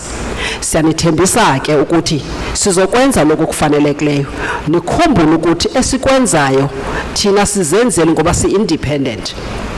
Esikwenzayo kufanele sikwenze ngokubhalwa kumthetho obhaliwe. Thina sibheka la mthetho senze kanjalo ukuthi asivumeli ukuthi bathi bona sifuna indleko ezinamafutha agcwele ukuthi bajabule. Siphela thina sithi sizonikeza imali efanelekile ukuthi nikwazi ukukhiqiza ugesi okanye ukuphehla ugesi. Uma ke le mali sibona ukuthi is too much, umthetho uthi masingayivumeli.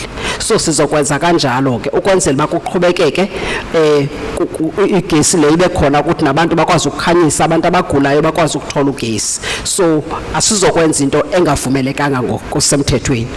Siyabulela, siyajabula kakhulu also ngezinto nizikhulumileyo, and I think nikhulume a lot of things, and sizithathile lezo zinto, they are also recorded. Thank you very much for your time.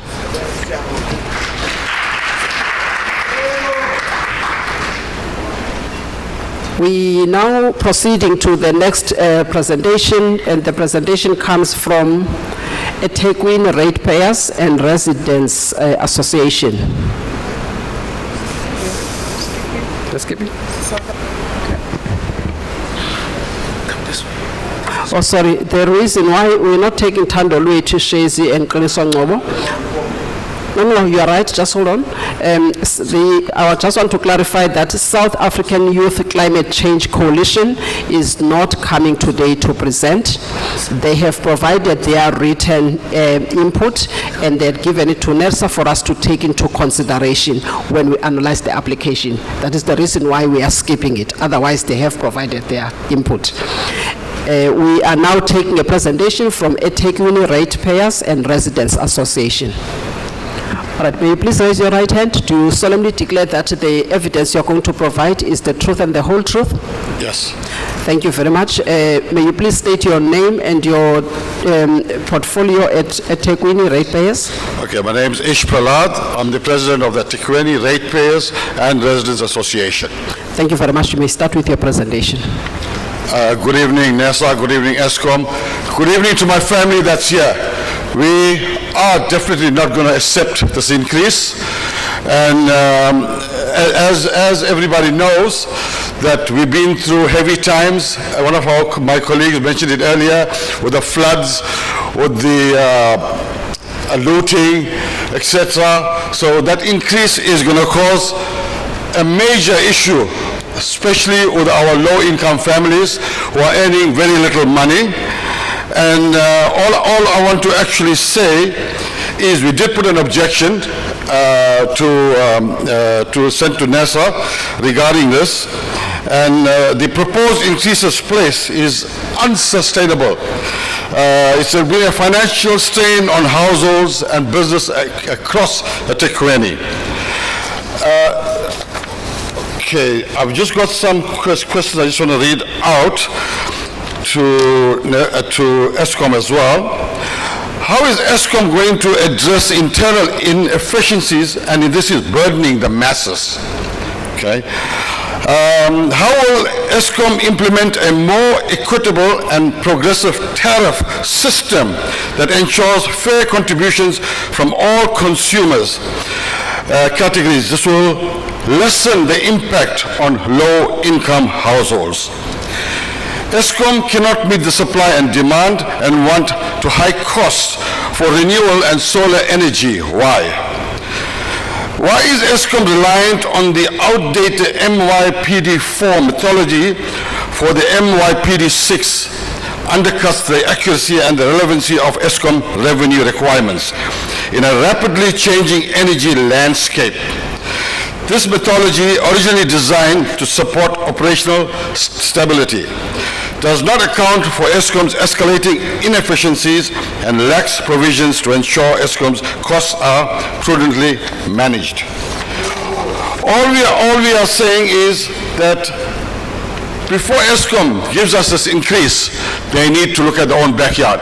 They need to look at all their own costs. They need to see where all the white elephants are and reduce them first before they hand this increase to our people, which is wrong, and I think it's not a responsible act that what they are doing. So all I'm saying is we are not prepared for this increase. Our people cannot sustain themselves with this increase. There is going to be more deaths in this increase because people will not be able to manage to pay. They will end up doing illegal stuff to themselves. So it's been happening all over that people cannot afford to pay their bills. They're going and hanging themselves. They're going and jumping into the rivers. That's not going to happen with our people here. We object to the increase, and we are telling NERSA. I'm just going to read out exactly what we sent to NERSA as well. We actually reject and significantly reduce the requested revenue increases, ensuring that they reflect only necessary prudent cost rather than inefficiencies. Mandate a third-party audit of Eskom's cost structures to identify potential savings, cost-cutting measures, and management reforms. Implement a phased and equitable staff restructuring to prioritize fairness, sustainability, and accessibility, and safeguarding essential services and vulnerable consumers. Expand the scope and depth of public consultations, like what we are doing at the moment, to involve diverse stakeholders, fostering great transparency and a collaborative decision-making process. We trust that NERSA will critically assess Eskom's application with these considerations in mind, balancing the sustainability of Eskom's operations with the socio-economic welfare of South African ratepayers and the masses. Thank you so much. Thank you very much for your time and for the message, and I think Eskom heard you. Thank you. All right, ladies and gentlemen, we now proceed to the next presentation from Chatsworth Concerned Citizens.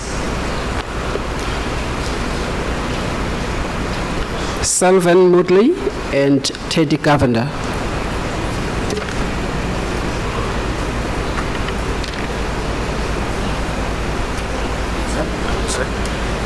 Can I place on top here?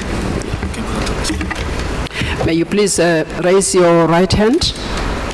Do you solemnly declare that the evidence you are going to provide to this panel is the truth and the whole truth? Yes, ma'am. I can't hear you. I agree, ma'am. I agree, ma'am. Okay, thank you. Please state your name and your designation at Chatsworth Concerned Citizens. I am Selvan Moodley from the Chatsworth Concerned Citizens, Executive Member. All right, thank you.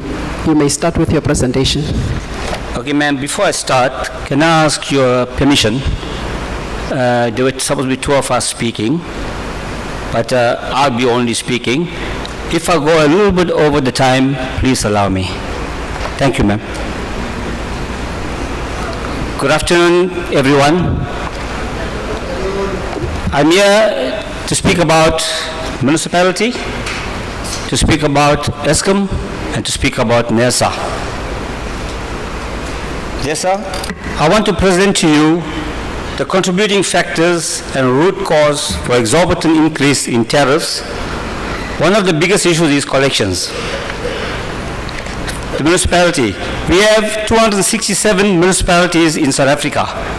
They owe Eskom 78 billion and rising. My focus is here, NERSA, on the paying customers, which is the minority. Take the prepaid meters. Non-vending meters represent a substantial financial leakage in our municipalities. Meters have been tampered with, contributing to the 8.6 billion rands in loss of foregone revenue annually in South Africa. Ma'am, whatever I'm reading here, ma'am, I'm quoting from everybody, municipality, from NERSA, from Eskom as well, whatever I'm saying here. I want to mention a few municipalities. Take Msunduzi Municipality, Pietermaritzburg. According to them, they are losing millions of rands each month due to thousands of its prepaid meters that have been bypassed. They are facing a challenge. 60% of its 40,000 prepaid meters, customers are not buying electricity. Total of about 25,000 of the 40,000 are non-vending. On the other hand, take Mfuleni Municipality. That's Vereeniging. They collected 90% of electricity bills but failed to pay Eskom due to mismanagement and maladministration. Eskom, NERSA, paying customers are being punished. I want to speak about our municipality, eThekwini, how it is impacting on our paying customers negatively. In eThekwini municipality, there have been only 260,000 paying municipal prepaid meters. Of that, 173,850 meters are classified non-vending. So paying customers are 86,150 in eThekwini on the prepaid meters. It is essential to note that non-vending meters does not automatically imply only fraud meters. Meters may be faulty, removed and not replaced, or data discrepancies within our eThekwini municipality records, or employees not doing the work properly. Another serious issue, our government departments in serious areas with their bills. What example are they setting? Eskom and NERSA, you know perfectly well who they are. One example, Grace Hospital, over 6 million rands bill to Msunduzi municipality. They gave the hospital an ultimatum to pay 6 million rand in 3 hours or be disconnected. Is that fair? Why is the Department of Health and all other government departments not paying the bills? That is just the tip of the iceberg. There are some businesses as well are not paying the bills. Some of our affluent areas, as mentioned in the media platforms, some non-paying customers, if they can't pay, how do you expect their average, below average customers to pay? Again, paying customers are being punished. Take our formal housing value 370,000 and above within the eThekwini municipality. Some of them create a landlord-tenant business illegally selling electricity, mostly bypass. There are houses that benefit from the indigent program, new 65 kilowatt free electricity. There are houses which have tenants squatting around the houses and they are selling bypass electricity to them. How many of them are vending or non-vending? I said to be corrected, there are about 300,000 of these meters, most are not vending. Illegal connections, informal settlements. There are 595 informal settlements in eThekwini. Many residents are connected illegally in the informal settlements on the grid. There is no records of revenue received from informal settlements. This is all carried by the paying 30% customers. Paying customers.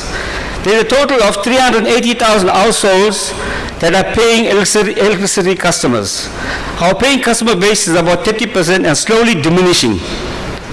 Credit meters was not read for a long period of time. Why are you not reading?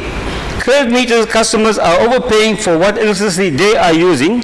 The eThekwini municipality is quite comfortable by not reading the meter because they are getting an additional amount every month. Overestimated. Please read our meters. Ma'am, I am a victim of that and I know what's happening there. Go to Eskom. Eskom, the so-called 65 kilometer free electricity. Who is paying for that? That is our question. Can you show us how you are giving it for free? Then I want you to answer me after this. Eskom, tell me, what was your last annual financial budget, which I want to know. According to your acting CFO, then, that's about a recent financial year back, your acting CFO, Martin Buys, he represents a budget of 259 billion, and he made it, and his presentation was your total sales of electricity was 184,401 gigawatts. That was from him for the last financial year. Now, if you do your maths there, 188,401 gigawatts times 1 rand 95.94 cents, that takes you to 370 billion. Bear in mind, in last year, that's our last financial year, we had 335 days of load shedding. But you're still sold power for 370 billion. Why do you need an increase if your target was met? There was a 5% decrease in sales. That is because customers are turning to other alternatives of electricity. Eskom, you are making it unaffordable and chasing them away.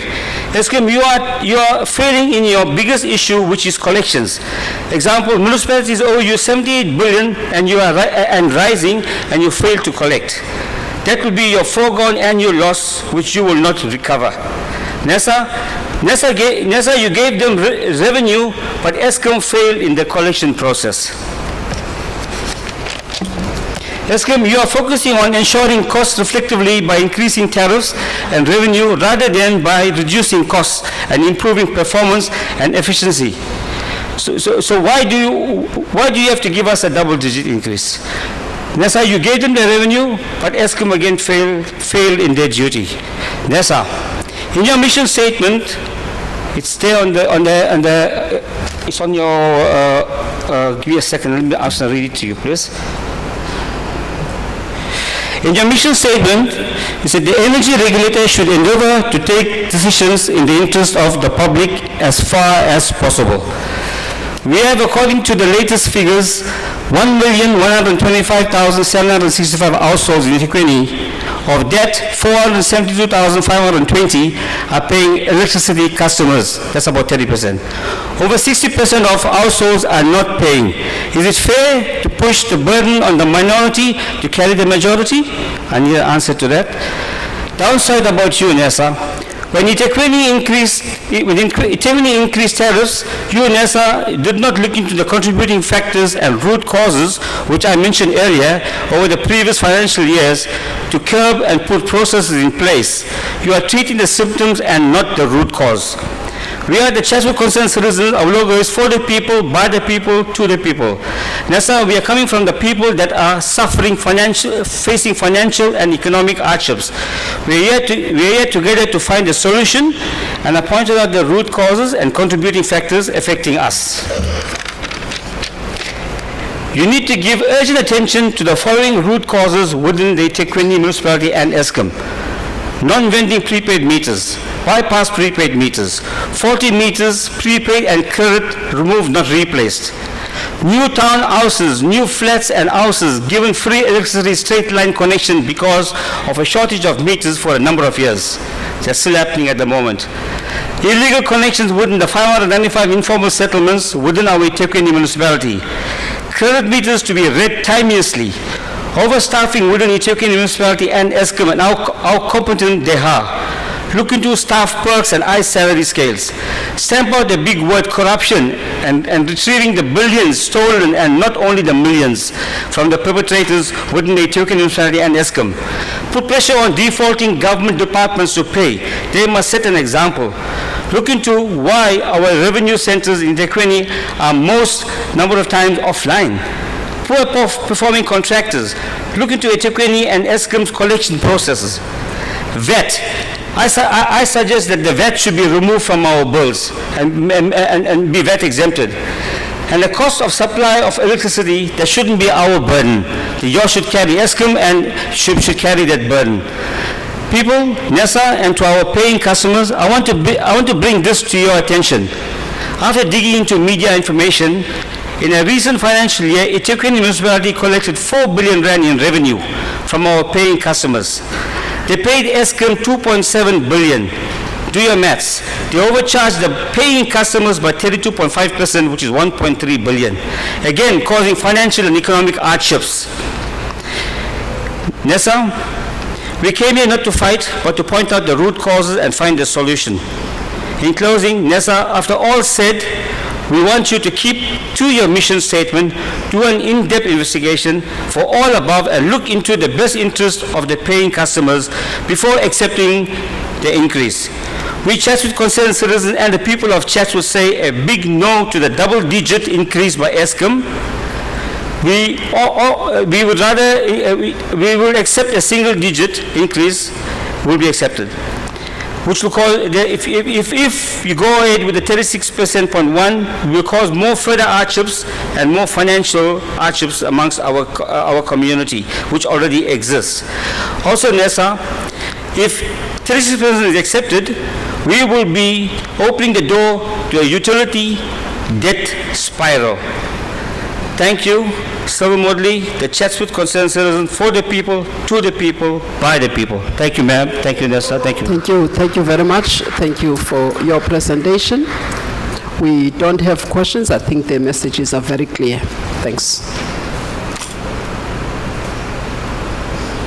Thank you very much. All right, we now going to take a presentation from the Democratic Alliance. Do we have the Democratic Alliance? Mr. Mateja, do you know?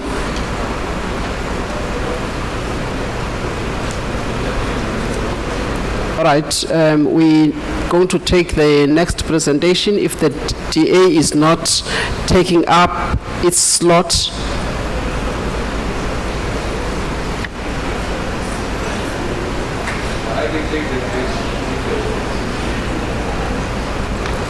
All right, if the DA then did not register to present, we now move on to the next presenter. We've got Phoenix Tenants and Residents Association. Phoenix Tenants and Residents Association. Alimutu Perumal.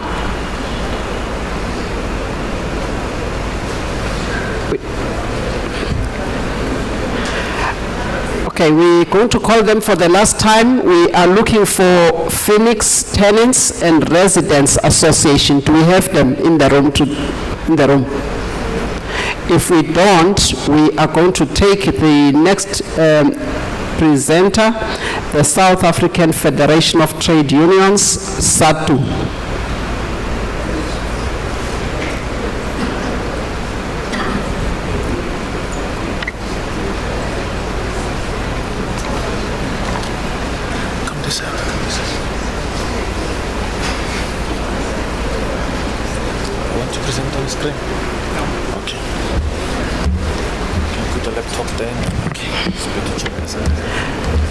Okay, may you please raise your right hands? Do you solemnly declare that the evidence you are going to give to this panel is the truth and the whole truth? All the truth. All the truth. Thank you. May you please state your name and your designation at SATU? I'm Pinky Kele, a member of the steering committee in KZN. I'm deployed by the National General Secretary Office. All right, thank you very much. You may start with your presentation. Okay. Okay. Greetings to all, protocols observed. Just for the matter of time, I'm here to do the submission on behalf of SAFTU in the National Office of the Secretariat. As SAFTU, we are very clear. We reject the Eskom application for the new tariff. The South African Federation of Trade Union urges NESA to reject Eskom proposed 36.15% tariff increase for 2025. This proposed increase will impair the already complicated lives of the working class. The cost of living for working class communities is already prohibited high because of rising fuel, food, and transport costs. Between January and March 2024, fuel prices increased by R1.96 from 22 Rand 49 cents to 24 Rand 45 cents. However, after that, there was a decline in the price of fuel, and the general trajectory has been upwards. The rising fuel price has led to a dramatic increase in commuter transport costs, which constantly filter into the price of the other consumable indispensable to the survival of the working class. The Household Affordability Index indicates that sustained inflation rates in the past few years have led to the high cost of household food and hygienic baskets. Year on year, the household food basket has increased by 6.2%, taking the total cost of household grocery to 5,277 rand 30 cents. This is a country in which 30 millions people lives below the upper bound poverty line of 1,634 rand. Unemployment is 12.3 million people, with over 29 million working class people reliant on social grant. On the other hand, the working and the middle classes are increasingly finding it difficult to meet their debt obligations. The Debt Buster Index for the fourth quarter of 2024 revealed that consumers applying for debt cancelling allocate them up to 66% of their take-home pay to survive debt, the high debt-to-service ratio since 2017. In further, it reveals that South Africans earning 35,000 per month spend 72% of their take-home pay on debt servicing costs. We like it to put all the implications that can be implicated when Eskom's astronomical tariff increase take place. The proposed tariff increase by Eskom must be viewed in the context of long-term trends in electricity pricing. Between 2007 and 2023, electricity prices in South Africa increased by more than 700%. These astronomical price increases, which far outpaced the accumulation inflation in the same period, have meant that households and businesses have found it increasingly difficult to survive. Municipalities also compound an already desperate situation for the working class and the SMEs when they add surcharges to the electricity they supply for residents. The city of Johannesburg, for example, has addition to the 230 rand levy in its imposed out of surcharge of 6.7. The current proposal, if implemented, we like you to note that NESA will only continue this trend. The history of mismanagement, corruption, and looting has sabotaged Eskom financial health, putting it in a condition where it perpetually seeks government intervention to stay afloat. Fiscal austerities has further compounded Eskom problems as the government refused to invest heavily in Eskom. The government could only agree to debt relief on condition. Eskom is prohibited from investing in the new generation. The defunding of Eskom corresponds with the core operations model, which has made Eskom rely on its balance sheet to survive. This has effectively pushes it into a situation where he has to raise money through sales and profits. The working class household, mainly in the township, paid 37 cent kilowatts per hour in 2007. By 2023-2024, we will be paying 1.97 rand kilowatts per hour. This presents a nominal increase of 432% in electricity. The 12.7% increase for 2024-2025 accepted by NESA will mean electricity price will increase to more than 442% nominally between 2007 and 2024. If adjusted for inflation, the working class members will pay between 316 to 345% more than in 2007. Those households and businesses that rely on municipality supply of electricity will see a tariff increase of 44% increase. The tariff for household and businesses that has relied on municipality electricity will increase by 44% if NESA approves. The first increase will take place on the 1st, 2025. Moreover, Eskom plans to expand the tariff by 43.55% in 2026, 3.36% in 2027, and 11% in 2028, with the first increase for these subsequent years set for July 1st, 2025. A household with an average consumption of 900 kilowatts per hour could pay an additional 1,600 monthly, which is so ridiculous. Eskom proposal follows a 12.7% increase in electricity tariff in April 2024 and 18.65% increase in April 2023. Current household expenditure on electricity alone amounts to 2,948.98 cents. If Eskom proposed tariff hike is granted, the average household expenditure will skyrocket to 4,015 rand 4 cents by 2025.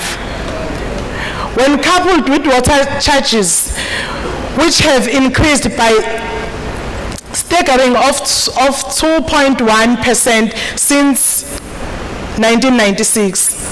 It becomes clear that it will be impossible for the working class to survive if NESA grants Eskom the proposed increase. This series of increase has placed a significant financial burden for the South African consumers, mainly working class households who are already struggling with the economic weight of unemployment and the rise cost of consumer goods. Moreover, small businesses and local farms have felt the wrath of Eskom's relentless tariff hikes. A report by the government agent SEDA indicates that about 40% of small and medium enterprises cite the cost of electricity as one of their highest operational costs. Further, SEDA reported showed a direct correlation between small and medium businesses closure and electricity tariff hikes between 2010 and 2023. The manufacturing sectors has since 2010 shed about 150,000 jobs, with 60% of the manufacturers citing electricity cost as one of their operational costs that render them unsustainable, leading to downsizing or outright closure. Agri South Africa indicates that 55% of local farmers have seen their profit decline due to electricity cost. This leads to closures, food insecurity, and monopolization of food production, which the Competition Commissioner constantly raised alarm.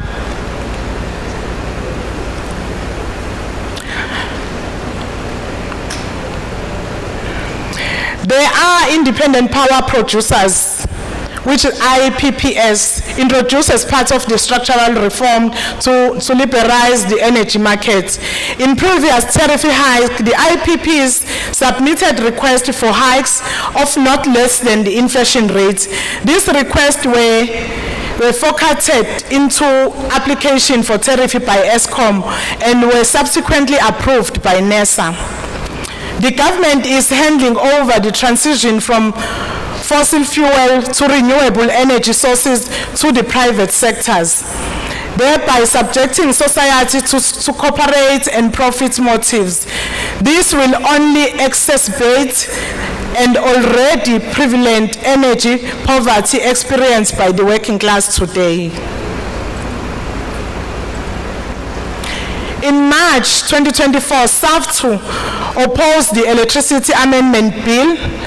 In our submission in Parliament opposing the bill, we noted that the bill established a framework for creating the transmission company and the market for energy generators. The creation of the market for electricity generators through the establishment of the transmission system market operation and a central purchasing agency are aimed at furthering the objectives of privatizing energy provision in this country.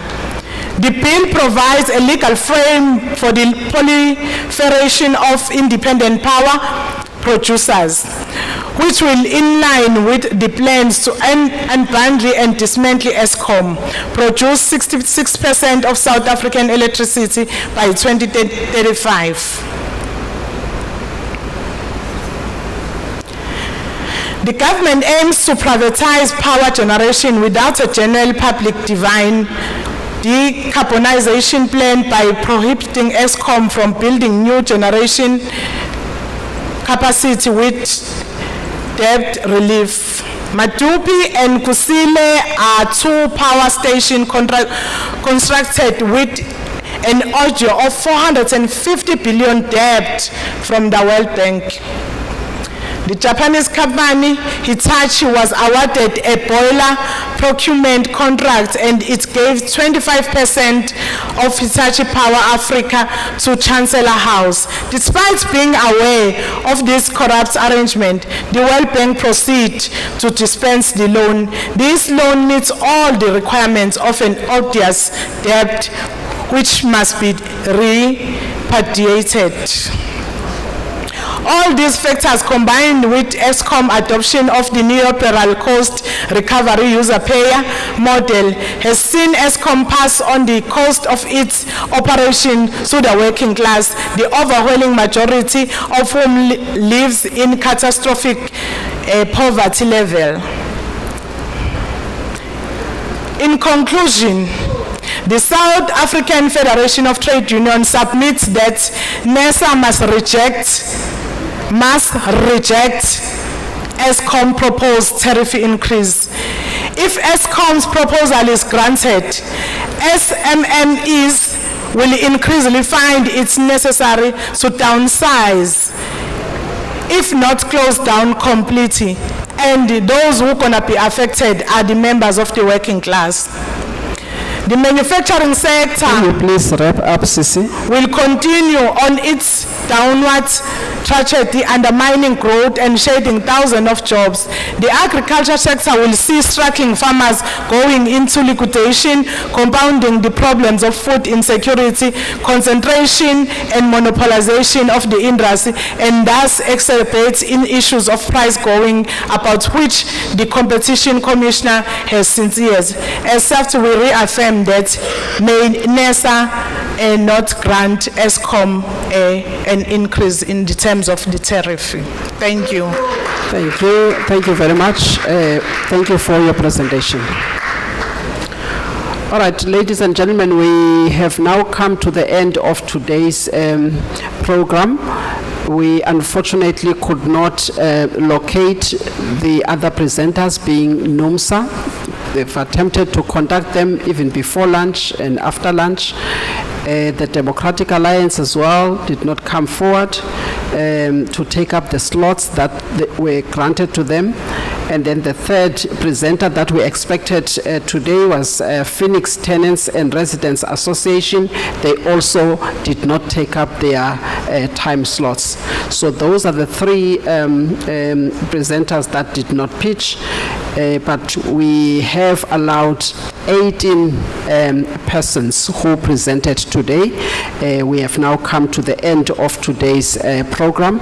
We will continue with these hearings tomorrow, and I'm hoping that those that did not come forward today are not going to inconvenience the ones that were allocated the time for tomorrow, but we will manage that should we be required to accommodate them.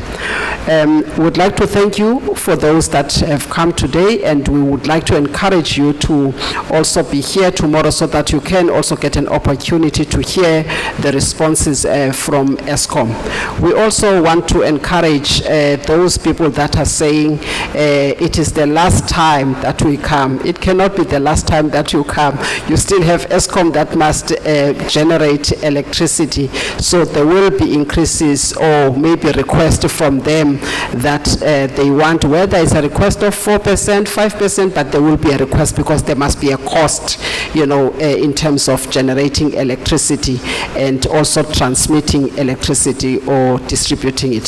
So we would like to encourage you not to give up. We want to encourage you to keep coming forward and, correct. You don't give up on your child. Remember, you've also stated that you don't give up on your child because you believe that one day things might just turn out the way that you wanted them to be. So you still want to have your voices heard. And today we also appreciate the fact that we had representatives from the youth, and sometimes we don't get to hear those voices come forward, but we do want to appreciate the fact that they have come forward today. We've heard about Mama, they're really struggling when they see that things are not going well. Pensioners, a whole lot of issues that came out today. Want to encourage you to never stop raising things that are not right, because these processes will never end. They are supposed to be there because Eskom can only operate with regards to tariffs that are being paid by people.